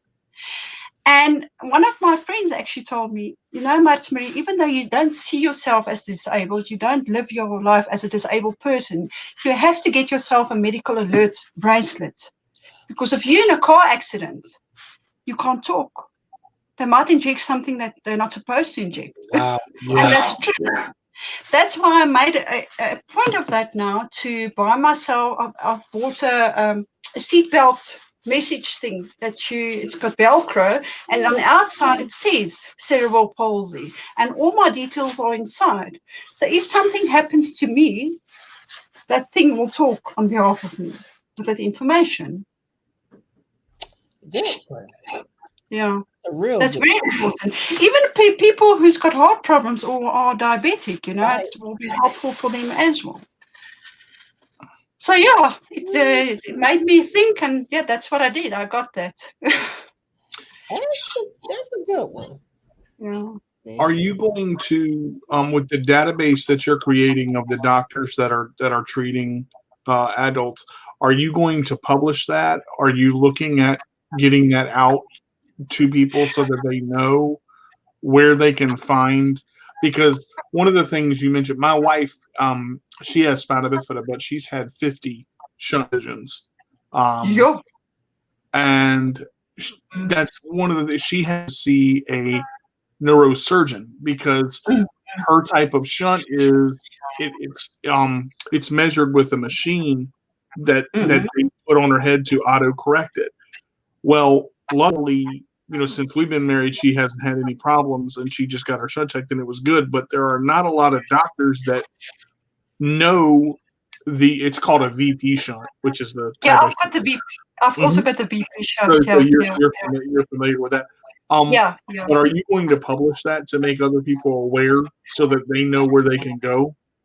Yeah. At the moment, I'm gathering the information, but I'll still have to approach the doctors to get their permission to do it as well. I don't want to do it without their permission. That they know who Abilities Without Limits are, why we want to do it, because there's definitely merit in what I want to do, because the CP kids become CP adults. And we can't let them be without assistance and help, Yeah, exactly. And I don't feel it's fair. So if I can make a difference in that sense, then why not? And I also feel I can't do it on my own. That's also one of the reasons I started Abilities Without Limits, apart from raising awareness about cerebral palsy, to bring it to the people's attention what needs there are in terms of adults with cerebral palsy. Yeah, I just like the way that you approach it, because you're seeing, from that transition. There's such a huge transition, and it's almost like doctors make it out like it doesn't exist. Like you said, the one doctor that wanted to inject something in your arm, and you said you can't do that. I have cerebral palsy. You have what? What is that? Look it up. I mean, good Lord. And you know what? I want to share something else with you. I went to the one doctor because I did a nerve test. I mean, and you will know. I mean, sorry, with all respect, if we to do a nerve test on a muscle, CP muscle, it's not going to work. So it's a bit redundant, if you know what I mean. Yeah, it's about they'll get clouded information anyway. So. Because I experience the moment there's something wrong with my body. So what happens is my left side reacts like majorly on it. It goes in spasm. Even though there's more stuff going on with my right side, my left side is reacting to it. So they did a nerve test. And I told this nurse straight, I said, you can do it on my right arm, but it won't help doing on my left arm because you won't get the correct results on my left arm. And she asked me why. I said, well, it is CP, it is involuntary muscle. So the moment you put a needle in, it's going to spasm. And she told me, you know what, it's not going to be sore. We just prick the needle in like this. And she put the needle in my left arm and it spasmed. And she looked at the results and she said, geez, the muscles are stiff. I said, well, of course it will be. So yeah, that was it. So yeah, there's definitely a lack of knowledge in that sense. Yeah. But people need to know more about cerebral palsy, definitely. And I mean, we 17 million people globally with cerebral palsy. I mean, I wish we could reach everyone, but yeah. But the more we how can I say, connect, as we spoke earlier on the platform, the bigger difference we can make out there as well. Takes a village. Oh, yes, it does. It does. All of a sudden, I hear echo now. This is like I hear echo now. It takes a village. Yes, no, it does. It does. Yeah. And I know I said it earlier, but I really appreciated the fact that I can be I never felt uncomfortable at all. And I appreciate that both of you, you took that step, creating the place and a space for acceptance and inclusion. And I really appreciate that. Yeah, absolutely. Yeah, I really appreciate that.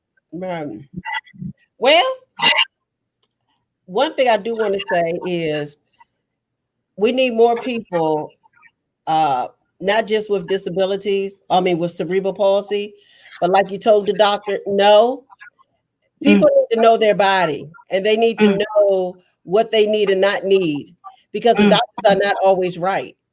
So they have to learn to really speak up for themselves and know what they need. Because just think, if he did give it to you and it could have affected you because he didn't know what he was doing. Yeah. It could have been something tremendous.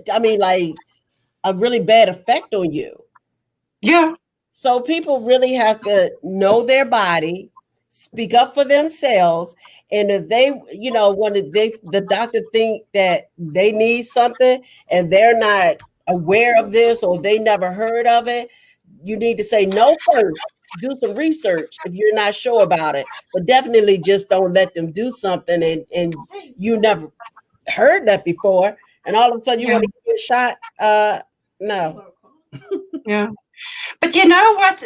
Before lockdown happened, I actually connected with a lady. She's a qualified nurse, and we plan to go around to one of the hospitals to start like a workshop to educate the people.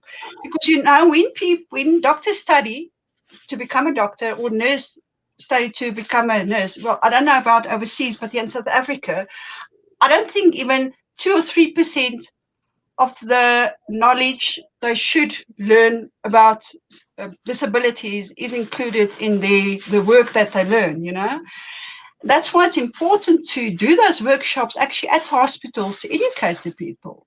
Right. I mean, I know when I went to hospital, I'm like an invalid because when they put a drip in my right arm, I need someone to feed me because Yeah. I can't eat. So yeah, it's a bit challenging. It made such a point that and we have said so many times that even the medical professionals about cerebral palsy are uneducated. They don't know. And They don't know. it's things like this where they go, wait a minute, maybe we should look into this. This is kind of a big deal. I mean, like you said, what, 17, what was it, 117 million? 17 million. Yeah. That's a lot of people.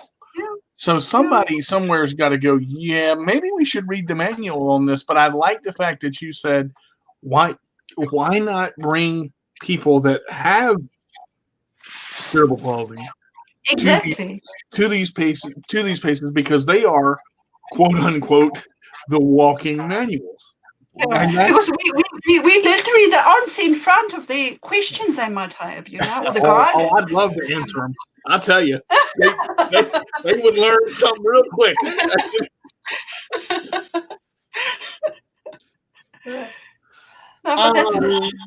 Jill said, "Not a lot of services for adults has always been a concern. It has always been a concern." And she also said, "It is so scary how much doctors don't know." That's yes, so true. That's scary. No, that's So very true. scary. It is very scary. And when I went to the hospital for my back, actually what happened, I had a negative reaction to one of the tablets and I fell asleep on the bed. And a nurse came to me and instead of telling me, Marta Marie, I'm here to give you medication, she touched my arm and I jumped off the bed. And she told me, it's not necessary to get a fright or a jerk. I said, you don't understand. You don't do that with CP people. Doesn't matter how mild your CP is. Just tell the person you're there. We'll find out. Yeah. And then that I always call myself a borderline case because I'm not disabled enough, but I'm also not able enough. So people don't always understand when I jerk or I get a spasm, or when I ask help because I can't use both my hands. Then they'll tell me, "But you're not that disabled." But it's not about that. So yeah, that can be challenging at times, but you take it as it comes. That's it. Take it as it comes. Yeah. Well, self-care is everything. That's what you talked about in the beginning, y'all. Self-care. Yeah. I don't know if y'all missed that or not, but self-care is everything. It's for the caregivers. It's for the individuals. It's for everybody. Literally for everybody. Self-care is very important. Leave a word, Martha. Anybody have any questions you want to ask Martha? Any questions, any suggestions, anything y'all do like y'all do, just ask, put it out there, and we'll talk about it. So that was good. But I'm proud of you, Mom. She said, "I'm proud of you, Mommy." She always proud of you too, Kelly. It's so sweet at the background. I'm glad she's included tonight. I love you too. I thank you. All right. I get that all the time. She always say, "I know you do." I know you do. I know you do.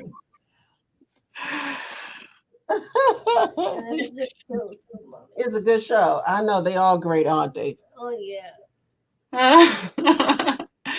No, but basically my message to the people out there, basically it's, I know you want to stay in your safe place and space, but sometimes you have to move out of that comfort zone. That's the only way you're going to move forward and succeed.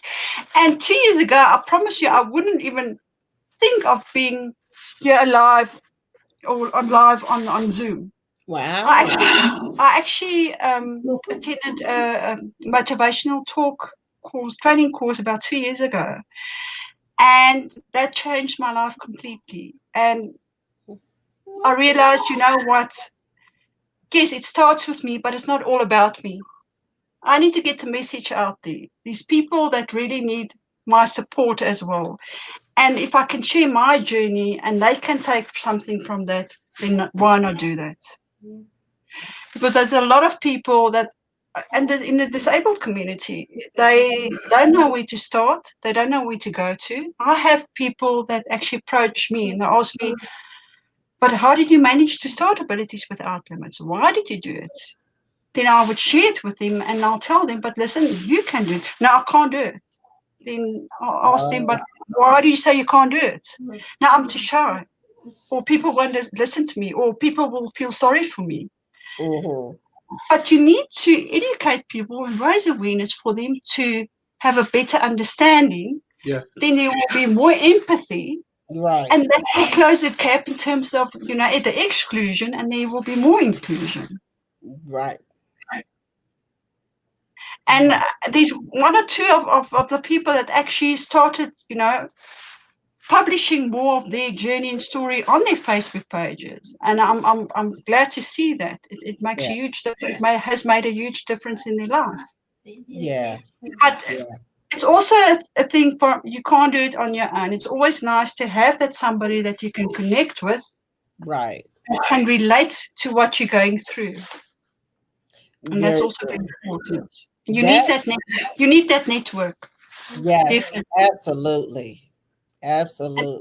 And these times that you really feel that you're walking that road on your own, it's a lonely road. But when you connect with other people, you realize you don't have to be on your own. It doesn't have to be a lonely road. That's right. That's right. That is so true.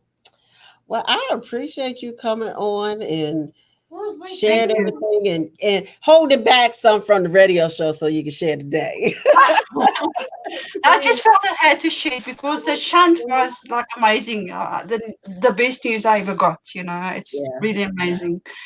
And I'm thankful that I had the doctors that inserted it those years, even though the prognosis was like, they told my parents I've got a 90% of not surviving.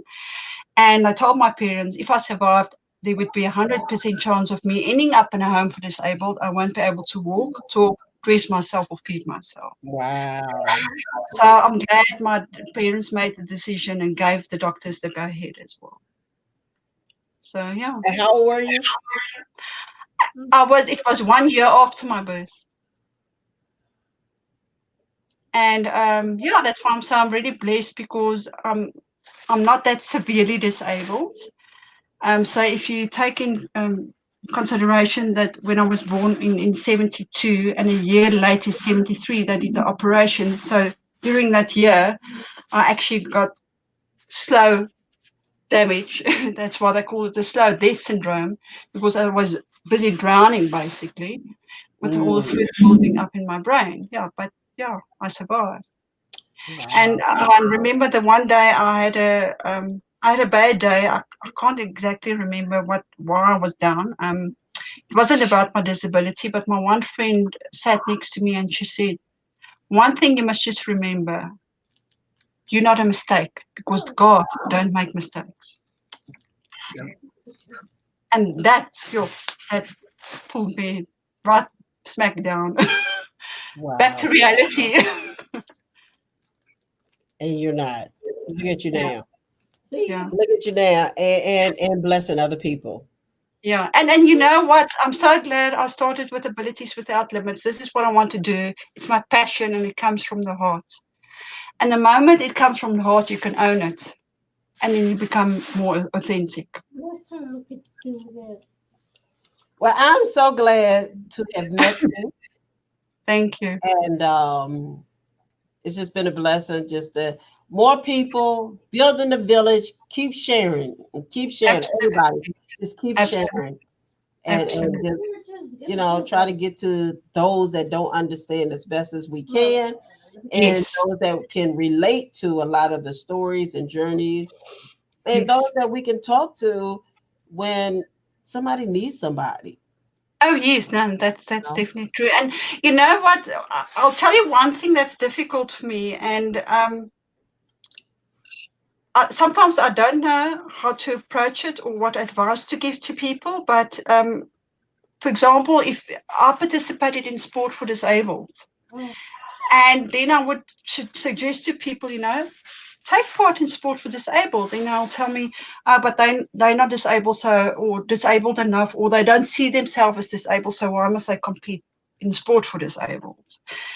And I don't know, sometimes it's difficult for me to, I don't know, explain to the people, okay, you know what, even though you're disabled and you think you're not disabled to participate in disabled sport, you can participate in that, and there's nothing wrong with it. So that's a bit difficult for me too. That's actually part of there's two parts there. One is true acceptance of themselves. Because they're not, and I'm not saying this to be derogatory or anything. There's not a lot out there for the disabled to begin with. So when something is labeled as sports for the disabled or sports for the differently abled, they focus on the name, or they focus on the label of what it actually is, and they don't look at what it actually does. And that's the difference, because Special Olympics is one of the things. They call it Special Olympics. Can't just say the Olympics for special people, or change it to where the name is inviting. It's always the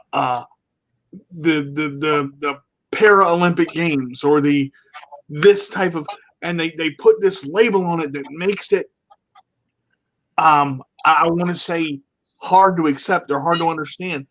People struggle enough with their own disability to where they've got something else that they really want to do, but they look at it and they go, I'm not going to do that, because all people are going to do is look at it and say, oh, let's, they're doing this. Let's go watch them because it's differently abled games or whatever. Why can't it just be what it is? Sports. Don't put a label on it. I don't care if you got one arm, one leg, no feet. You want to go out there and run track? Go out there and run track. I'm not going to say the man with no feet won. I'm going to say the man that beat you won. That's it. But it's all about acceptance and labels, I think, is the biggest issue that people struggle with, because it's pushed forward as different. And when you really look at it, sports are sports. You have to try hard, do your best, and do all you can to win. And somebody wins and somebody loses. But now everything is participation ribbons and participation trophies, and everybody, you're so worried about hurting someone that you don't allow the acceptance to happen. And when that happens, it's true. It's true. I used to play table tennis as well. I don't know, in table tennis you've got these different classes they classify you in, and I used to be a class TT9. So at my club I used to play against able-bodied people as well, and at one stage they classified me down to TT6 because apparently, when I close my right hand, my left hand wants to close. But then when they did the one test, they figured when I want to close my left hand, my right hand also wants to close. So there's some type of a dysfunction there. So they classified me to TT6. So then I realized, okay, you know what? That's why you had to be a TT10 all those years, a TT9 all those years to play against the stronger players. Now I'm a TT6. And we were combined classes because we're not enough people, in the classes to play against only a TT6. So it was fine for me being that lower class because I still competed against those TT9 people. And mentally, it wasn't such a big change for me either. Right. So there's a reason why things happen. We don't always know, but there's a reason, Yeah. Well, thank you. Yes, you're welcome. Thank you for sharing all of that with us. It's always information in every conversation, like literally. I've got more, but we'll share that at the next stage. March coming. Absolutely. But thank you so much. Again. I really I'm appreciate gonna it. share my screen. I don't know how I could do this though. I think I gotta slide it back over here. I'm a, how do I do that? For me, it's on the bottom, Miss Winnie.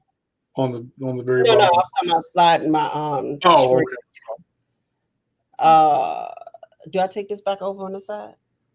What's that? I shouldn't have to, should I? How are you trying to share it? Okay, so we were talking earlier, with Marie, and people was talking about the bathtub. Yes. So she sent a video of what they did to how they converted her bathtub. Awesome. So I was going to show a little. As a matter of fact, I could stop right here. This part right here. Let me see. Okay. Let's see. Okay. This is how they converted her tub. So you see how they put this as an overlay, and they cut it out. They cut all of this out and put this in. So it looks like this part could come in and out as well. So if she want to step in or she want to fill the tub. My goodness. Yeah, that is still very high though. That's a big step. No. Listen, the step is all the way down here. So the tub is not that high. When you look inside, it's not that high. Oh, I see. I see. Yeah. Right. Yeah. Because I was, kind of peeping at how they. Let me see. Oh, wait a minute. Here we go. See how they cut that out right there? And, Okay. Yeah. See how they cut that out? Sure. Let me see. So you see how they cutting down? Sure. Yeah. Amazing. Oh wow. See how low it is? It's very low. It looks higher than it. Okay, it looks higher than it is. Yeah. Yeah. See all the layers. Okay. So it's insulated. So like if she wanna fill her tub, she can. If she want to take it out to walk in, so it's really convenient. I like, it's always something for every situation. Yeah. Like Corey always said, necessity is the mother of inventions. Invention.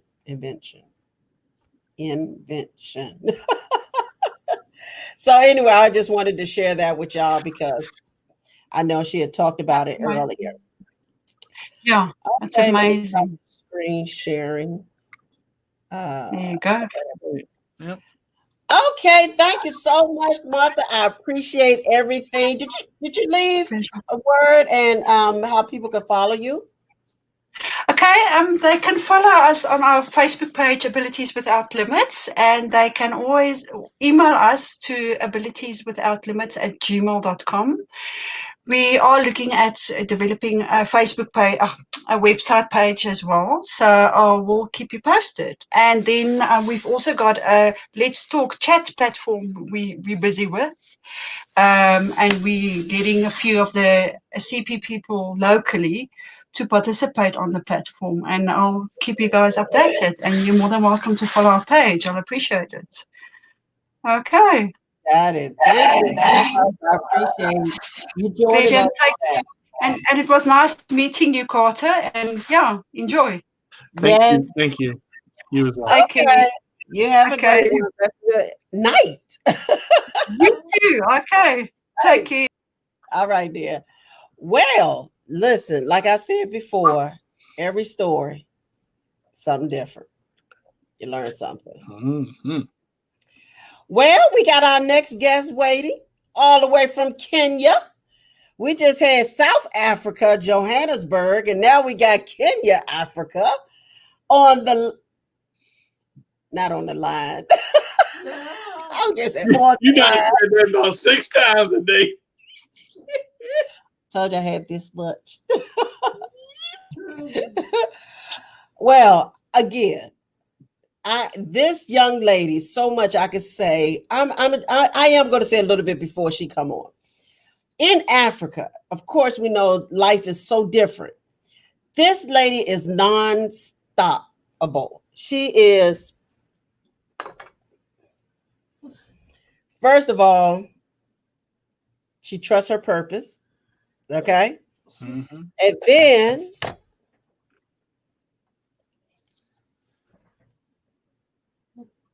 She's an unstoppable force. an unstoppable force. That's what she is.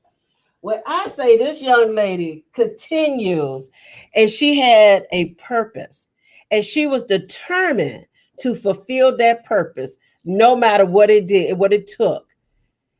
And I'll let her tell the rest of the story, what I mean, and what she's doing now. Help me welcome Susan to the front. Hey, lady, how you doing? Hey. I'm well. Can you hear me? Great, great. Thank you for joining us. Oh, thank you for the invitation and for hosting me. Girl, I'm you know I got delighted to be here. you know I got you. You got some things to share all the way in Kenya too. It ain't no Oh, different. sure, CP sure, is sure. CP. CP is global. That's why this is global. We got to reach the Mm-hmm. masses. Yes. Yeah, I thank God Yeah, that you found and me, and we've been connected for a long time now, and you're doing it, amazing things. So mm-hmm. share with everybody who you are and what you do. Well, as you heard, my name is Susan Jerry, or uh, AKA Susie with cerebral palsy. Wa means off. So, Susie Jerry here. I'm a mother to four children, of which my firstborn is 10 years, who has cerebral palsy, and I have three other boys, youngest being 3 years. My firstborn is a girl, Princess Gadoni, 10 years. Then I have Prince Klein, Parsley Keith, Presley Kaylan. Those are the boys. So, in my journey of CP, I started this off when almost, let me say, almost not much was being said about cerebral palsy, regardless of my daughter being young. But I know the movement that has happened within the course of like 5, 6, 7 years or so has been of great impact. So that's why I sit in the seat that I am in the hot seat. You got so much With that, to I share. started the journey with a few parents. Sorry, I started the journey with a few parents in a support group where they felt like, you see, nobody understands them, and we had to come together and try to see what is this, what can we do about it anyway. But you see, as a vision bearer, I found myself pushing through with this, regardless of anybody else maybe saying how hard it is. I was there to listen as much as I was in the same shoes that they were in. I had to sit down also and listen and say, okay, let me hear what your challenges are. Maybe I'm in my own planet and everybody else has it easier than I have or have it harder. So I wanted to really know what else is this that everybody else goes through. And that came the formation of cerebral palsy space, uh, a space that has given a heavenly feeling because you feel like everybody belongs and every child belongs. So it's through that support group that cerebral palsy space was began, and I pushed the dream to see that everything else that is supposed to be covered within what cerebral palsy parameters take, um, I'm on it. It did not come easy anyway, because it was like introducing something new that people felt it was not even worth talking about. Uh, and definitely being in Africa and where some of these things are, people think, no, these children are cursed or something like that. Mhm, So it wasn't easy, and it hasn't been. mhm. So why do people feel that CP is superstitious? Um, CP and superstitions in Africa mostly they're in the same WhatsApp group because in the ancient days these children were seen like a bad omen, like either a bad omen or a punishment to the one who bears these children. And so in most cases they were killed when they're very tender. And maybe in some communities in Africa you would find that when they find out that they have this story, they have this uh, a child, they go and tie them on the tree, in the bushes or in the forest, pierce them with a sword and leave them for animals to feed on them.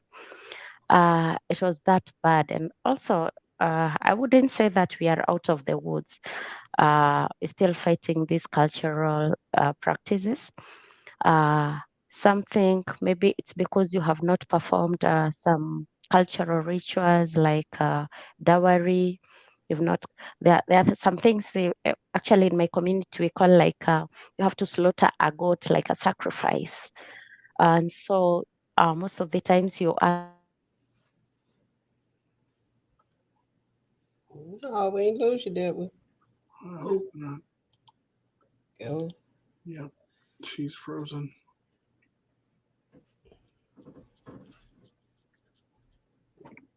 Wow. That's the saddest thing I've ever heard. Mhm. Well, let me read some of the comments why she, why that's there. So Brownisha was, I guess she was talking about the tub when she was talking. She said, I agree. And Andrea said, sorry. that's genius.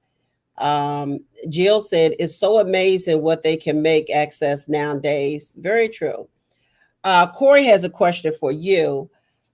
Yeah. Uh, well, not a question for you, but just a statement. There are a lot of cultures who look at disabilities as a payment for something the parents did. That is so not true. Mm. Yes, as I've said, it feels like some people feel like, oh, okay, it's a punishment. You're going through this because your ancestors or whoever were before you did not fulfill this and that thing.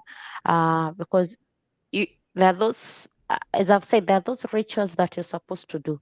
So if you did not do them, you skipped them. Maybe in terms of like dowry, if you maybe take dowry for your child that, and you as the mother, you had not, you, yours was not given out. Then you take that dowry for your daughter. Then it means that you're doing something, an abomination or something. So if anything befalls you and you have a child with cerebral palsy or a child with disability, it will be termed as a payback to the ancestors, to the gods, and that is why you it did not go your way. So you're forced to take a lot of cautions. You're taken through a lot of trauma, a lot of processes that they have totally nothing. It's science. This is science, pure science, and nothing to do with any connection of spiritual connections or cultural connections. But when you talk about it from that perspective, then you're told that you dropped your myths, you've dropped your beliefs, your culture, and now you're playing other people's cultures. So every time you feel like this will not happen throughout your journey because you have not fulfilled that, and most of them who have gone through that route know that. they did not succeed. It did not make a difference in how their children live. These kids are also seen in some communities like they are, they have been sacrificed for wealth. You say like people would say you have sacrificed this child, that is why your family is doing well, but you have one child who you have sacrificed to the devils, and these are whatever they're using the blood of this child, they're weakening this child for you to get rich. And so in if you have that child, however poor you are, you're just seen as something you've done for you, for God, for you to warrant such a quote unquote punishment. So the culture belief in Africa about disability is quite deep. It's deep rooted, and we are trying to demystify all these beliefs, all these myths, because so many of the children are suffering because of this. So many parents are suffering. So many people are suffering. Some throw away the children, just like you would throw away a rag or something you don't use in the house because they feel like you're a bad omen, and throw them to the streets or even to the dogs. Wow. That's a good story. Well, um, Share it good. I just thank God that you understand all of that that's going on and you could get past of it. I'm sure as hard as it must be. Let's talk Yeah. about you in the community and your cerebral palsy space. I remember how determined you were to get this space going, and you would not stop, and the things that you needed to get this space going. However, skipping through, fast forward, COVID hit, okay? And it hit fast and hard and unexpected. And, to see you out there um, serving and making sure these people ate, people got food, to make even in the midst of all of that, you were one of those people that was on the front line. You was one of those people that was on the front line, serving and providing and making a way. What was your drive to keep doing that in the midst of everything that was going on? Um, Let me say, there's a reason for everything, and having lacked at some point, there was a time I had my three kids. When I had my third born, and he was still a newborn, and I had my CP child here, and the other one was 1.5 years. I was really, really tied up. I was, quote unquote, I was disabled. So I could, during this pandemic, I figured out, what about that mother who has totally nothing? In our cerebral palsy space, we have a daycare center for children with CP. We pick them in the morning, take care of them throughout, and then in the evening we drop them home. So, having stopped the services of the daycare center because of the pandemic, most of the parents would come running to me like, Susie, we don't have food. My child doesn't have anticonvulsants. Totally, they got lost. And I remembered how I was tied up when I had my third born. There was I was really down, and so because I lacked, I know what it feels to lack, and it was not because I had anything for myself. Actually, I remember crying out to you, telling you, actually, I'm falling into some kind of trauma because I don't have enough to last me with my family and some other people I've hosted in my house. Uh, so when these parents came through and I said, okay, well, I don't know why you're coming to me. You guys, I have 12 members in my family. I have two CP children in my house. I have other adults who have run, two who have been misplaced by the domestic violence. I'm hosting them. Yet you're rushing to me. What do you want me to do? And they told me, Susie, use what you have because we ain't leaving. We need you. And I told them, okay, let me use what I have. I have the power of social media.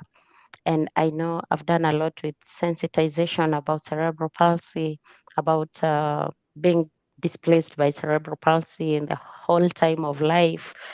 And these people were compassionate. They just came to me and said, okay, tell us what you need. Even in my inbox, what do you need for these people to, I would approach people randomly, friends, and sensitize them about what we are going through.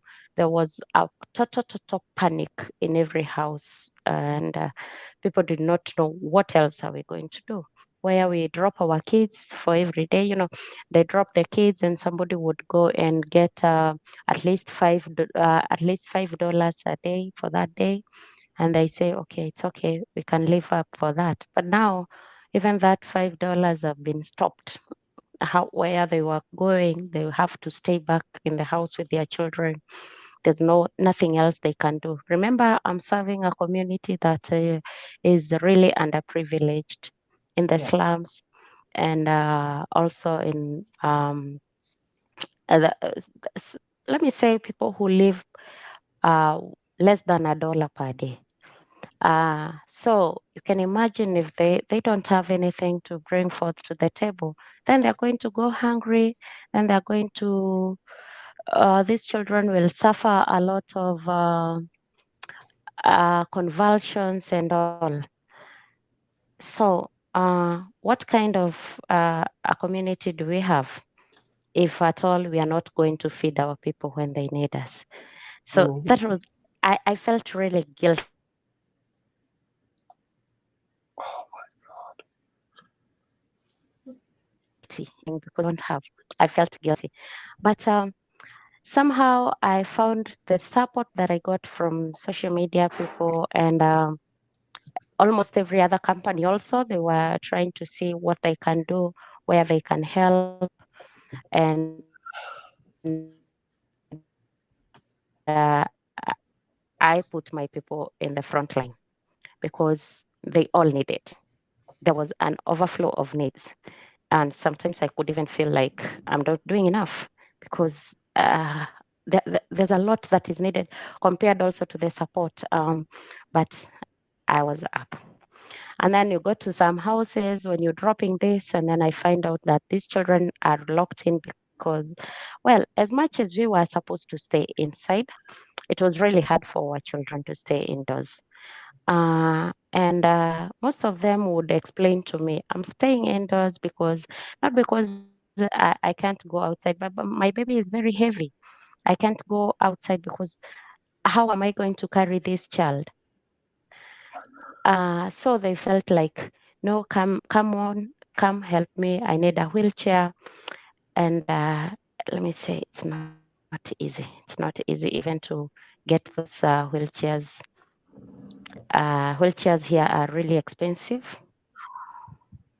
but we try. We try to mobilize people, to sensitize people so that they can help these children, at least for them to have something going on with their lives and see something worthwhile living. Mm-hmm. Mm-hmm. Um, yeah, whew, that thing touched me. When that bad pandemic first hit, like it just, it touched my heart. Just, I couldn't imagine, being in that position and being frantic like that and not having. But I have been in situations when I didn't have, and nobody was there for me. Like nobody was there for me. And through God's grace and mercy, that's why I'm so forever so grateful even of the people that support me. And support goes a long ways. It's not always about money. So I'm Yeah. grateful for the people that support me with the phone calls, with the visits, and y'all showing up and talking and chatting and stuff like that. That goes a long ways. It really goes a long ways. A lot of people misunderstand support for always money. It's not always about Yes. money. It's Yeah. about who you could be an ear for. You know what I'm saying? Mm-hmm. Who can you Sure, go sure. and support in other ways? Mm-hmm. And when you reached out to me, my first thought was, wow, I've been without before and nobody ever helped me. And I was Mm-hmm. like, how do I get something to her? Susie, you remember I was trying to I can't do it. Yeah, you kept asking how do I come in? How do I send money? How do okay and well the panic mode that was there only I think it only needed that serious intervention of like their intervention. It did not mean anything else. It just meant that. So it was really hard. It was really hard even to say that I need it. And I think that is also where we as parents or caregivers go wrong because we really don't know how to say, I need help. Right. And Uh, that was brave of you. That was very brave of you. It really was. you say, like, I've dealt with quite a number of people, diverse categories of people, where maybe somebody would say, okay, as I've told you, with unless very liberated people who would know what I really mean when I say we need help Mhm. in whatever way. You know, we need people to come sing some soothing music for us. We need some kind of therapy, you know. I need Right. to go outside. I need to do this. Who can take me for coffee? Who can join me for coffee? You know, Right. such things. Unless somebody understands it means to have that company, what it means to do something about that situation. Now, when it came to you, I was like, okay, you know, this is social media. This is a person I've never met. As much as we talk and feel like we've met, as much as we've Yeah, I had know. so many other agreements in between, um, but I was also shying off like, how do I say I need this, like, because this is now getting out of hand, and whoever else, everybody else is going into panic mode. Everybody around me, and they're telling me, gosh, how am I going to pull through this? So who else are you going to, who does not have the same question as you're having? And it's just somebody else possibly who you feel like you have a special connection with, or somebody who Oh, you feel might understand you, because in some occasions you've gone through the same journey. And that was a call, a desperation call. That it was so like, okay, I don't know, you might not understand how it felt like even saying it. And also the response, the anticipation of the response.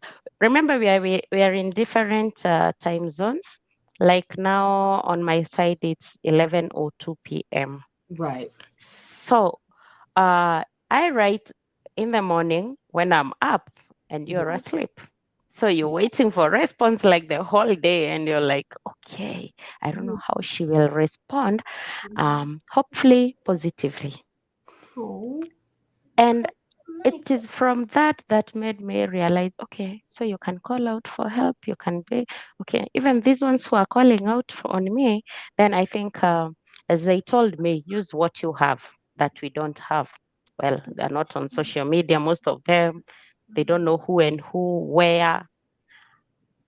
And let me say that was like, it's like you had the key. You just opened the doors, and I tell you, because from there and there I gained courage to even say, okay, I need, rarely would I, because you follow my post, rarely would I even post anything about my daughter on terms of asking for donation or anything, any support from my daughter.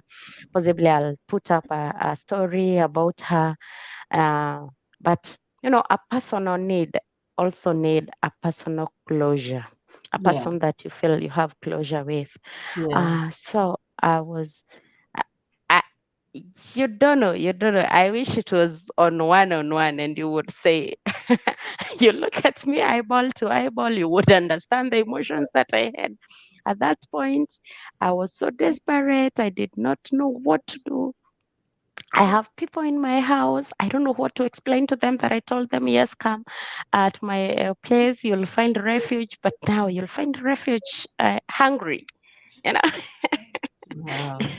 it was such a hard time. And it also reminded me when I was putting up this space after a lot of scuffles I had, and ups and downs, and I had to bring it back.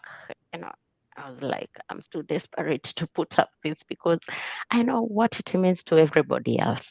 Unlike me, who can hire a house help and run my errands. So many people don't have that. They can't. They are not able to, because one, you don't know who is safe, in whose hands our children are safe. Right. So some don't even have that space. Their whole entire life is run on a 10 by 10 foot room, Wow. just a small room, a single room. Wow. It's where they sleep, where the kitchen is, where basically everything. So how do you bring in somebody else? So they don't have all that privilege. And here they are. You've told them, stay back with your children because we have this pandemic. What are they going to do? Mm. They'll run to their mother of all. They will say, oh, I have special connections with Susie. Susie, please, can you get me uh, some flour? Can you get me some rice? Can you get me something? Because they will feel like, it's at that point they will know, oh, by the way, I know Susan. And now Susie knows Edwina. And now Susie knows DJ. So it is through those networks that we get uh, to keep us going. Okay, as we continue, we're experiencing a lot of donor fatigue because the economy is really hurting, and most of the people have been sent out of jobs. They have lost their jobs, they've lost their businesses. We just had our country opened up partially last week, just partially, as I would say, it's partially because we still have a curfew. Right. uh, we had a 7 p.m. curfew, then to 9 p.m. curfew. Now we are at 11 p.m. Wow. So, like if you go outside right now, you'll see policemen chasing people here and there to go back to their houses. So most of the places, like the clubs, the beaches, the hotels, they are all closed. So the economy is really hurting, experiencing really bad uh, donor fatigue.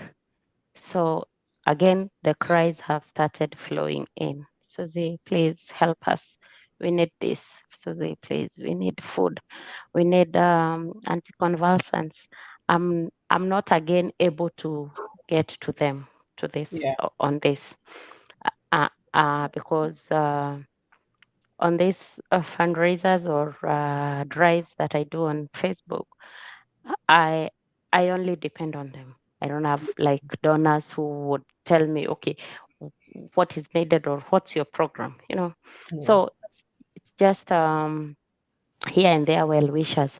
And at this juncture, I think we are losing it already again. We are going into another second phase of economy flash. Mm-hmm. Uh, so Wow. uh, children with cerebral palsy here, uh, they're seen as a burden at this point to most of the parents.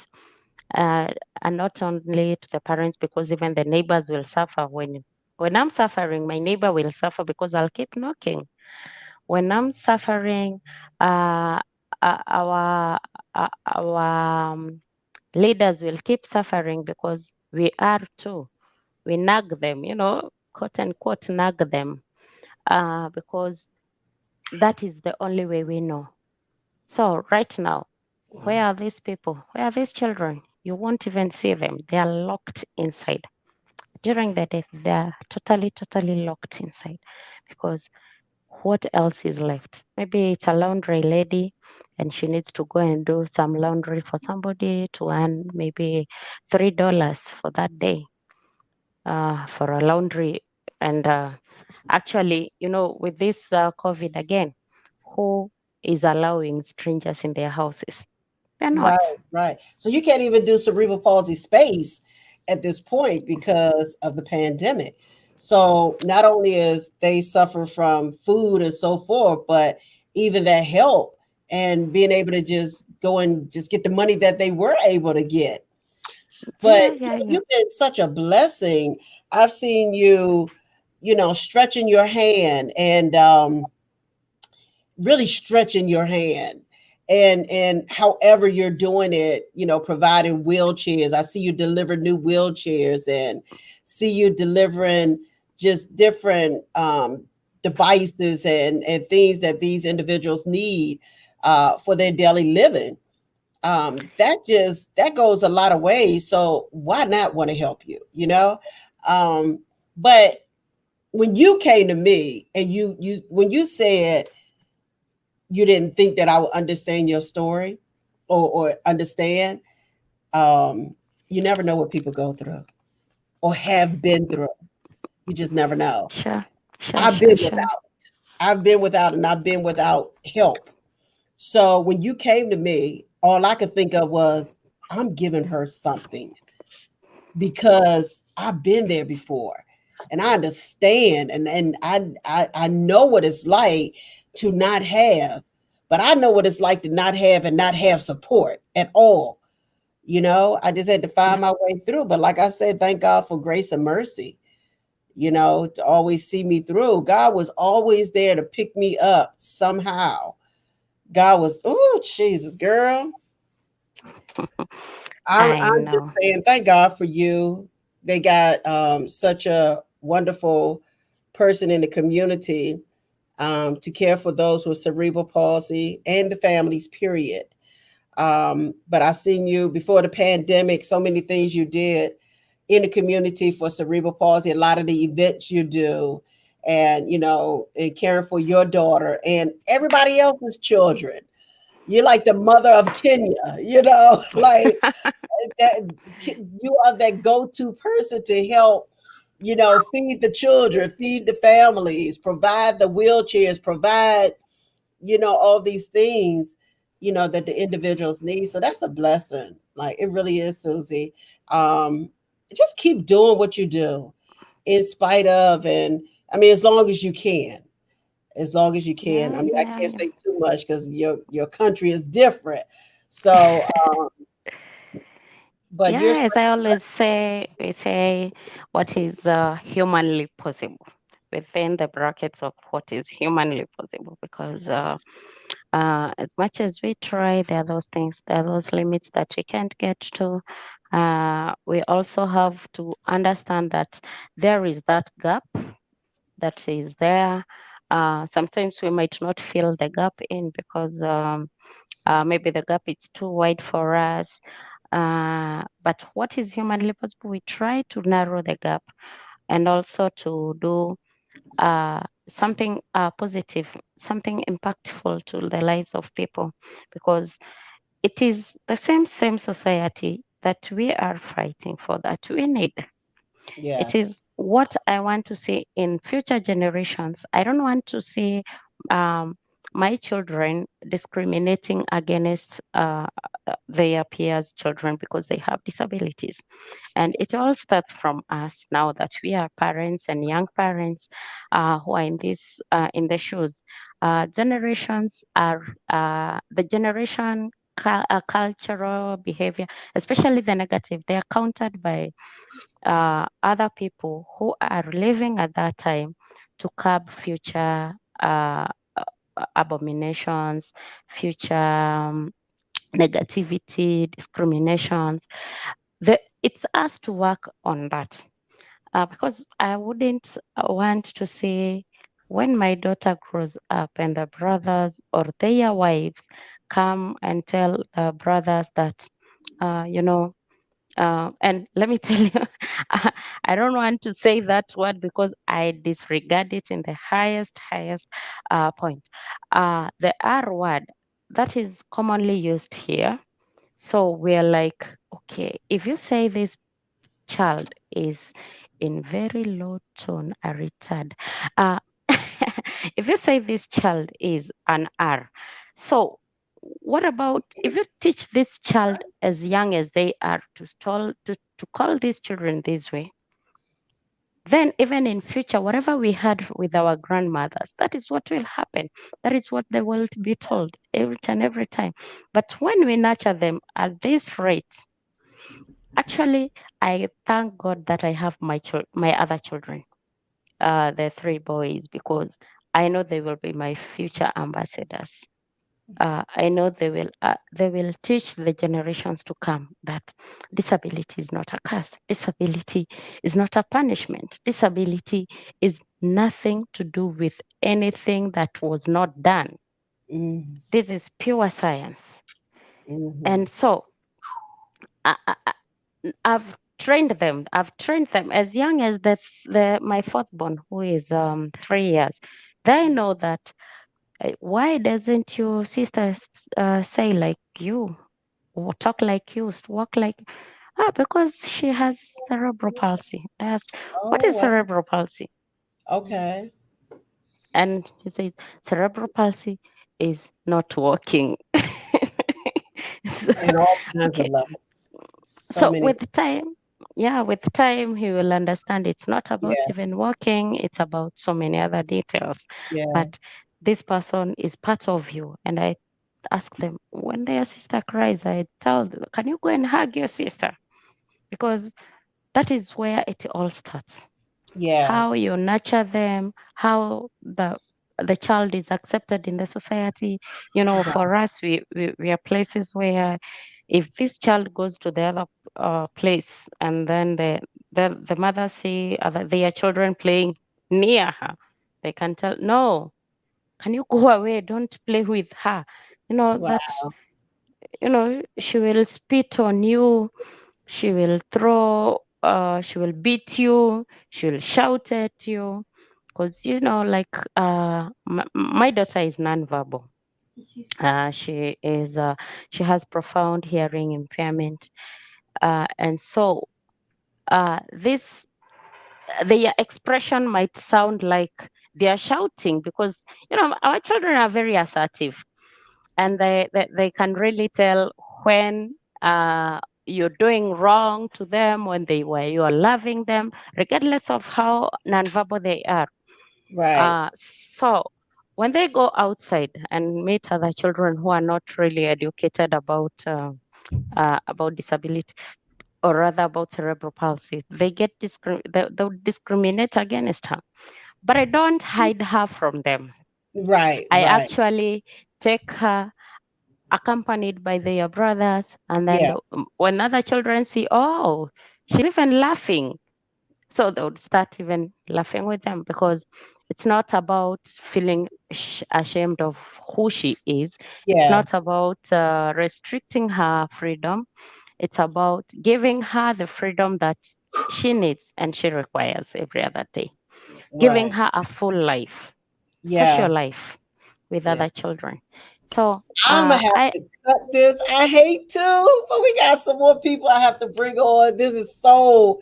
We're gonna have to bring you back, Susie. Yes, we are. We're gonna have to bring you back. because we got our next guest in, and then we got another one right after that, and then another one. So we keep it on going. Yeah, sure. Yeah, but leave a word and how people can connect with you and support. I am really, really happy for this platform. And I know now we feel like I think we are bonding more with the community outside there. For now, I would say thank you for the support, because social media platform is a great support. And also, if anybody would want to reach out to me, I think Edina is in good contact also of me. Check out my Facebook page, Susie was Cerebral Palsy. You can also check out our Facebook page of the organization, Cerebral Palsy Space. Somebody might want to maybe donate something to support us in any way. Can write an email, cerebralpalsyspace@gmail.com. And also we have our PayPal, cpcarehub@gmail.com. cpcarehub@gmail.com. Then When we you can get connect off, from there. leave that in the chat when you in the comments, okay? Put that information in the comments so Yeah. so people could support. Yes, I please. did it. I didn't know. I was like, well, how much is 100? Well, how much is 80? Well, how much is 50? First, I was like, how much is 50 over there? How much is 80 over there? How much is 100 over there? Because I was trying to make sure you had enough. Like, I was like, well, how much is this over there? How much is that over there? But leave that information in there. One shilling is $100. No, sorry, 1 $1 is 100 shillings. Yeah, I had to learn all $1 that is now. 'Cause I 100 was like, shillings. how much is this? How much? I was just trying to pour in. Like, we lost her. Oh my God. But we have our next guest on. She's going to put it in there. Let me read these comments real quick, and we're going to go to our next guest, Brownisha. Jill said, well, hearing Susie's story makes me feel very blessed for everything we have here. Thank you for sharing your story. Hi, Patrice. How you doing? Martha says, Susie, we definitely need to connect. She also said, I know in some of the Black township communities in South Africa, disabled kids are hidden and rejected. It was more comments. Hold on. Disabled. Okay. That's my phone. It was two more comments, and for some reason I can't get to it. But anyway, I'll read them later, and we're going to go to our next guest, and just keep it going. Oh, here it is. What?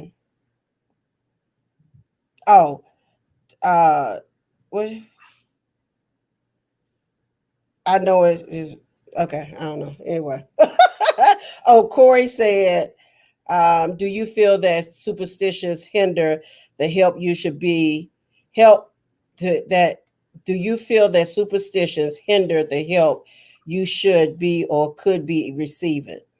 And then he said there are a lot of cultures who look at this. Oh, he said that part. But anyway, she could respond to that question and respond to everybody's information. I can't cry no more. I ain't got no more tears left. Yeah, she hurt my heart when she called. Oh my God, that is the saddest story I've ever heard. Yeah. Seriously, it was no way I could say no. Like, it was just no way I could say no. But I wanted to know what me, because I wanted to give the most of the most. Like, how much is 100? Because I wanted to pass 100 on. If I could pass 150 on, like, what do you need? I need to know what you need. So when it's a blessing to me to be able to pour back. It's a blessing to me to be able to do that, because it's been times I didn't have. I've struggled.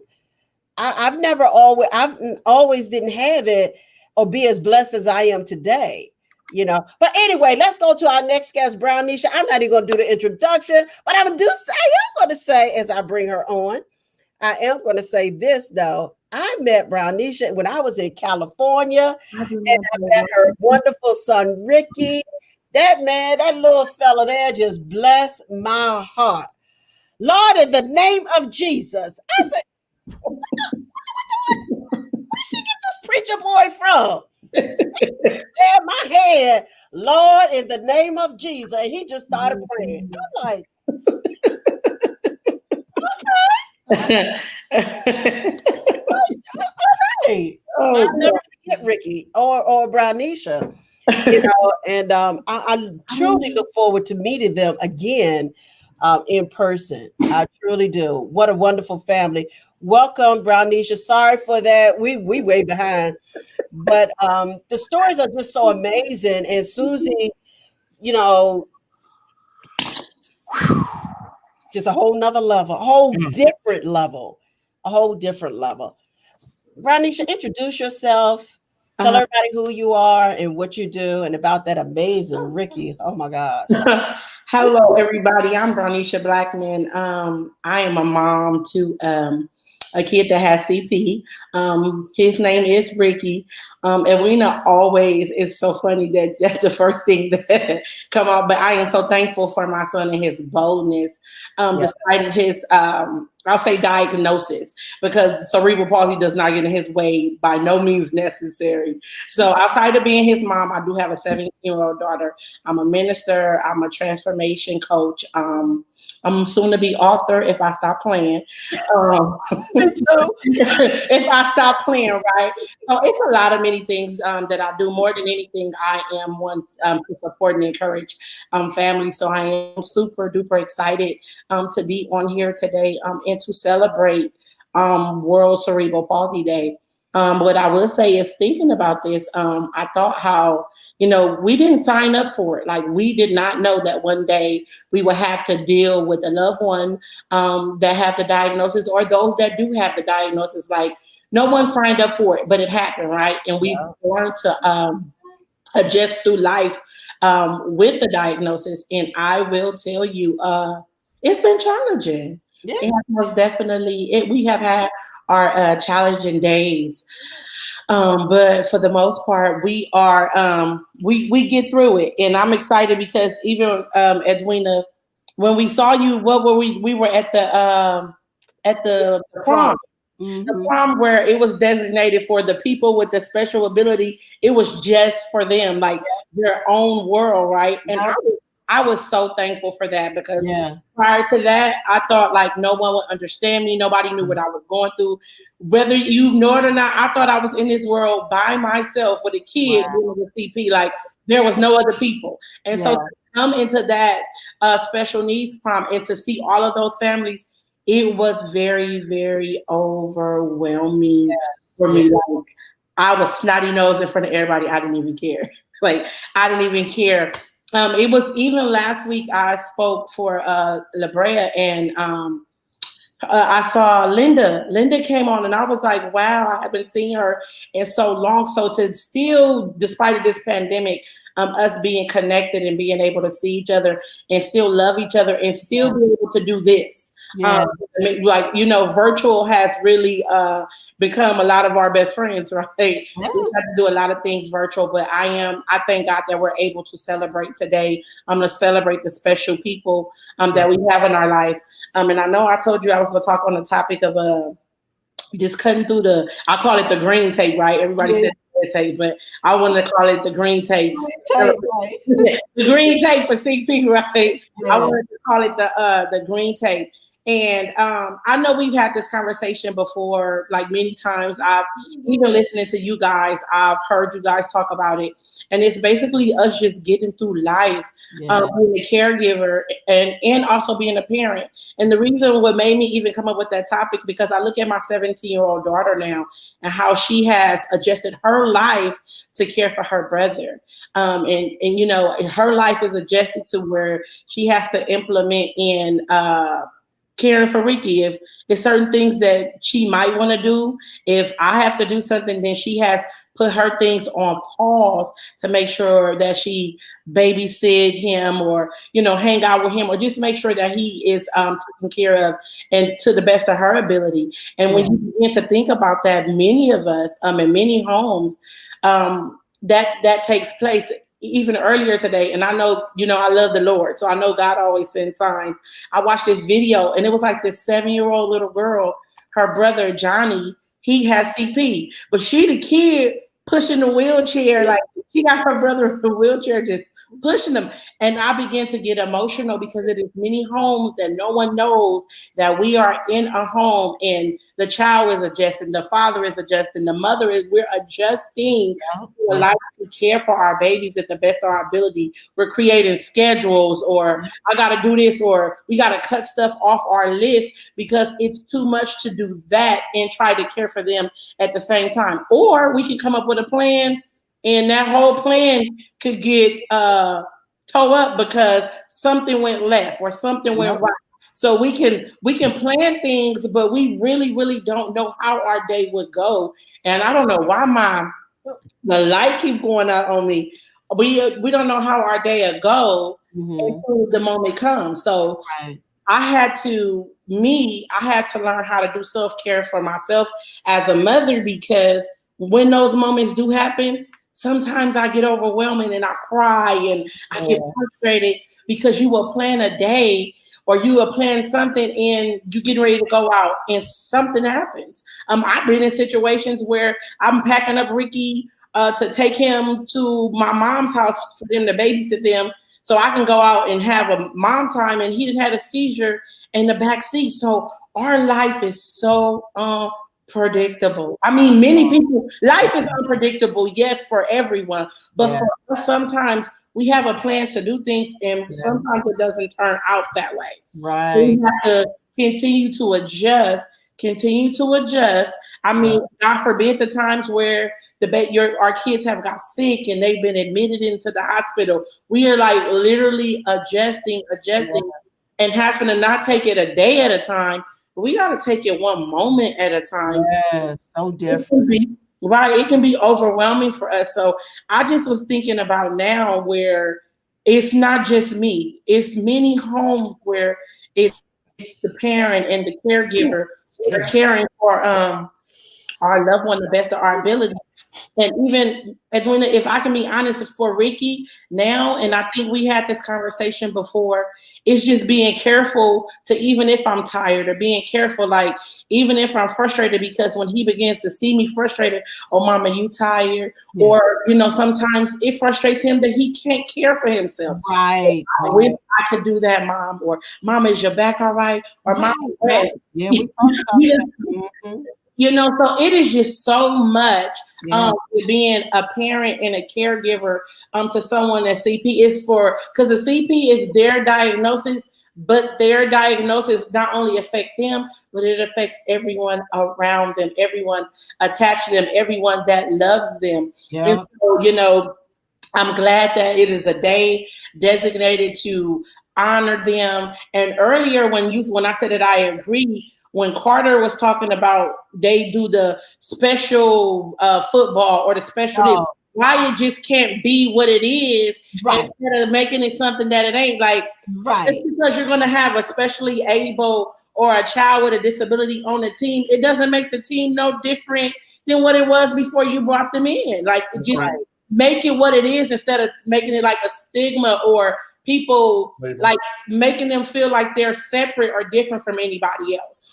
And so when I said I agree earlier, I totally agree on that, because I do not allow no one to separate my son from the crowd. Ricky is in the crowd. Ricky is, whatever you doing, Ricky doing. You're not gonna make it special for Ricky, because 9 times out of 10, Ricky probably gonna beat you at your own stuff anyway. He's gonna beat you at your own stuff anyway. I like that. He gonna come in and he gonna steal the spotlight anyway. He's gonna come in and do it anyway. I'm so serious. Even at church, he likes to play the piano. He likes to do praise and worship. So I remember it was like 5. I remember you was telling me about that. Yeah. He go in, take over the piano, do praise and worship, and so it was 5 little boys in the back of the church. instead of Ricky, like, oh, I want to hang out with the little boys, like, they up, they're mobile, they trying to roll with Ricky. They like, we finna go do praise and worship with Ricky, we finna sing. They pushing Ricky around. So, it's just, I totally agree with stop separating them, making them feel like they're no different than they're human. We are all human, It might not be something physically wrong with me that you can see, but that don't mean I don't got nothing special about me, right? Right. And I'm just saying. So when I said that earlier, I just wanted to talk about, adjusting to the life, and it is very challenging day in and out. Yeah.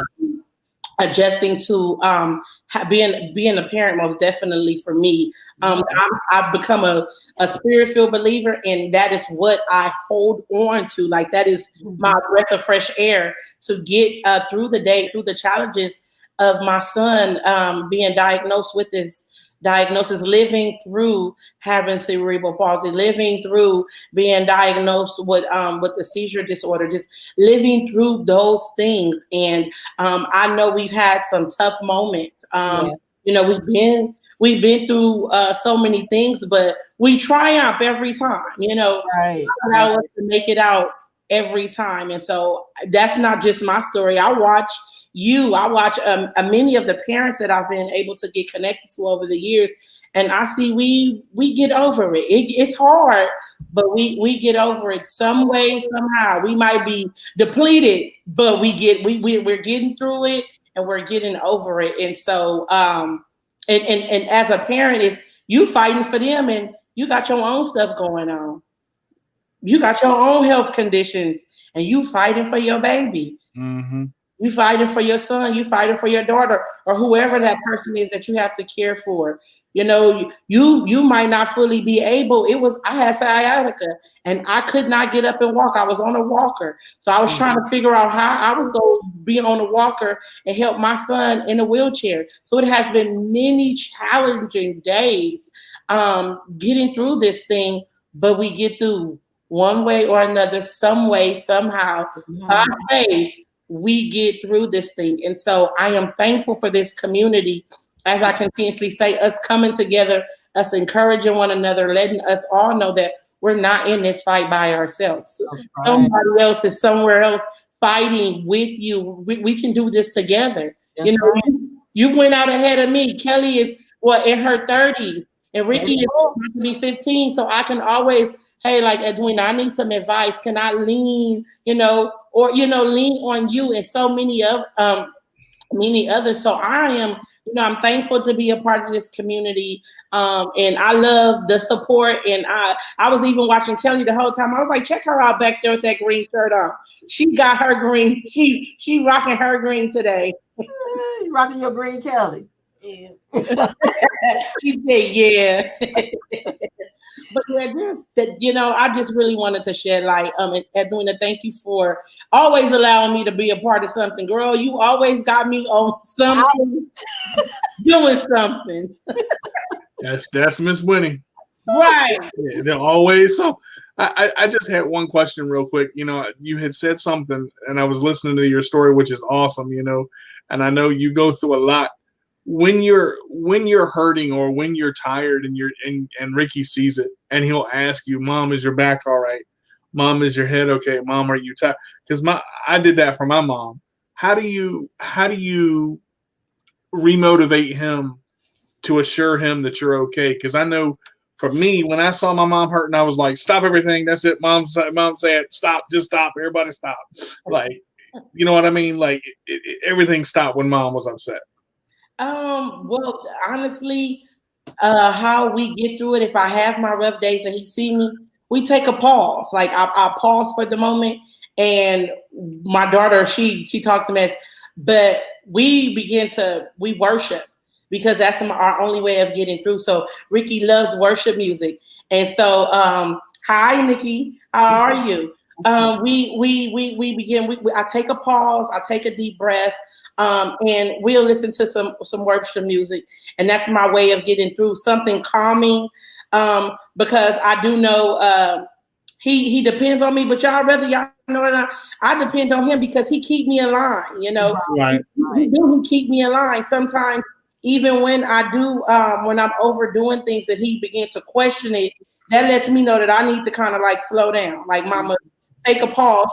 Or honestly, I do what I can. And if it's anything I can leave to come back and do like in the next 15, 20 minutes, I do that. So that's my, like I say, adjusting. So when we have those moments that he begin to question if my back is hurting, I'll tell you another thing. Sometimes I'm gonna be public and say, sometimes I tell him stories. I tell him a lie.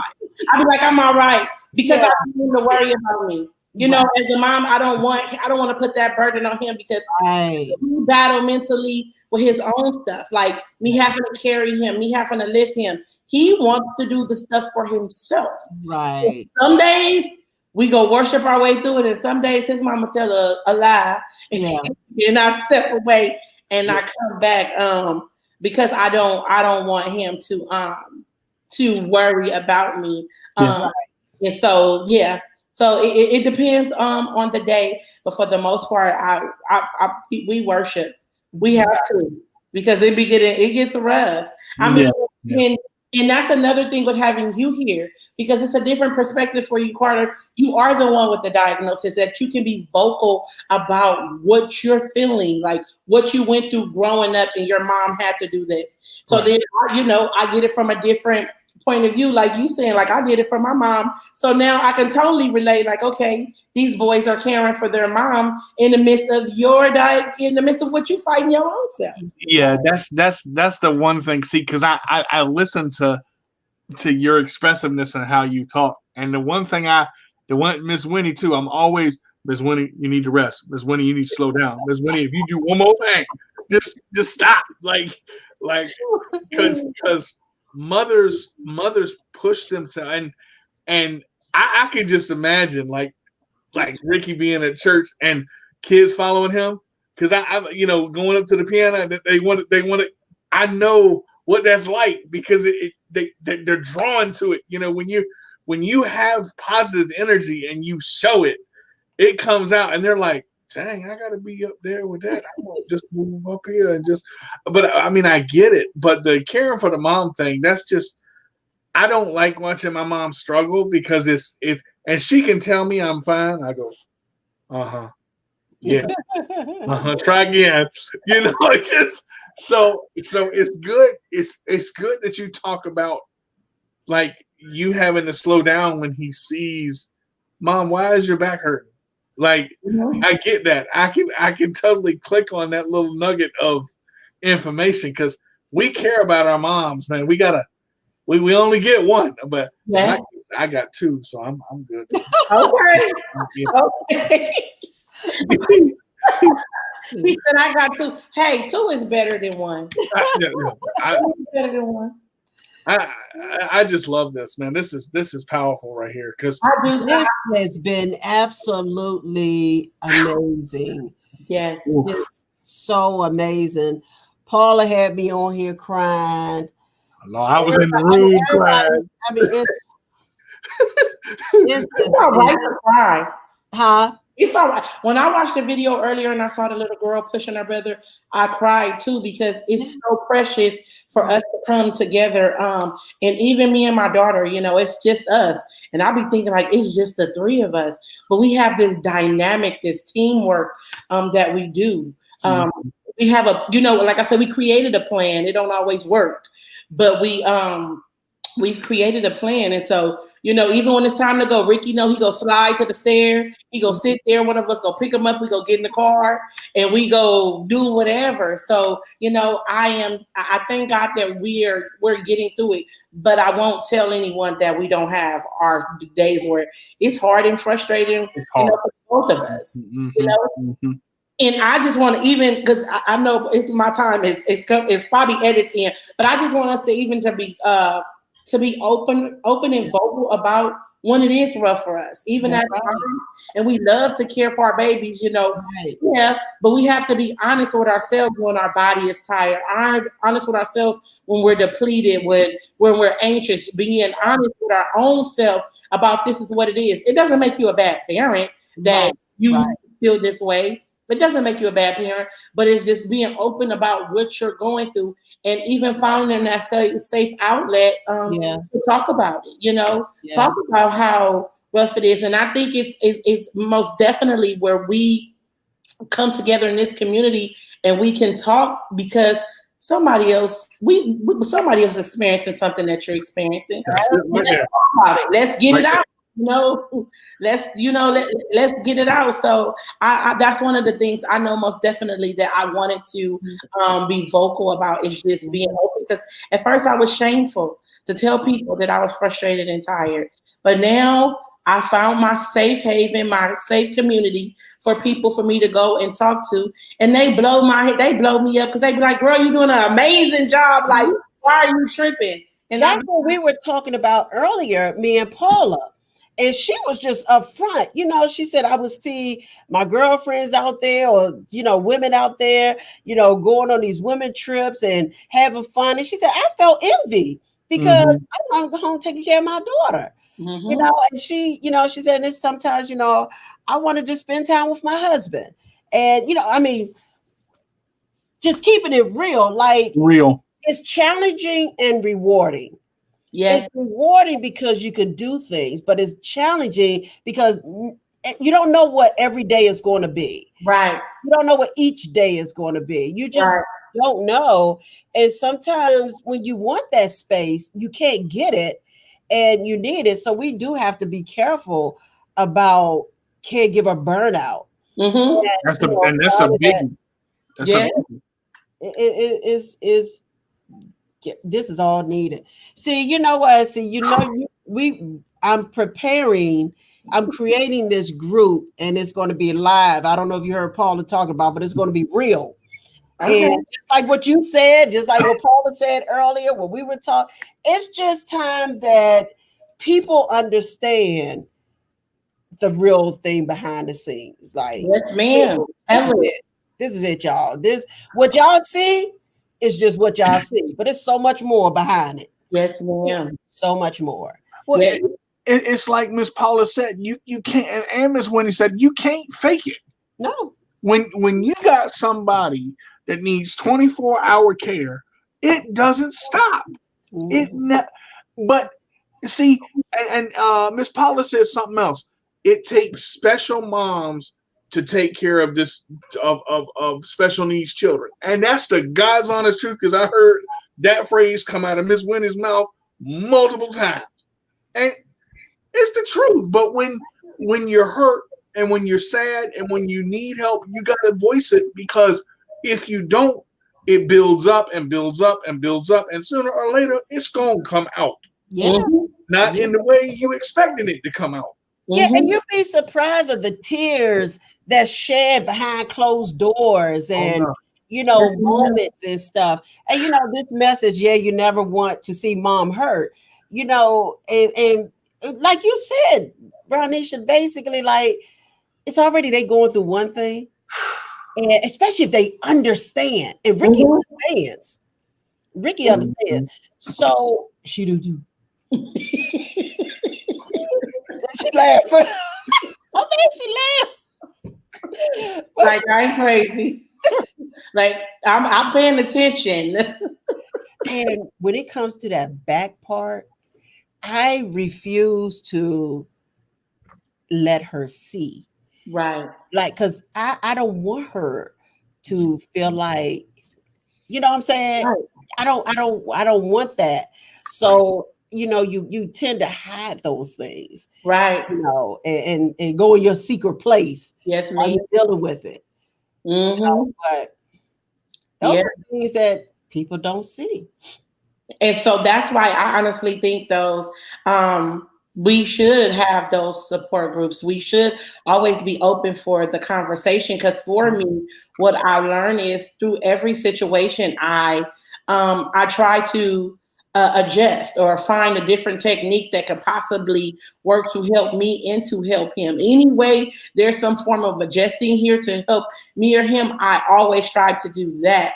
But it's just open, like you said, no one knows the tears. No one knows the behind the scenes. No one knows those moments. And those are some difficult moments. You know, nobody knows what you go through. Even the fear. I remember, you know, always walking the floor, or when he was first diagnosed with seizure disorder, I couldn't sleep because I was always fearful that while I'm asleep, he can possibly seize while, you know, I'm asleep, or I didn't see him have seizures and go far too long, and I'm like, okay, is he going to come out of it? So it is so many different things. One of the scariest things was the day I was dropping him off to my mom's, and he's in the backseat, and we just driving, and I'm laughing and singing, but something just told me, like, turn around, and he's in the back seat seizing, like, and I have to pull. I'm driving, so I pull over, and I'm screaming and hollering. I'm trying to call the ambulance because we're in the car. We're not at home.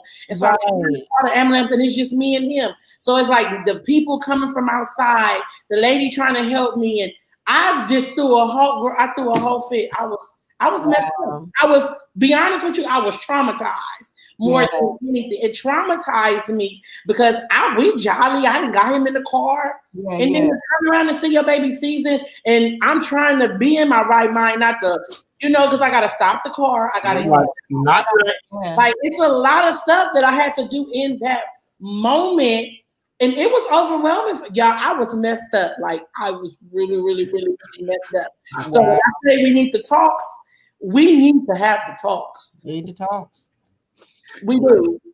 I told Miss Winnie when she had Miss Paul up there, I said, I'm glad you had me in that little room, because I was crying so hard I couldn't even see straight. I said, don't bring me up here. I can't take no more. Oh my gosh. September said, yes, I shared plenty of tears. We'd have had conversations too. Corey said there are 40 million caregivers providing care with no help or financial assistance. And September said, yeah. She said, yep, people don't see our pain. She said, yep, I know the feeling when the seizures last longer than normal. That's the scariest feeling ever. Man. I think I experienced one that was so bad. It scared the living out of me. Yes, ma'am. And it was, I didn't know what to do. I was so afraid of that particular moment. And Corey was like, no, I got this. I got this. And I said, y'all, all I say is seizures. When it comes to seizures, your spirit is open. Everything is let loose, and anything can try to attack. And when I say I experienced that, y'all, I said that devil is a lie. Corey said, oh, heck no, that devil is a lie. When I say the enemy tried to attack my child during that time,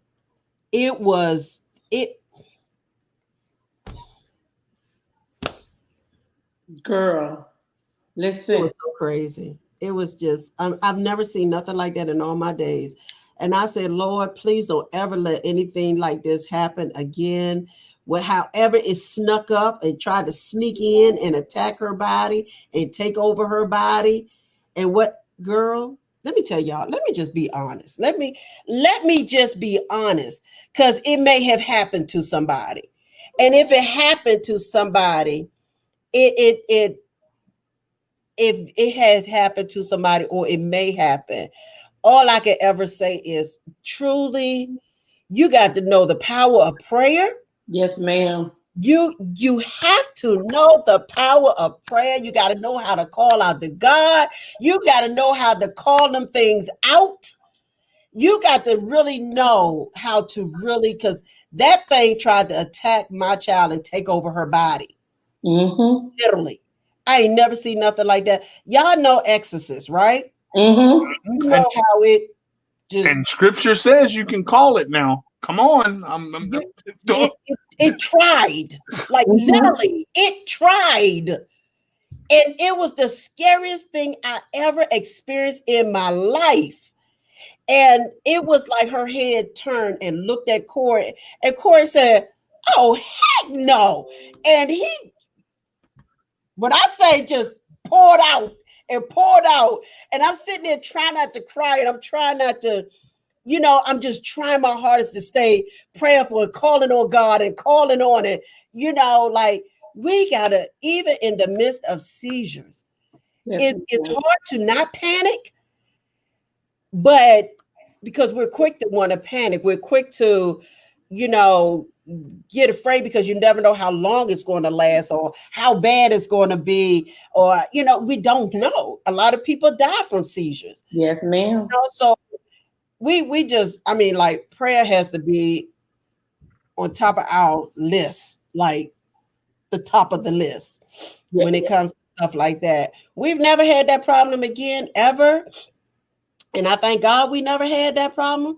But I've never known how to really share that moment.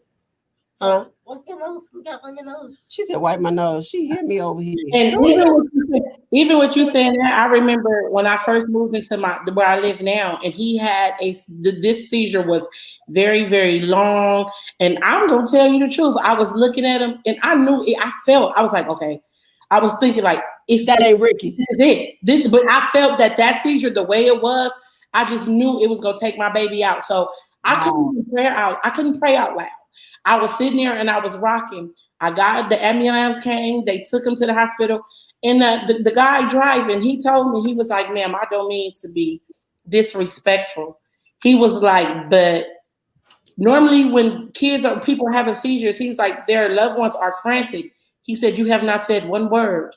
And I began to cry because the whole time I was talking to God.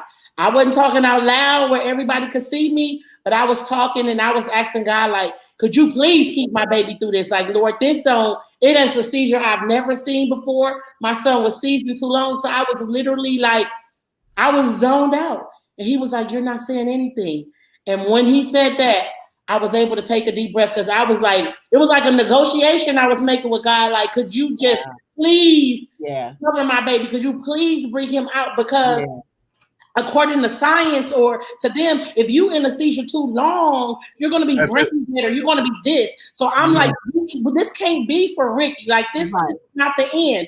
Right. And so, honey, when I was able just to, I had to give him a good praise, a praise almost tearing up everything because he did come out, he did make it out. But I totally understand. And even just, still saying that, and for those that are watching, because I can't see the comments, us that are caregivers, that are caring, be open to find that outlet, that place, that space to talk to people. And even if you're not one that's a caregiver, if you know somebody, be the ear that they need to hear, because it's rough in the walls. It's rough behind the scenes. People say we make it look too good. That's what they say. Make it look good. That's what they say. I think we need to start just telling everything, right? Because we make it look good, and it's not easy at all. It's not. Yeah. So man, September said, she said, "Yep, I'm speaking in tongues and everything. Every time Tyshawn have a seizure." Come on. Corey said she had a look in her eyes that was not like normal. That's what it was. That look in her eyes, like, no, that's not Kelly. That is truly not Kelly. And I stepped back like, oh, heck no. Like, you got to come to that moment. Like, I was taught better than, not from my parents, because my mom was Catholic. Okay. When I graduated from high school, I said, bye. You got never see me. You can't even make me go back to church no more. I said, I graduated now. You can't tell me. I learned nothing. Absolutely nothing. I didn't. Not Catholic, whoever's a Catholic. Hey, but I just didn't. Whatever works for you. Clarify. Look, it just didn't work for me. Okay, I ain't gonna talk to Catholic. I was raised in a Catholic church. My grandmother still going. She for some reason I felt I needed more. I needed more. I was just a little different. That's why I'm away from home now, and everybody's still there. And plus a whole nother story. September said prayer will always be on top of our list. Amen. Carol, September said, my God, yes, September, it was that bad. Jill said, your children are blessed to have you for them. What a scary experience. It was like The Exorcist, literally. It literally was. It literally was. If I didn't have a praying husband and it had to be me by myself, I probably would have lost my mind. I probably would have lost my mind in the midst of trying to save my child. And thank God for God, though. Amen. Thank God for God that, yes, that's all I got to say. But I mean, that's the only thing. See, both of you said it. Knowing the power of God at the time of crisis, because he done got me through some stuff. Amen. I mean, look. Y'all better not start on here, please. I'm crying. We got Shannon in the weight room, and that's another mama. So we don't know what we get ready to expect next either. So bring in the come on, get them all in. But His mercy endures forever. He is most definitely a keeper, a way maker. I have seen the power of God, and I honestly know and believe that it is not by no accident, coincidence that we have the children, that we are parents, that we are mothers.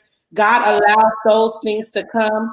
God allowed us to go through that so we can see His power. We can draw near unto Him, because it wasn't until I had Ricky that I knew I totally had to depend on God for my life. Everything seemed so easy, but this, when I had a 1 pound, 5 ounce baby, who was gonna get me through that? It sure enough wasn't going to be myself. So God allowed it to happen to all of us. So to draw near unto Him, and He has been carrying us through, dragging some of us through, but He has been doing it. And He says to lean not to our own understanding. So we don't understand why it is the way it is, but God knows why He placed us with the babies that He did, and He knew that we would do it. That we could do it. I said He knew I would do it. And Kelly wasn't even living at birth. She wasn't even living at birth. Kelly, my sister-in-law happened to be with us that particular day because they sent me home like 2 different times. I blame it on the military. Okay, I blame it on the military, and all her records were gone. 3 months later, all her records were gone.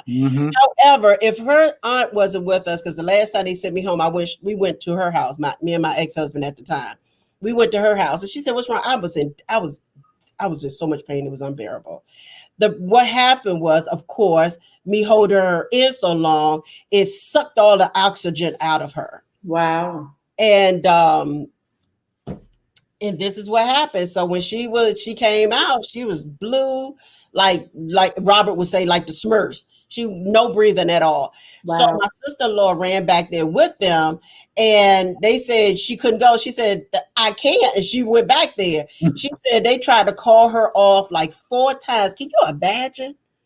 Can you imagine if she wasn't back there? All I would have got was, I'm sorry, ma'am, your daughter didn't make it. The power of God. Bring Shannon up, and we're going to close out, but I'm gonna bring her up before we close out. All right. Hi, everybody. Yes, so I ain't gonna leave her down there too much longer. Girl, we the mama part. Go forth. Go forth is my thing. Go ahead. We got excited. We got excited. It's a reason to be excited because we all know our own personal stories. Yeah. We all have to give God the glory that He brought us through. Because you can tell me your story, but I ain't lived through it the way that you did. So only He knows. So I don't know. I ain't trying to come on here and play with you, Edwina. I'm trying to be. I really am. Because I be like, Lord, don't let me go all the way. Just like, let me stay calm right now. It's all good. I thank you, Brownisha. You're always there anytime I call on you, and I appreciate that so much. It's like we got to stay together. We got to support. We got to talk about these things and bring these things out, and really just build that community. And literally, I can say it again, just be there for one another. Yes, Mhm. You never know what each one is going through. You don't know what we experience behind the doors. We don't know each other's story right. at that particular moment. Now, we Right. may have heard different things about each other from each other, I mean to say from each other. Right. But that moment of the phone call coming on, we don't know why that call is coming. We don't know if it's tears behind it. We don't know if it's joy behind it. But Right. I do know that I answer the phone Right. because I've been that person that didn't have support. My mom All the time. didn't support me. I just thank God that He built me the way He did. Yes. Give me the strength to be able to take care of my daughter, the love and the heart to be able to care for my daughter. Here's 40, 34, damn, 40, God. She ain't that old. I just turned 55. She 45 years, yeah. But thank God, I mean, 34 years. 34 years. And it's been a journey. Amen. It's been a journey. Amen. But girl, leave a word and leave how people can follow you, connected with you. Amen. I just want to continue to encourage each and every one of you that are watching. And as I said before, for those of us that are caregivers, continue to find that safe place where you can pour out. And for those of you that know someone, be the ear to hear. You didn't heard the conversation today, and so we letting y'all know. We probably didn't tell all that happens behind closed doors, but a lot do happen behind closed doors, and we need people. Sometimes we don't always say it, but we do need that shoulder to lean on. We do need that person to talk to. And so, for those of you that may want to follow me, as you see my name on the screen, Brownisha Blackman, you can find me on Facebook under my first and last name, Brownisha Blackman. If you want to send me an email, my email is brownishablackman at gmail.com. If you follow me on Facebook, that's probably like the best place to find me. That's the best right now. So I just want to tell you guys, thank you. I wore my little shirt today to represent for Ricky, because I was not bringing Ricky on camera because he's controlling. So I'm going to take over my computer. He's controlling. He think he's my daddy. He tell me what to do. He probably looking for me right now, so I'm gonna have to go see what the man want. So again, thank you, Edwina. Thank you, Carter. Nice seeing you, Shannon, and I'll be talking to all of you guys soon. All right. You are an amazing woman. Amazing woman. Keep going. Thank you. Okay. Shannon, my dear, how are you? Hello there. I'm so happy to be here. I couldn't log on earlier. I was busy with Jordan. She's talking about her son being demanding. Jordan is definitely. Hi, Kelly. Hi. Hey, how are you? So yeah, but I wanted to basically, I really think nice to meet you, DJ Carter. I don't know you, but hello, nice to meet you. So I basically wanted to come on. I guess I'm almost piggybacking off of what you guys were discussing earlier, and my whole thing was managing your emotions and your life after your child has cerebral palsy. And this is more so for the parent, for the caregiver, for those of us who are taking care and living with our adult child, or whether it's an adult or a child or not. And I think that for me, I know for one, I took a back burner. It was always me taking this back burner. When I first realized that I was pregnant with Jordan, let me just step back. I think that we need to realize that there's so many, the basic emotions: fear, anger, happiness, sadness, joy, all of those different things. Those are emotions that we deal with on a day-to-day basis, whether we have children or not. And it's something that we have to recognize. And, this life is not the easiest thing. And so when I first found out that I was pregnant with Jordan, there was fear and excitement. You're excited. You're like, oh, I'm going to have a baby. I'm pregnant, and then, when you go into the hospital, I went into the hospital at 26 weeks of gestation. I started to have some bleeding, and we went to the ER. The ER that I had initially went to, they were not equipped for, to handle someone on my level, with NICU issues. They didn't have a NICU that was capable to handle, if she did come early. So I was transferred over to a larger hospital in Westchester. It's called Westchester Medical Center. And they had me there, and they stopped the bleeding. They gave me medication. And this was Jordan's birthday is December 26th. So I was in the hospital for a whole week. And then I believe 2 days before, day before Christmas Eve, they released me. And once I was released, I decided, they told me to go home, and like not listening, I went to the mall, but only for a few minutes. But I didn't have any gifts. It was Christmas. I was like, oh my God, I thought everything was all good, being that I was, able to come home. And I knew that I wouldn't be on my feet for too long. And so we stopped, and I just got, I think, my mother a gift or something like that. And that was it. And went home, and sure enough, the bleeding came back. I went back to the hospital on Christmas Eve.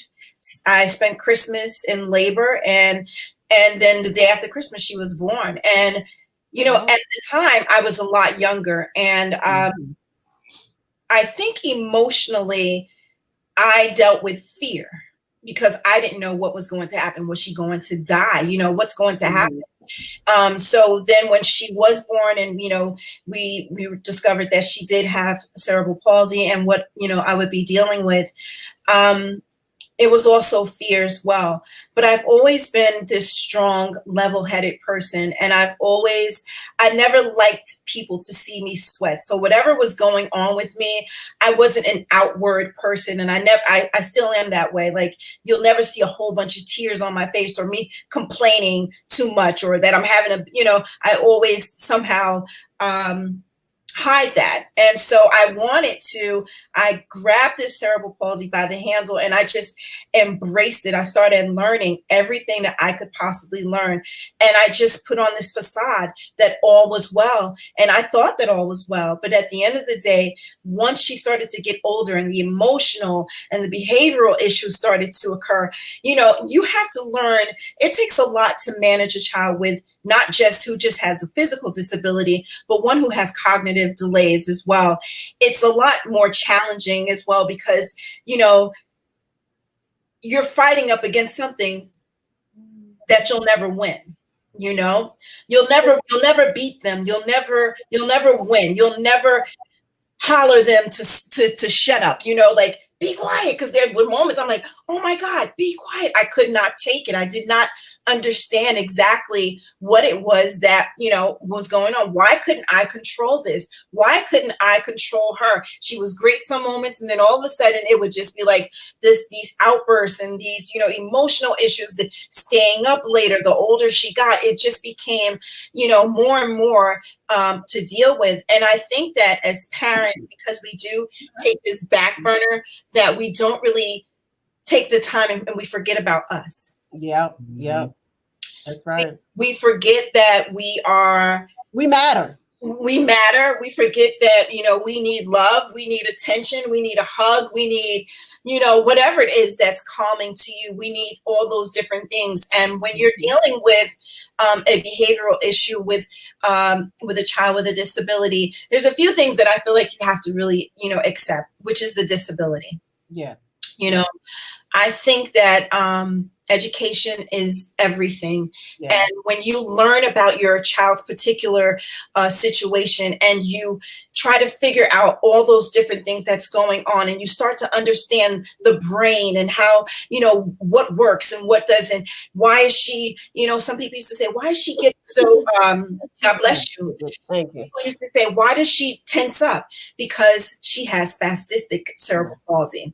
Yep. So this affects her speech. So her jaw is a lot tighter than ours. So her muscles, if she gets excited, she's like, almost almost looks as if she's about to have a seizure, or she could just cramp up and, if she's too excited. You have to understand all those different things. And this comes with experience. Right.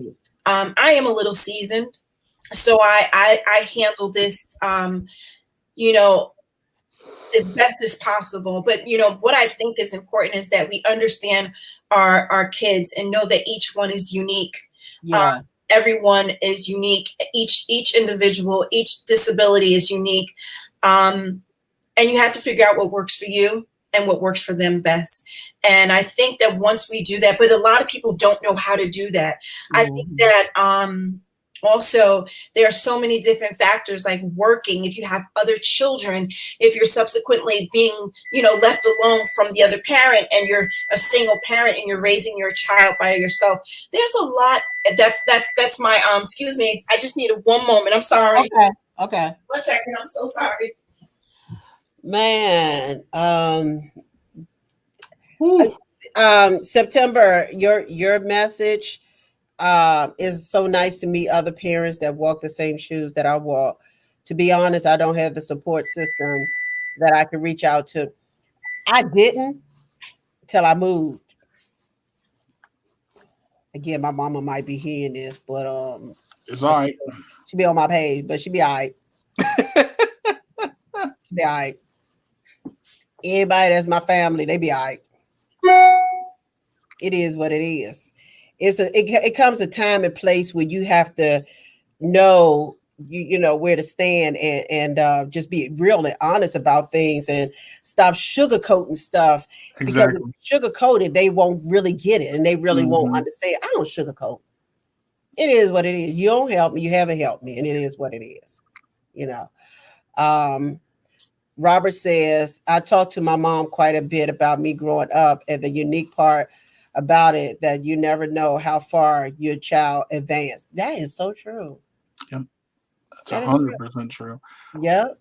Well, and I know what she was talking about with the season up too, because when I was little, it would just, when it would hit, it would affect the whole body, and you just see, the arms and the legs drop like a rubber band. And Kelly would like this. I'd be like, oh, and all up and everything. I mean, like, boom. And you don't have let me hold her. Right. Like, I can't even breathe. My arms ain't got no room.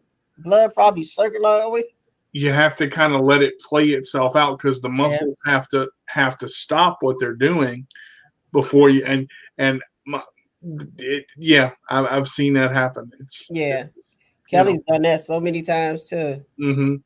Yeah, I'm hearing you guys. I just had to go take care of her for a quick second. I'm sorry.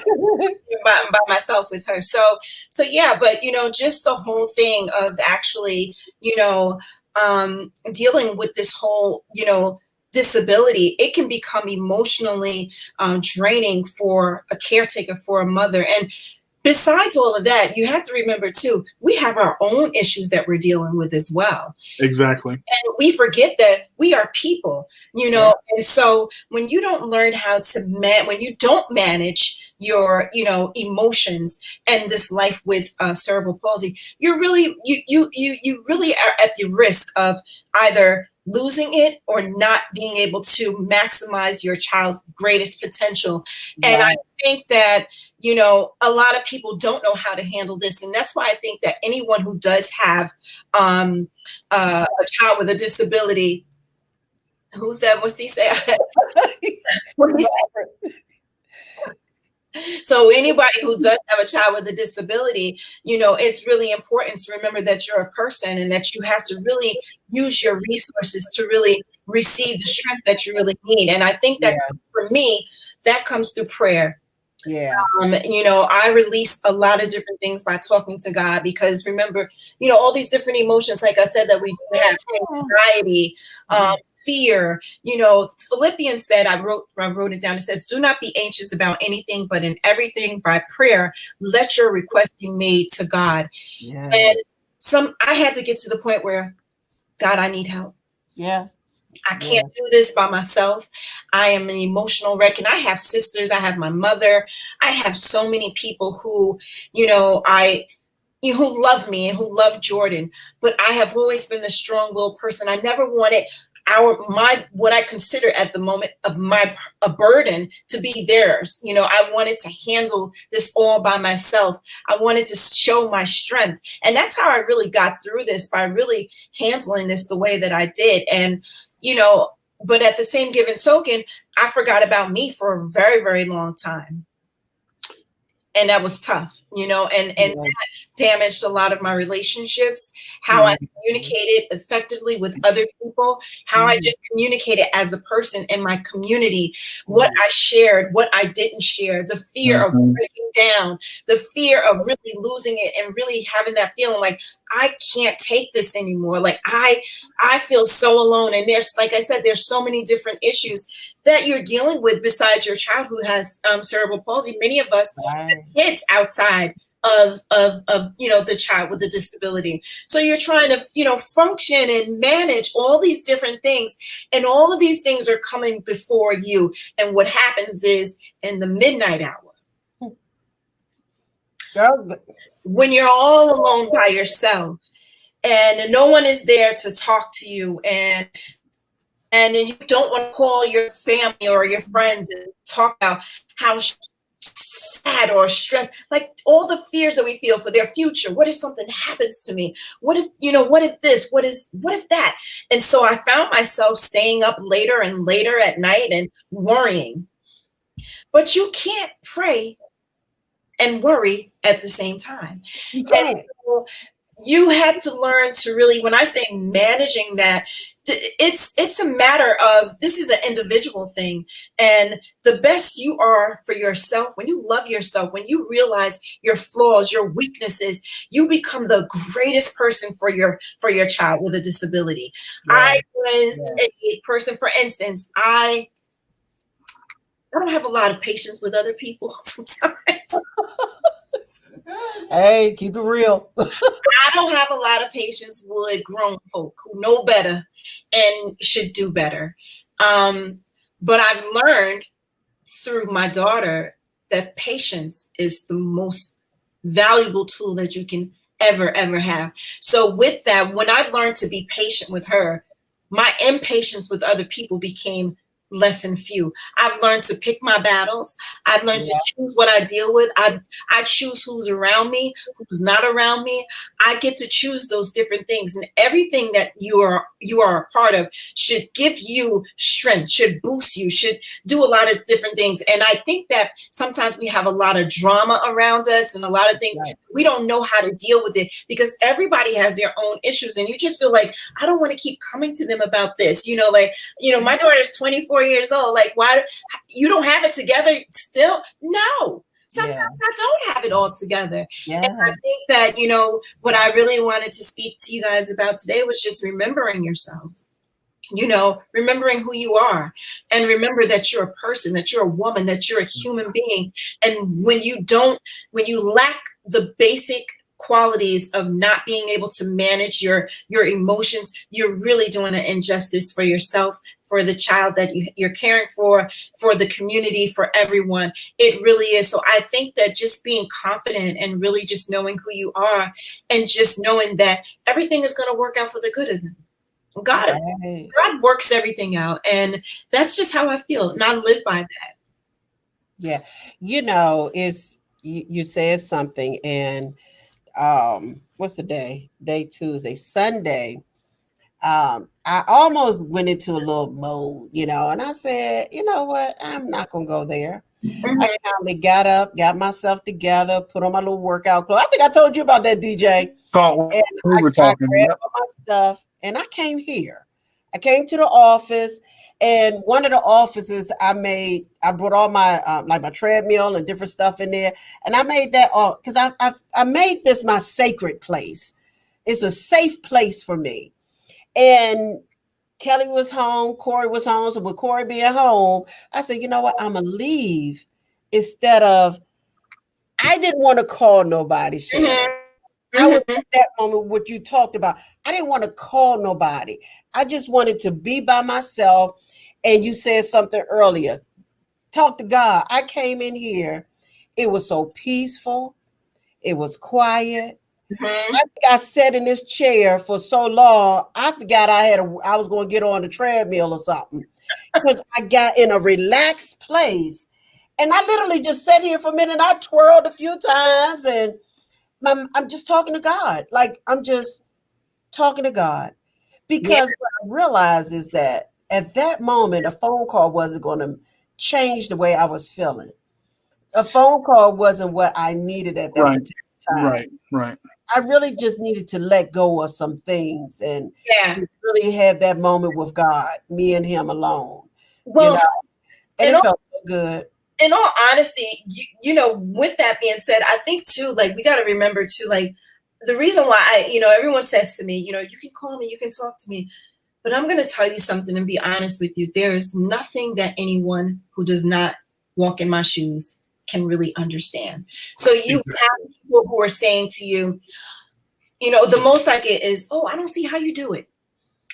Oh, all those different things. They really, really don't understand what I'm really doing. And they don't understand the commitment. What is that scripture? To whom much is given, much is required. This is our responsibility. And this is my responsibility. We have to be responsible for everything that we touch, everything that we have. And so I really don't think,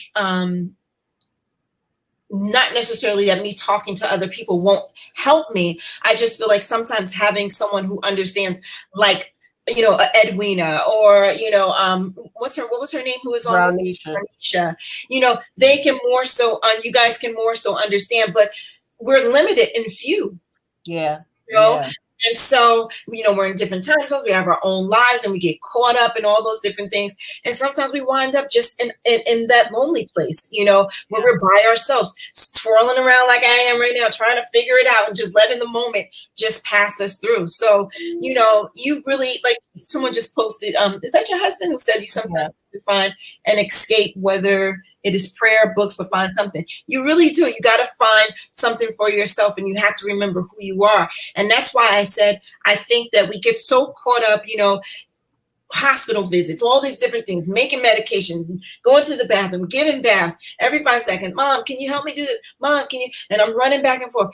When do I get a moment? Mm-hmm. So sometimes that moment comes late at night, but you have to take the time to really take it for yourself, because if not, you're just living. Yeah. Who are you really? And I don't want to be an empty vessel, because if anything should ever happen to me, or to, happen to my daughter, I'll have to almost start life over again, trying to figure out who I am, and all the things that I really wanted to do, and all the things that I couldn't do. And I think that managing that is just something that's really going to make us become the best parent and the best caregiver. And I'm praying that, we all find that strength, whether it be in the Bible, whether it be in anything, our friends, our mates, our husbands, our family members. You got to have some sort of outlet, and you got to have somebody. One thing that I will say is, I need to do more is taking a moment for myself. And I don't do that. And I have people who are like, I'll take her, I'll do this. And again, because I don't want anyone to stress, what I'm dealing with, having to take her to the bathroom, if she's on her monthly, like all those different things, I don't want anyone to have to deal with. You know what I'm saying? So it's like, yeah, and you know what it is, That phone call I owe you. Yeah. Okay. Listen, it's real. And sometimes you just need a moment. And what can happen is, because we're not satisfying ourselves, and because we're not taking care of ourselves and loving on ourselves the way we should, what happens is, in our communication with other people and other things, it starts to become. Let me interrupt real quick. Paula, did you hear that? Okay, that's all I wanted to say. Go ahead, Shannon. Yeah, so it's like, all those different things, I can't remember what I was just saying. I'm sorry. I heard you say, and I just got kind of, but I think that, you have to remember to take a moment for yourself, and you don't really sometimes get that moment, and people just don't get it. They really, really don't get it. And, like my mom comes here, she's like, oh, I'll help you give her. No, Mom, that's okay. I don't want my 70-something-year-old mother bending over to give her a bath. I don't want all of those different things. So I think about all those things. People go, oh, respite, take them to this. All these different things all these outlets that you're offering to me. Respite, we don't do. I don't send my daughter anywhere. My daughter's gorgeous. My daughter is, and the devil is busy. And I refuse to have to be in jail or for somebody who might try something with my kid. We got to remember. I like my conversation. But the enemy is strong too. Did quite well. So respite, I don't do certain things. I don't knock anyone who does it. If you do it and your kid is able to communicate and defend themselves and do all those different things, I my hats off to you. But for me in my house, we don't do respite with people that we don't know because, again, like I said, the enemy is strong and you have to be careful of what's out here. Now you have people abusing people in nursing homes. God forbid what they will do to mine. I mean, and that's the thing. Sometimes you were saying earlier, sometimes you're trying to find that moment. Sometimes you don't even know what to pray for. It's so much going on. Sometimes it's just a conversation. Sometimes it's Lord, what do I, because he wants you to profess what you have in your heart. He knows what's there, but it doesn't mean he doesn't want to hear it. And that's the thing. Coming from all this, taking care of yourself and finding that moment and loving your daughter as she is. You did that, which is one of the most powerful statements you can make because she is who she is. And you loving her as that.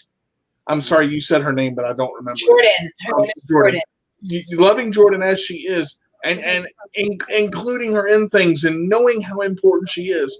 But finding a moment for yourself, sometimes it's just, I don't even know where to start. But the Bible says, pray fervently without ceasing. And that's the truth. Even when you don't know what to pray for, talking to God is not a bad thing. And realizing that he can get you through it is not a bad thing. And knowing that he can center all of it. Absolutely. And that's why I was saying, sometimes we don't know how to deal with their disability when you don't really, research and you don't really read up and you don't really take the time to really invest in your time and getting to know your child, getting to know what cerebral palsy is. What is the cerebellum? What is the cerebrum? How is that things functioning? What do they require? Where does emotions come from? Why can't she, just say something? Why is she crying? Why, you have to really try, and you're trying to get her before, sometimes Jordan would cry. And I had to realize that she functions between a 5 to 18 to 24-year-old because, there's certain days that she will just whine to express her emotions because of the disability. She has no way. She can't get those things out. Being able to communicate those things is very, very difficult with her. So what I do is I think that taking the time out, and when I was younger, I used to get frustrated because I didn't understand. I didn't understand what was going on. And then I would be having anxiety. I would, be having this high level of stress. How do I get her? Because I wanted her to maximize her potential that I always knew was there, and I could not do it. So that's why I said, when you realize what is going on and what you're dealing with, you know what can be done and what cannot be done. We serve a faithful God who is a healer. The deliverer, he's able to change a lot of things. But I also believe that when he formed us, he knew what he was doing. So I don't question him about my daughter. And I don't wish for much. I take her as she is because that is what he gave to me. Exactly. That's who she gave to me. He gave her to me for a purpose. He gave her to me for a reason. And I think that too, we have to understand too, these kids came here the way God wanted them to. The lesson is for us. Yes, that's it. We got to get this. This is a life-changing, a grand moment for us. This is really something that will push us into our destiny. Some he called doctors, some he called lawyers, some he called preachers, some he called teachers. He called me to be a caregiver, a giver of myself. I serve you. I give myself unto my daughter, and I push her, and I make sure that she really is who she is. And so what I do is we go to church. And we worship together. She's a worshiper. She's a praiser. When I was pregnant, I headphones on my belly. I love music. I'm eclectic. I love all types of music. So does she. So she finds music is her best friend and mom and Jordan and Ethan, she says. And so I realized that because of her communication skills, that she cannot have certain conversations with, everyone. She won't be able to hang out with friends and hang out all those different things. She'll get bored. She'll be like, I want to go home. She'll have a conversation with you for a moment and people would think, oh, she doesn't understand. No, she understands quite well. She'll tell me exactly what you said later on. If you don't believe me, try her, and that's who she is. And so she's smart, she is intelligent, she's bright, and I know that I have a lot to do with that because I don't treat her as someone who has a disability. I see where she's weak, and where she's weak, I come in to help her, and I try to make sure that she becomes strong in those areas to the best of her ability. I love that. So she's a praiser in church. Everybody knows Jordan. Jordan sings. You guys heard her. She's a praiser. She's a worshiper. She gives God glory, and I thank God for that He gave me that to give to her. That was my gift to her. God was my gift to her. God gave me her, and I gave Him back to her. Yeah. So I thank God for my daughter, and I thank God for the lessons that she has taught me in life and in my personal relationships, and how I'm able to deal with those different things. And again, when I say to whom much is given, much is required, we are chosen by God to really care for these kids. And some of us get it, some of us don't get it. And I feel bad for the ones who don't get it, and someone else is raising the kid, or however, but this ain't for everybody. Yeah, it really isn't. It truly isn't for everybody. We just talked about that. This ain't for everybody, and I'm not for everyone, and that's why I limit, who I'm around, what I do, and it's just always been that way. But my daughter is first in my life, and she's everything to me, and I realize that she's been my protector, my savior, because had she not been with this disability, you have no idea where I would be in my life. I have no idea. So she's actually my covering and my covenant with God. And I thank God for her. And so I think that it's important that we all learn how to manage the stress and realize that we are human beings, and that we need love, attention, affection, just as much as we're giving it to that child or that individual. We had to find a way to be able to give that back to ourselves. Else we become empty vessels. That's right. That's right. So well said. I mean, just wow. Girl, these I'm gonna tell you something. The caregivers today. Yeah, we ain't playing with nobody. We ain't come here to play no games with no. We came to play no games whatsoever. I am not going to wallow in anything. I'm going to put on my heels with my wheelchair, and we're going to walk and straight it out as much as I'm able to physically. I'm going to continue to try to do all the things that I love to do. I incorporate them with her. She's a mini me, and I try to make sure that while we're on this journey together, and while we're on this journey with God, that we're able to really just be able to get everything that we can get out of it. And that doesn't mean there's bad days. There's not bad days. We have our moments, and I have my moments as she does, because we're human and we are in the flesh. And so we have to realize those things. But I think that as long as we have an anchor in God, you're going to always see me upbeat. You're going to see me, just pushing her and doing everything that I can possibly do, and trying to make myself as happy as possible as well in the midst of it. I saw I guess she was doing therapy at home, and there was the occupational therapy. Is that what she was doing? Yeah, well, she does too. She has PT, and then she has OT. So OT is usually done like in a just in one spot. She's sitting and she's moving on.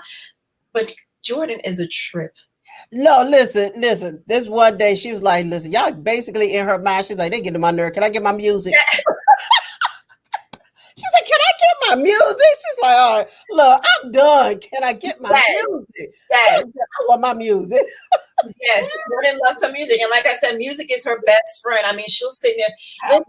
Don't ever try to sing a song in front of Jordan and mess up the word, because she will embarrass you and say you don't. She'll interrupt you. Number one, excuse me, that's not the words. You got that wrong. And she will definitely come in and correct you. And she, and that's her tool. And she sits in the room and she sits there, and that is the thing that calms her. She says she loves music. So, but what I do is too much of anything is too much. Yeah. So I make sure she's always had a problem with transitioning from, one thing to another. So what I try to do is I use, incentives, and also if you don't act right, you won't get that pad back, as a way for her to be nice. Sometimes it works, sometimes it doesn't. But for the most part, she really tries to, pay attention. And I think that that's what we have to do. Is like, we want to make them happy, want to give them everything that they want, but we also have to get her to be able to function, outside of music, and to also maximize every, tool that she can, potentially do alone by herself, because you want them as independent as possible. Exactly. So, that's our goal, is independence. So she can't, she can't give herself a bath, but she can't help herself get into the tub. She can't help herself take off her clothes. She can't, so what she can't do, I will step in. But the truth is that we want to try to get her to, be independent as possible. So right. You had said earlier that she is from 5 to 25. Is that based on how she feels? Like how? Every moment is based on how she feels. So there's moments, like I said, she wants to listen to Barney. She wants to listen to, she watches a lot of Disney. She'll go back to, she wants to watch Teletubbies, and she wants to do this. But then the next second, she wants to watch Al Green. She wants to watch The Fighting Temptations, or she wants to watch The Color Purple. But she also wants to see Disney or Moana or whatever it is. So she fluctuates between two different levels as far as cognitivity is concerned because of the disability. Is it ever like, because I had a friend like that, where is it ever both at like two at the same time? Like, you know what I mean? Exactly, definitely. And also because of her cognitive delays, they don't, a lot of people with disability who do have cognitive delays, they can't express themselves the way, you and I do. The brain does not allow them to do those things. And so, when you can't have your way, or someone who is, nonverbal, the first thing they do is they whine, all right? They cry. Cry it out. They're really expressing something. They're talking, but and not the form that we would understand them. However, once you get to know that, that's how okay, listen, I know what's going on. I know what you're trying to say. Okay, you're going to work on this. Now let's try to figure out why you're doing this. So there's many, many moments where she's, fluctuates between, being 5 years old and being 19 years old, or 21 or 22, 24. It all depends on her. Like, because I know, you say, I've heard you say several times through this, and you've said, you got to give yourself time, and you got to make sure to make time for yourself, but you have to be careful with who is around Jordan, because you don't just trust everybody to be, people say, well, we'll take her or we'll help her, and you don't want them to stress. But I think also that you deserve, if it's a person that and if it's a person that you trust, if they offer, I don't think they would offer unless they would really want to help you.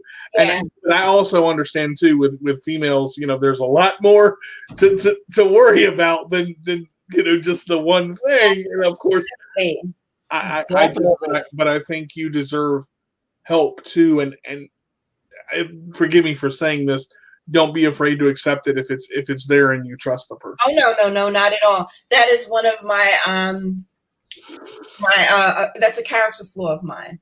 And when I say, and this is the whole thing, managing our emotions and accepting who we are. Whether it be good, bad, or indifferent, because no matter how old we are, there's always something to learn every single day. There's always exactly to improve.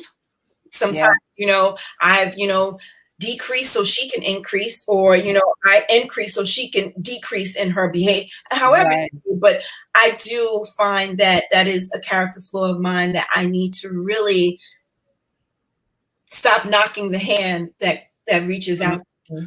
Is there a fear there? And they would definitely say, "Oh my God, Auntie Shannon," or my mom would definitely say, "Yes, you need to." So, and it's almost become like a habit, that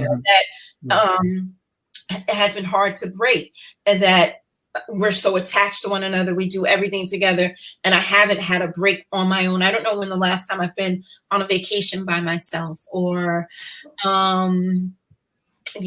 that part. Or spent a night out, or just went on a 2 or 3 day hiatus, and my family came and just took care of my daughter. I've never given myself that opportunity to do.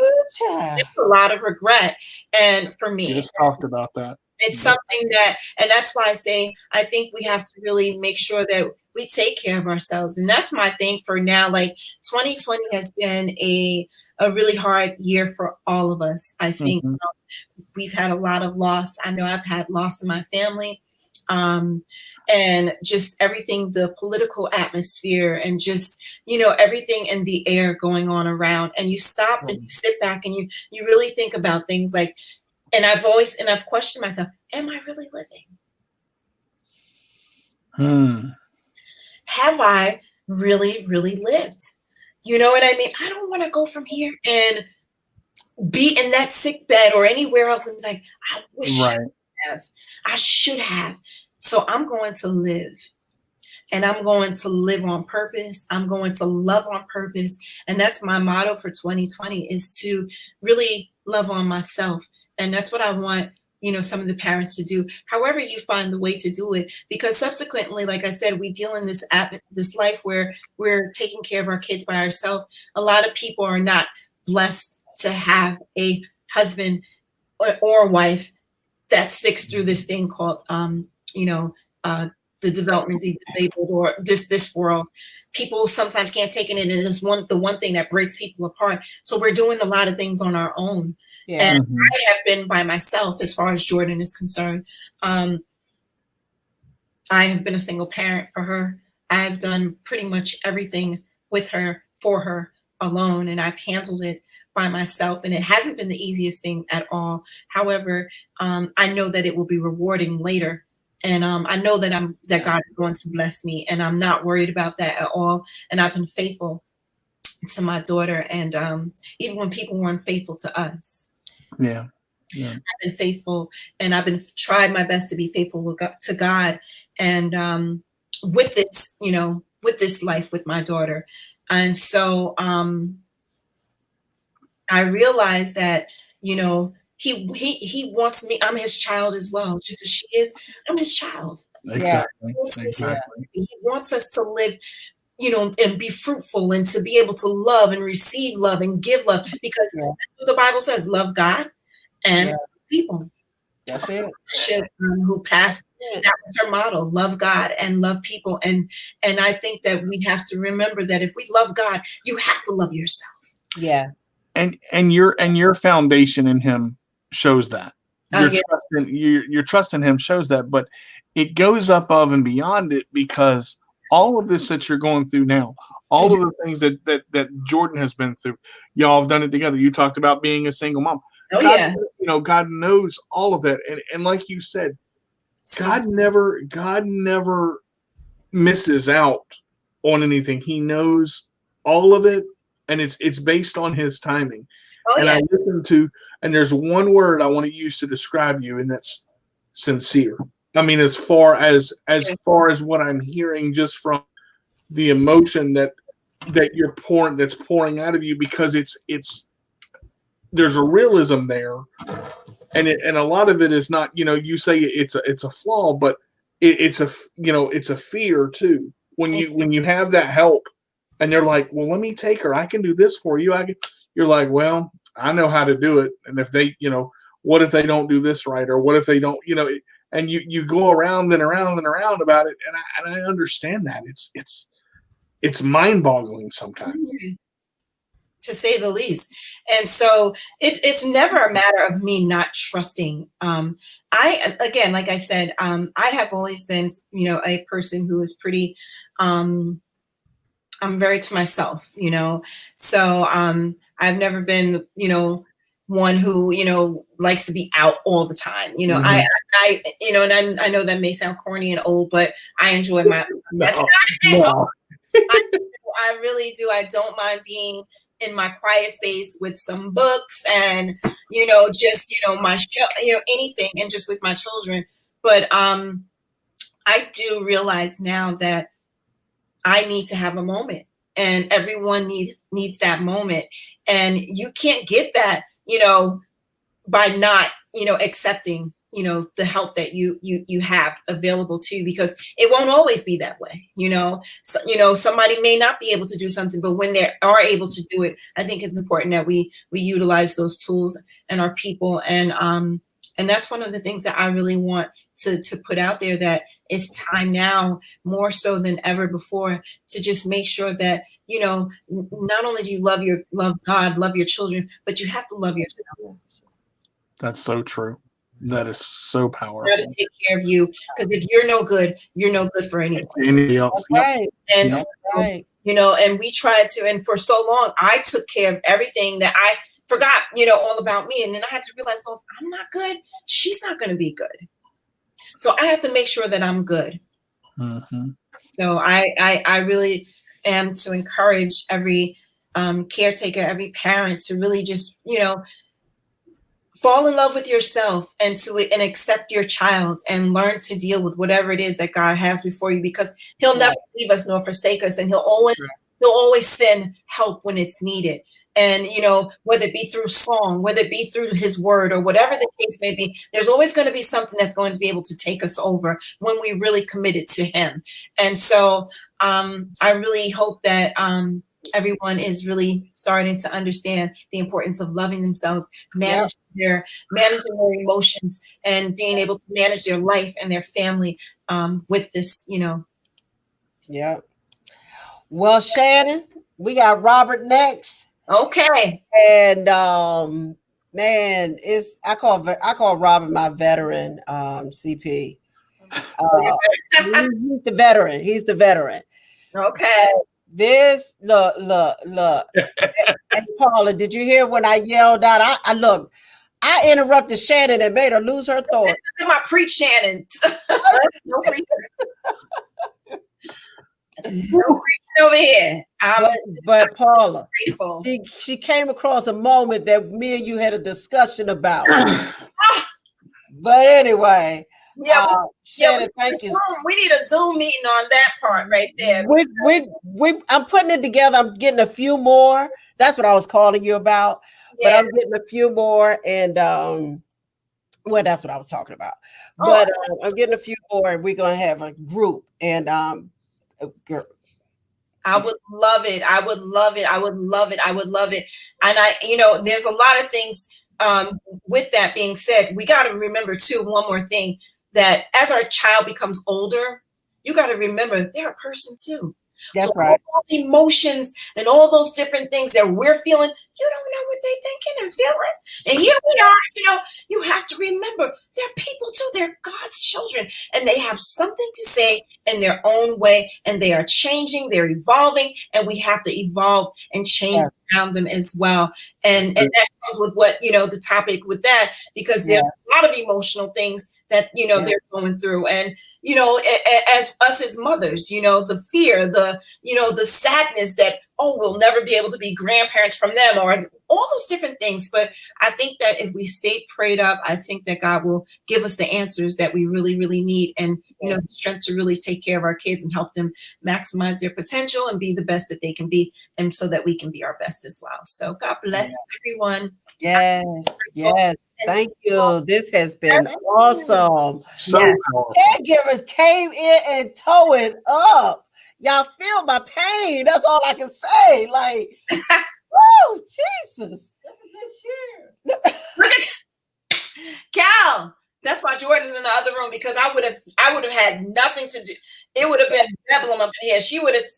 I want to listen to my music. No, you go into your own room and you have Alexa and your 2 iPads, your dual iPads, and y'all have a good old time until I come in there. Okay, Lord. God bless you all. I wish you all the best. I'm gonna try to tune in, but I do have to get back. And I thank you so much. Leave a message real quick, an encouraging message, and how people can follow you if you want to. Well, I'm on Facebook and Instagram at Boss Mom Shannon. This is I have cerebral palsy and developmental disabilities page as well, that everything that I do and everything that I have on here is all about, my daughter, special needs, love, God, and all those different things. So I'm really basically here just to be an uplifter, sharing a little bit of myself, something that I struggled with. But I think that in order for people to be blessed, I have to be a blessing. And so that means giving a little bit more of myself. So my future goal is to really, what I'm writing right now is to really just give back to the community and just share a little bit of my life, a little bit of a memoir, just writing some tools, some godly tools, some great things that we can take into the kingdom. And we got to be kingdom minded and, be able to survive out here. And so that's what I want people to understand. This experience has been the best thing that ever happened to us. And if you allow God to see, yourself to see what God is really trying to show you and how much he loves you, for him to give you someone like your child, you'll realize what a glorious and wonderful God that he is to think of me. And so I'm grateful. And, that's all. All right. Well, thank you so much, Shannon. You enjoy the rest of your day. And we definitely will be getting together. Yes. I'm looking forward to it. Yes. Nice to meet you. All right, dear. Thank you. Take care, Miss Shannon. Lovely to meet you as well. Tell Jordan I said hi. I sure will. Take care. Look, Paula, tell me, you better preach, girl. Who's trying to start? Now we have with us Robert. Man. Robert, my buddy, my friend. Okay, y'all don't know this, but you put me between a rock and a hard place. My wife has been waiting for me for dinner for 10 minutes, so I'm gonna be really fast. It's been a dynamic conference. A lot of people I heard every speaker. I was here from 10:30 on. Heard every speaker. All dynamic speakers. Wonderful caregivers. Wonderful parents. Wonderful individuals with CP. One thing I want to say that I'm your veteran. I'm your oldest. You can tell by the knowing that here. I'm very blessed. I won't go through accomplishments, but I will say I've been married for 28 years. I've been driving for 40 some years, and I've worked all my life and have a house and 2 dogs and a couple ducks. But anyway, I want to tell people out there what's so important is that you all are parents of people with cerebral palsy, and you never know. When I was born, when I was 1 year old, somebody told my mom something wrong with that boy. He's not right. So they took me up to DC Society for Crippled Children, and they diagnosed me with this thing called CP. They never heard of cerebral palsy. They didn't know what it was about. But Dad said, this is what God gave me, and this is what we're going to deal with.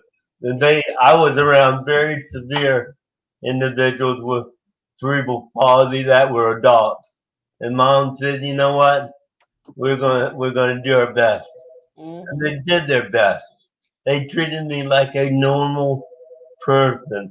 They treated me like an individual. Of course, I had issues. Of course, I joke with Mom. Y'all know what a bobby pin is? Yeah. Yep. Bobby pin. Well, that's the way Mom used to clean my nose out. She used to get me down on the floor because I couldn't blow my nose. I couldn't blow my nose. I didn't know anything about stuff like that. I just didn't have that ability to do that.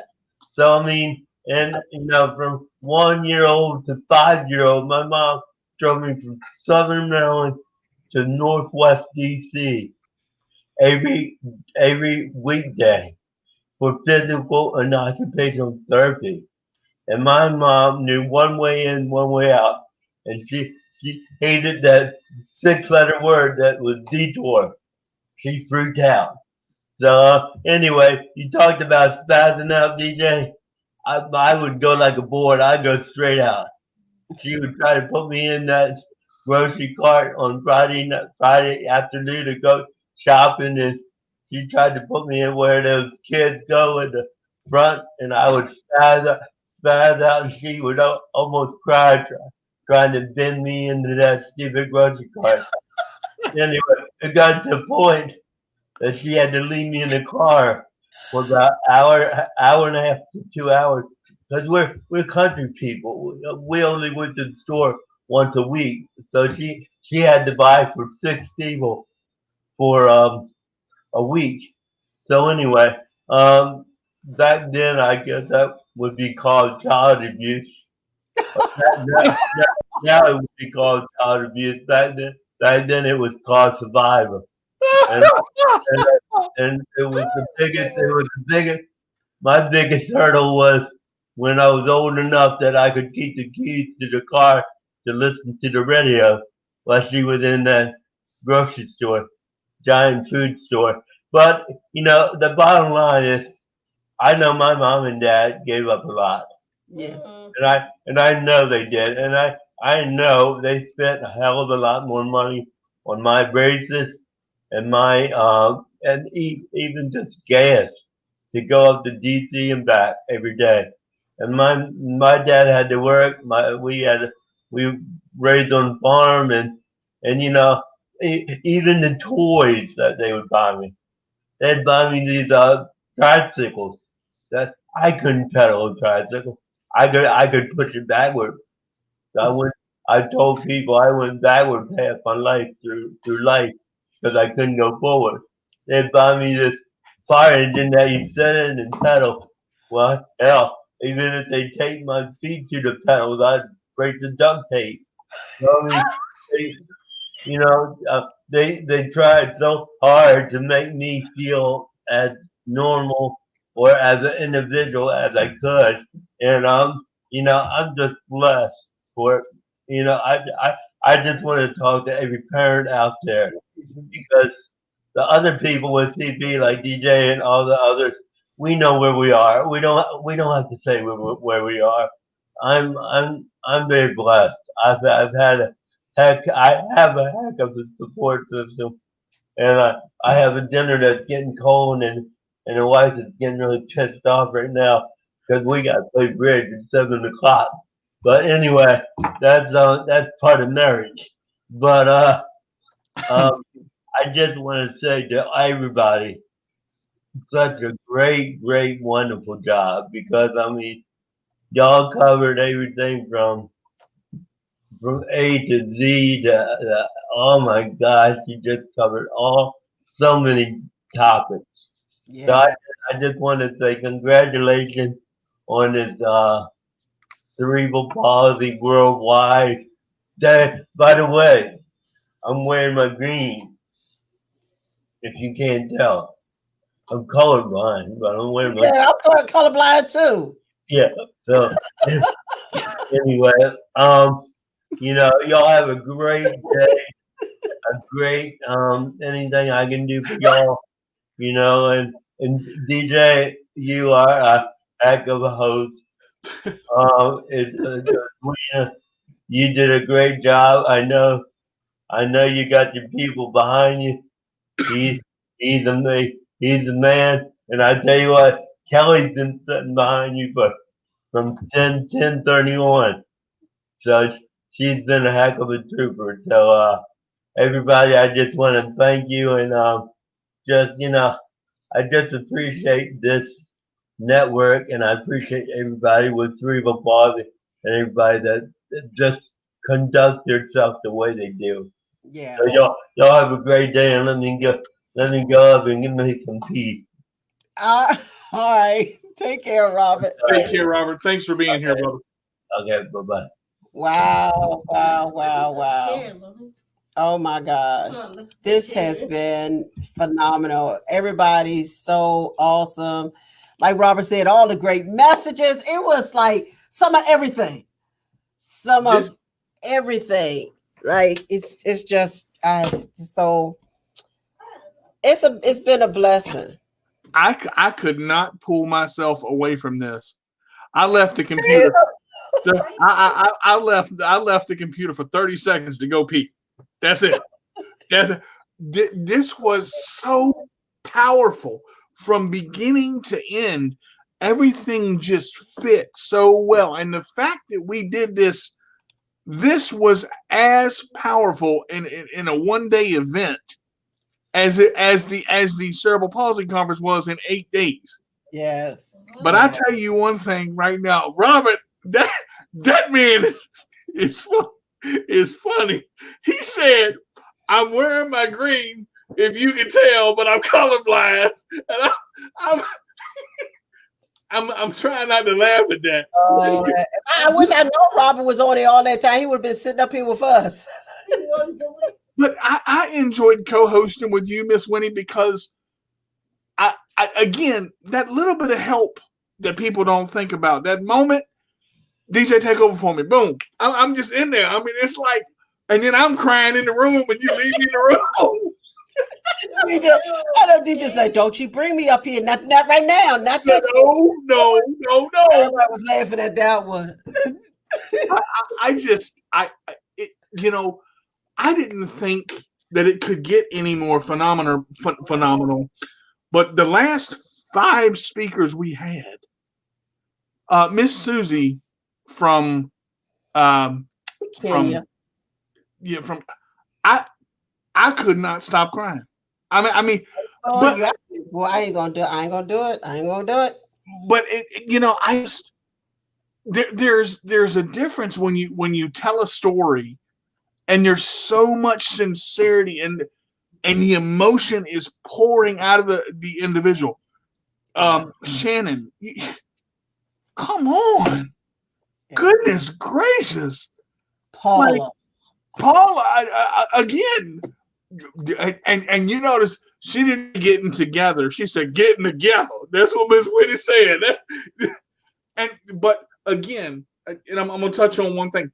To be able to relate from a mother to a mother, Brownisha, there was something in her, and I'm gonna call it what it was, something in her testimony that I could just reach in and grab. Now, a couple of them call me Carter. I don't mind that. They might have seen the DJ in the front, but you can call me what you want. Just don't call me late for dinner. And that's Robert was late for dinner. I'm sorry about that, Robert. I didn't. And it was nice to have. Kelly, she would, as long as she around her mommy, that's what she gonna do. She around her mommy, that's what she do. She's in a safe place when she with me, and I don't care where I could be, she would be just content sitting right there. Right there. Right there. Mm-hmm. Doing just that. You see what she playing with a purse?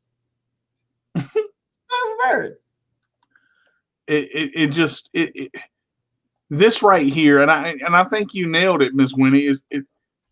This has been a conference for people to let loose.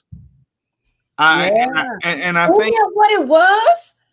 I think exactly what it was, DJ. To let loose, because people are people, and sometimes you just gotta let go.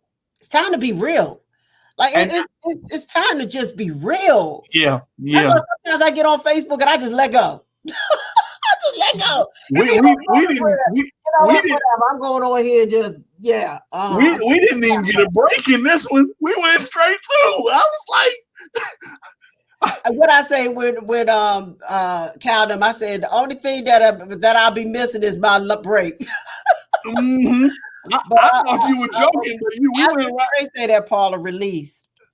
Yes. But release Yes. and relief. Release and relief. That's what she said. That's exactly right. Yeah. Because yeah, I think so many people, and I know we're getting ready to close out, but I think so many people coming on. Oh, dang. Okay. It is, Brownisha. It is so necessary. Absolutely. Thank you, Nikki. But yes, it is necessary, and it needs to happen again, especially with the caregivers. And again, we're going to talk about that caregiver part. Because everybody, whoa, y'all. Corey kept coming in here. Focus. Basically, keep them tears inside. Focus, because you know I'm a crybaby. Look, you got to stop calling yourself that, because I was crying right along with you. and I did not bring my tissue. And all the shakers were worth their weight in gold. Yes, they were. Yes, they were. Yes, Wilson. And Mr. Wilson was great to be in this one, because he was participating from 10:30 on. Yeah, Jill said, you guys did an awesome job, and thank you so much for including me. And Kelly is such a trooper. You go, girl. Where Shamika go? Linnea said, very amazing. Where Shamika go? She's amazing too. Shamika is amazing. Yes, those tears were necessary. Yes, they were. Yes, they were. Tears, yes, absolutely. I totally agree. This is another wonderful young lady, and she's the last person. The best for last. And she's gonna. Shamika actually went to high school with Kelly, and I'll let her tell the rest. I did go to high school with Kelly. Yes. Good afternoon. Good evening, everybody. First of all.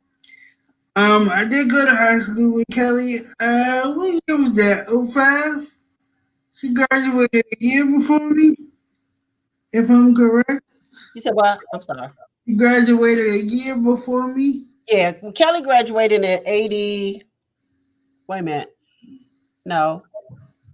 I'm thinking of her age. Kelly graduated in 2008.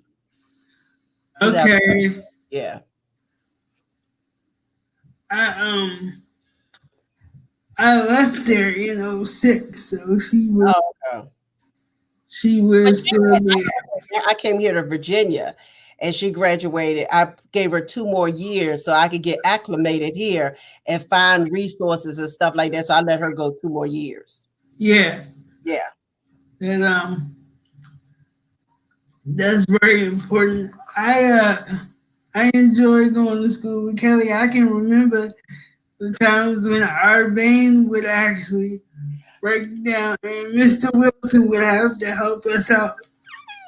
The same after school care program. Yeah. The after school, right. All right, go ahead. Tamika got a great conversation she wants to talk about today. And it's about, I ain't know nobody's topic. It's sitting right in front of me. Literally, it's sitting right here. But by the time I think about it, they could have said it themselves, right? Adapting to life since the pandemic. Man, how many of y'all can talk about that? How many of y'all have experienced adapting to life during the pandemic? All right, go ahead, Shamika. Let me be quiet.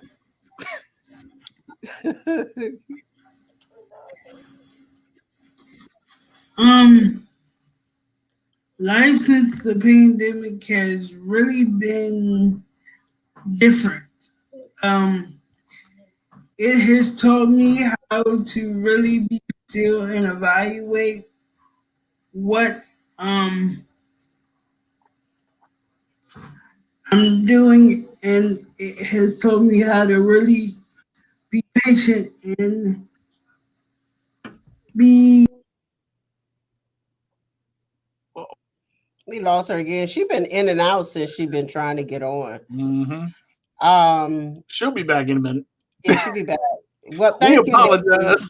Thank you. Hey, Sherry. Oh man, girl, you should have been on here too. Wonderful. We catch you the next time. Paula said, great topic, Tamika. Yes, yes. She's powerful too, Paula. Uh, we love you, Kelly. Kelly Sherry said we love you. I love you too. I knew that was coming. I lost signal for some reason. The last two times I tried to log in, it did that. I was hoping the third time it wouldn't do it, but it did it again. That's all right. Go ahead. We got you. Um, life since the pandemic has really been self-evaluating. I've had to learn ways to adapt to the environment because obviously I can't go out like I used to.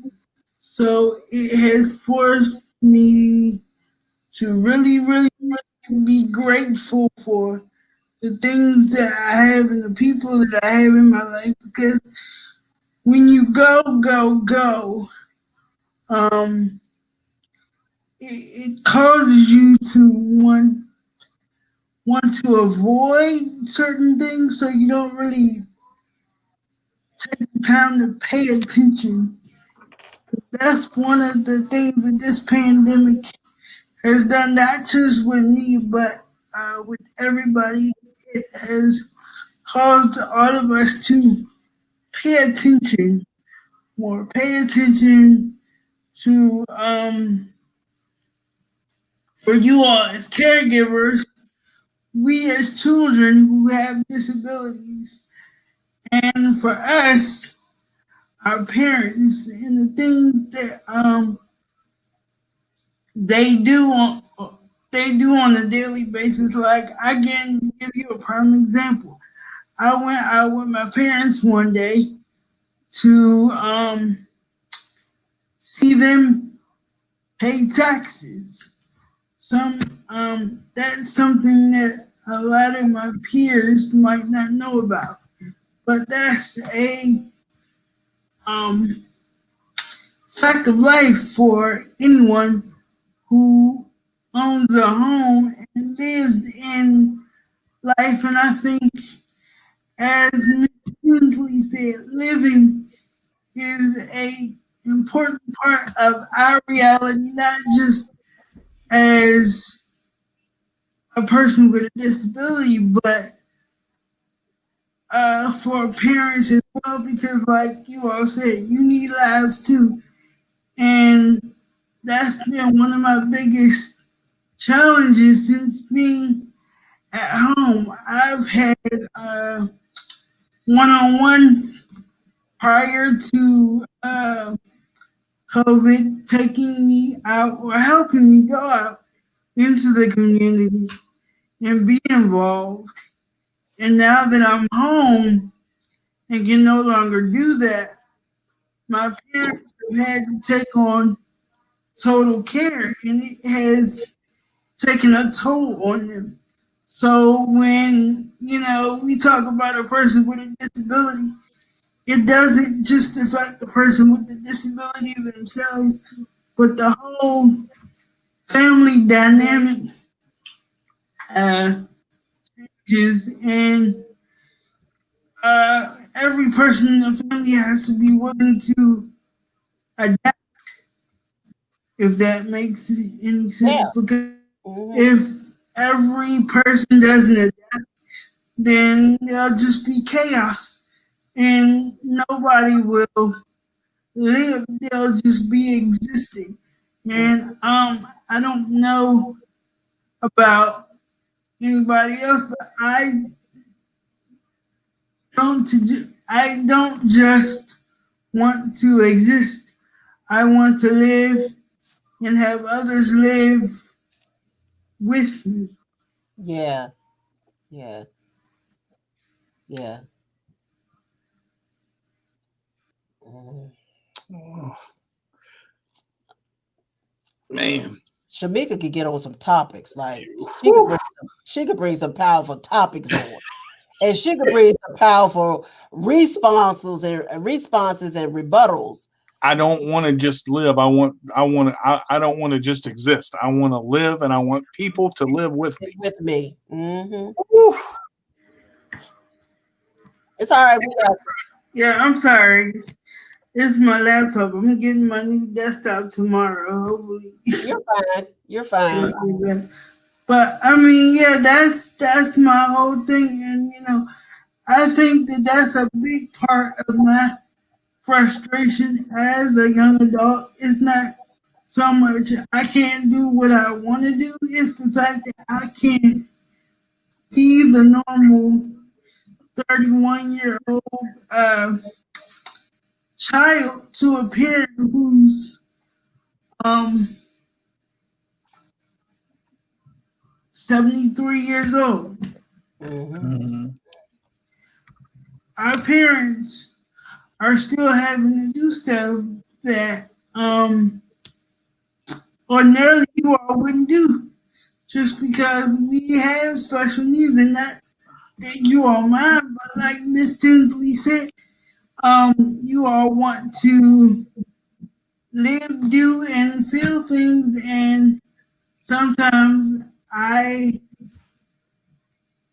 find it difficult to, just find that balance, because I want to be able to give my parents that break. I want to be able to go to the store for my parents and come back with something and be productive in doing it. Wow. It's a lot to being a young adult with a disability. And I want to not only just have the disability itself, but also have the mind to function as an adult, because if something should happen to my parents, God forbid, then I want to be ready to know how to live. Right. Wow. Girl, I appreciate this type of conversation. And I'm pretty sure sometimes it could be hard to want to talk about these kinds of conversations. But the reason I appreciate it is because I know I'll never get that conversation. I'll never get it.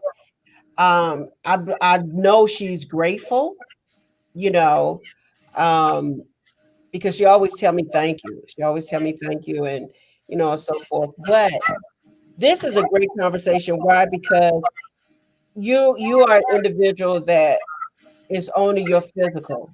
That's it. So you understand how to thoroughly talk about that situation. You know what it feels like. You know what you're feeling inside. You know what you're thinking about your parents. Yeah, that got to be kind of tough too. At the same time, it is. It's really tough because I live in my head a lot, and when because there's a conflict, like Paul said, there's a thorn in my flesh.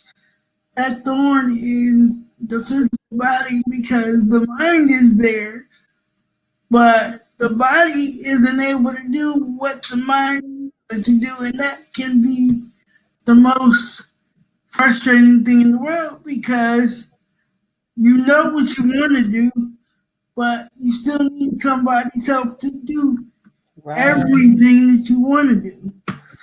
Right. You can't really do what you want. You can make it up in your mind, but you can't really do it without the help and the execution of somebody else. Yeah. Wow. I really appreciate this conversation. And I appreciate your courage and boldness for wanting to share that. Yeah. I mean, this is real. Everything just been so real today. What's up with today? Thank you, Lord. Thank you, Lord, for Yes, and allow me to just say, do this. This is my first time doing it for World CP Day. We need to do it And again. this has been phenomenal. It's been so much truth and so much honesty and integrity and uh, release and relief, and it's just been a lot. And like I said, I feel it's time to stop hiding the truth and hiding feelings and hide what we're really experiencing and going through, and all of that, from the caregivers to the individual. She have her own feelings about how she feel. Well, you have your own feelings about how you feel, being a young adult, and yet got to depend on your parents, and yet you feel like this is really not what I want. But at the same time, that's your safe haven right now, And it seems to be like Shamika was saying, the mind knows what it wants, and it knows exactly what it wants to do. But the thorn is the physical body not able, and I'm gonna say not able yet because anything can happen. Just leaping out in faith on that, because it's but I there's some things that I can't do, but in your situation, I can see where the struggle would be, but I can't understand it because I'm not there, but I do get where you're coming, and that's got to be a constant battle. yeah, yeah. Especially, especially Shamika, when you said it's in your head all the time. Wow, that's. Ooh, I just appreciate. Well, and I know you already know about praying, so Jesus, please fix this. mm.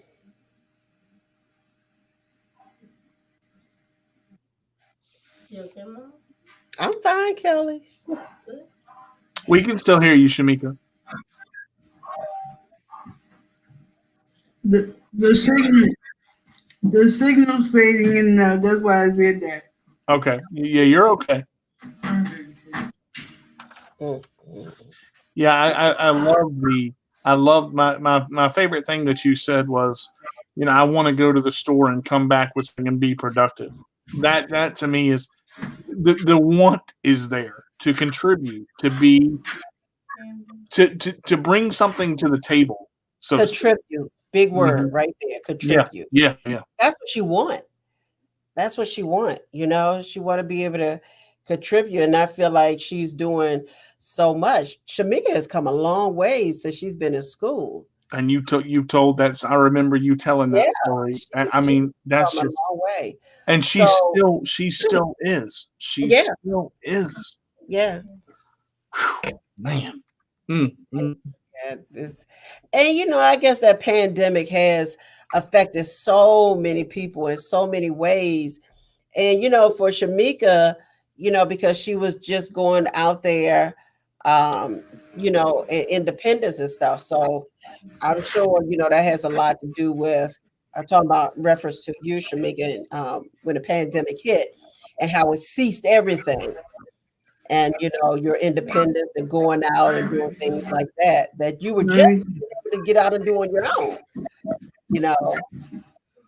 But this has been phenomenal. It's been so phenomenal. I ain't had a break. I ain't had a break, and I haven't wanted to leave. I didn't want to miss anything. Exactly. Like I didn't want to miss a word. I could not pull away from this. This has been so impactful. Yeah. That's the word I was looking for. This has been so impactful from the first to the last. I couldn't pull myself away from it. Couldn't do it. Thank you for letting me take part in this. Oh, absolutely. I mean, the floor is yours. Whatever you got to share, I mean, I don't know. This has been. If you got anything else you want to share.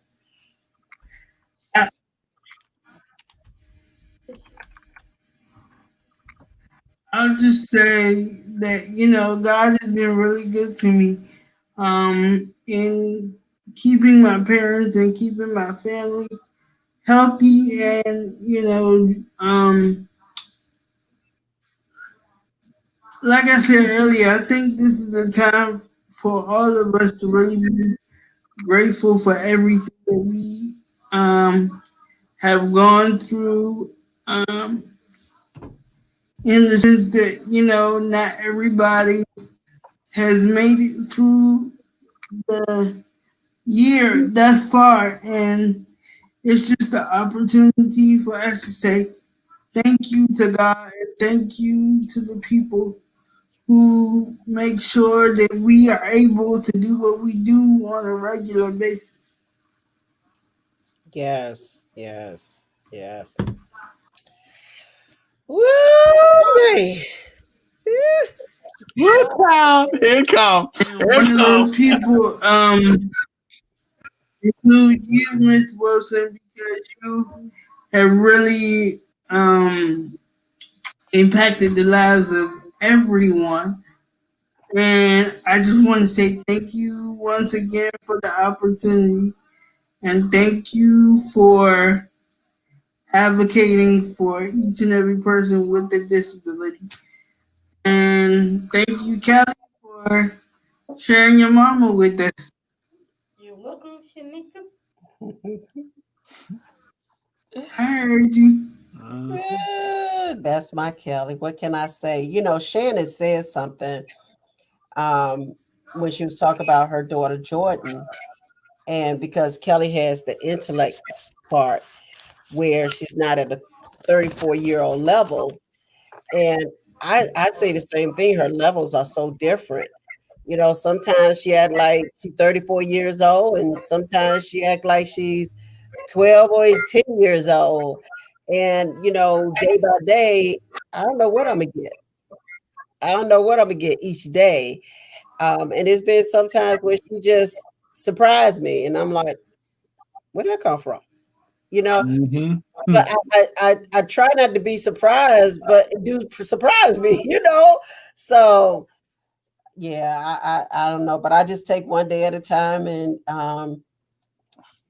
just do what I can to the best I know how, and just make sure she continue to just have a great life. Because I mean, technically, I don't say Yeah, I and shouldn't have to say I have to, but I'm gonna say it because this is how I want to say it. I have to take care of her, because I just don't trust nobody else. And So, and a lot of people feel that way.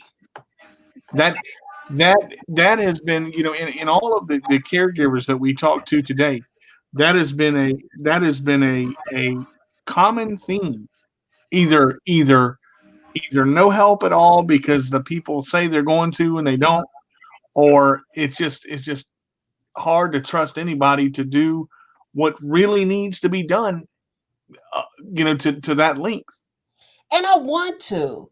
I really want to. I want days where I could just go to the store, or days with me and Corey. I can't even say the movies right now, but it's been times where I can't say that. Like, I just want to go to the movies with Corey, or just want to go on a dinner night with Corey, or just want to go on a stay away for a night or something, and a vacation. I want a vacation. I can't even tell you when the last time I had a vacation. I can't even say when the last time I had a vacation. I need a new van. I was supposed to get one. I need a new van. That's another story. But I mean, it's I just can't tell you the last time my parents took a vacation by themselves. yeah, So I know what Miss Tinsley was talking about. yeah. But see, it's that passion right there, Shamika. The fact that you say, I don't know when the last time my parents took a vacation. Right, says she could say that. To say that. Right. She Yeah. don't know to say that. Jordan don't know to say that. And to hear that from you is so powerful. And it's truth. And we need to hear that. Like, somebody else need to hear and be grateful. That may not be grateful. or appreciative of their parents or sibling or whoever that's caring for them. Woo, child, this has been something else. This has been a blessing all in itself. Laura said, wonderful to hear the strength and drive to be as independent as possible. So many people with CP have. You are motivational speakers for all disabilities. You're awesome. Hi, Kelly, my friend. On Facebook. Yeah, she said hi, Kelly. Miss Laura said hi, Kelly. Hi. My girl, y'all. I mean, sometimes I be like, that chick. But what can I say? But it's some moments, though. It's good. Wrong. I could give that 98%, literally. But that I could give that 98%. But those other percents, it's one to make you frustrated sometimes. I ain't got any lie about that. Winnie, you've been a wonderful caregiver because it shows in Kelly. Take that time off. Step out on faith. I am, Laura. I'm going to meet you. And that's the beautiful thing when you all as parents care for us. It shows through us. Yeah, that's true. That's very true. That is so very true. And your parents keep you in church, and they've kept you well, and all that safe during the pandemic. And I mean, it could have been anything. It could have been anything. Could have been they didn't care. Been like, girl, please come on, let's go to the store. Girl, whatever. You don't need that mask on. You know what I'm I saying? could have been put in a group home. Put in a group home. Exactly. Yep. And see, you can look at those sides. You can look at all the sides of Shamika and see it. Yeah. You know what you have, and you're thankful for it, and you have a very clean spirit. Thank you. I can't say the same for everybody. That's a lot right. of people are I want, I need, me, and you're not, and that's powerful, and the Lord's going to continue to bless us. Mm-hmm. Yeah. Yeah. Wow. Well, I tell you, I'm learning how to be grateful. You said to embrace it. Learning how to be grateful. Oh. Okay. When you say that, do you mean like because you were things wasn't the way it is, so you're just learning to be grateful with the way it is? Is that what you mean by that? If that make any sense? Does that make any sense? I think our internet's cutting out again. Oh. Did you hear me? Shamika, you there? You frozen? You breaking up. I can hear you, but I can't hear you. Can you hear me now? Can you hear me now? You know how to say, can you hear me now?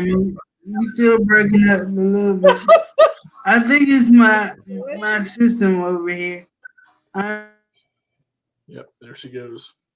Okay. I think yeah. It's her internet going in and out. Mm-hmm. It's her But laptop.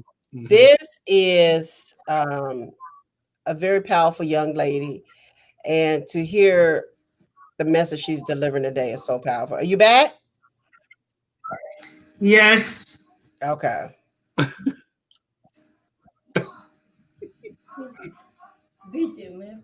The devil is a lie. We're gonna do this today. You got that right, girl. In Jesus' name. Amen. Is it for the It says Facebook. That's what they said it. No, it's a Facebook. Yeah, see, all of a sudden, they started getting up here now from Facebook. I don't know. They ain't been up here all day from Facebook. It's all been YouTube, and now they're all up here from Facebook, and I don't know how. So what I did was I saw this message down the bottom, and I said, at first I was scared to click on it because I thought it was going to take it out, and it told me what to do. So that's how I got Facebook on here. Oh.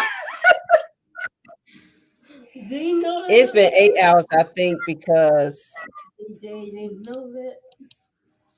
I think it's been 8 hours. I think Facebook cut you off. So they cut us off. Shame on you, Facebook. Shame on you. We still got the recording, so we can put it on Facebook. How about that?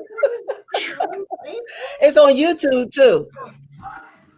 But oh my gosh, Shamika, we appreciate your honesty. And to hear it from, I wish I could hear things like that from Kelly, but I would never hear those things from Kelly. She don't know to think like that. And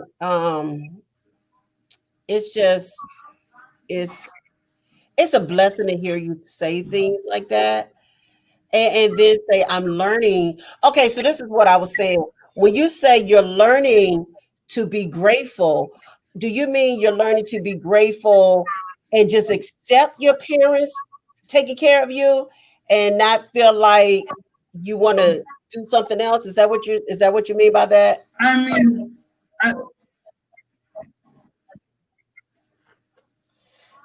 I mean that, but I also mean that the art of sitting still causes me to reevaluate and have to sit in the posture of having a grateful heart. When we're always on the go, we forget those things. So being still gives me the opportunity to say thank you on a regular basis and actually mean it, not just say it, just say it. Because sometimes we say things without realizing the meaning behind it. Very true. Wow. Okay. Yeah. Yeah. Can you all hear me? Gotcha. Yeah, we can hear you. We can hear you. No, I was saying sometimes we say things without knowing the true meaning behind it. Gotcha. Yeah, we got you. Yeah. And having the opportunity to say thank you and really mean it. Not that I didn't mean it before, but it just means something now because a lot of people's parents aren't able to do what mine are able to do. So it adds extra meaning onto the word. Thank you. Mm-hmm. Got you. Wow. Ooh, child. This has been phenomenal. That was good. I knew you were going to deliver though, because you do when we in our group chat. Oh, that was good. And Kelly said, Mom, that was good. Thank you, boo. I know, all right, she got my back. She got my back. If none of my other kids got my back, my child got my back. But wow, thank you. I appreciate everything. I appreciate everybody. I don't know what happened with Cindy, but I appreciate everything, y'all. This has been. We appreciate you. I don't know if you can hear me. Yeah, I can hear you. I can hear you. We appreciate you. Andrea, all right. Well, Andrea said, close out? Oh, go ahead, DJ. Andrea said that was great, guys. She just messaged the CP table to our CP chat and said that was great. Okay. Yeah, we want to thank everybody for being on. You know, all the speakers today. It was an honor to be co-host with the wonderful and great CEO and founder of Kelly's Choice, Miss Edwina Wilson. You know, thank you to all our caregivers. this was thank you, Kelly. This this was an honor to be a part of this and to do it. We're going to do this again, and there's a lot of things coming up. So just stay tuned to the chats, to the groups, to Facebook. Of course, stay tuned to Miss Winnie because she got something brewing all the time. Oh, he got something going on. So yeah, this was amazing and wonderful speaker today. We heard from so many great stories, so many great people, and such powerful, relief and I don't know what the other word was. Relief and release. Yes, that was everybody. Yeah. Everybody. Mm-hmm. Everybody. Shamika. Oh. I was gonna say, Shamika, you wanna? Oh, you. I was seeing if cutting the camera off made the signal any better, but oh, you want to close out with, or if you have something else you want to say, is on you. You can have something else you want to say, or you want to close out with a message. Yeah, I'll say something before I go. I'll just say that I want to inspire everyone to continue to become. That simply means to develop and cultivate, no matter how small the skill might be. Continue to develop it, and before you know it, you will acquire more skills. Because my pastor always says, don't despise small beginnings. So even when something starts off small, don't despise it, because God is only making it so that your hopes and dreams can become bigger.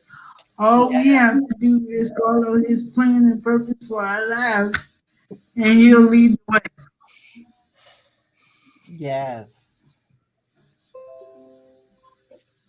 Man, that is it right there. So share with people if you want. You want to share with how they can follow you, reach out to you. My name is Shamika Smith again, but I go by Precious Shamika on Facebook. I am also on Instagram. My Instagram name is Precious_Meekness. Feel free to follow me, and let's go on this journey together. Do it together. Do it together. That's what I'm talking about. I think I put on my last flyer. Together we can. I don't know. It just I ain't been to sleep, so I was thinking of all kinds of stuff. I done changed both flyers, and I done changed the cover, and Well, together we can find the pillowcase, Miss Winnie, because you're gonna need it tonight. I'm so full of energy now, and I'm filled. I'm so filled with joy and happiness, and this has been so amazing. And I thank each and every one of y'all out there that took part in this. I know y'all have blessed so many people, and it's just been amazing. I appreciate all of y'all saying yes and just coming to be a blessing once again, I should say. Thank you all. Thank you so much. Thank you, thank you, thank you. I'm not sure if Shamika was finished. Thank you. You're welcome, Shamika. Thank you so much.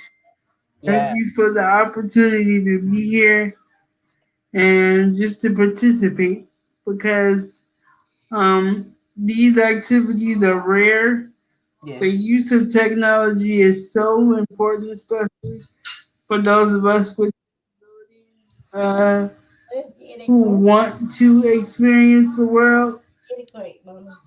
Sometimes things like Zoom give us more of the opportunity to do that, because people take for granted the ability to see a person face to face. Yeah. Yeah. So Zoom and programs just like it gives each person the opportunity to see another peer or see a loved one for that matter. True. Mommy True. and Yeah. DJ and Yeah. Life is evolving, but technology is evolving too. Yeah. It definitely is. That's a good one. All right, y'all. Thank you. I'm going to close out right now, Thank you. and my daughter Kelly. We're gonna close out together. Yeah, we're gonna close out together. Mom. We did it. Wait, What she said. we did it. Wait, full crowd. Thank you, Hey, Kelly. Kelly. Welcome. You did a good job too, Shamika.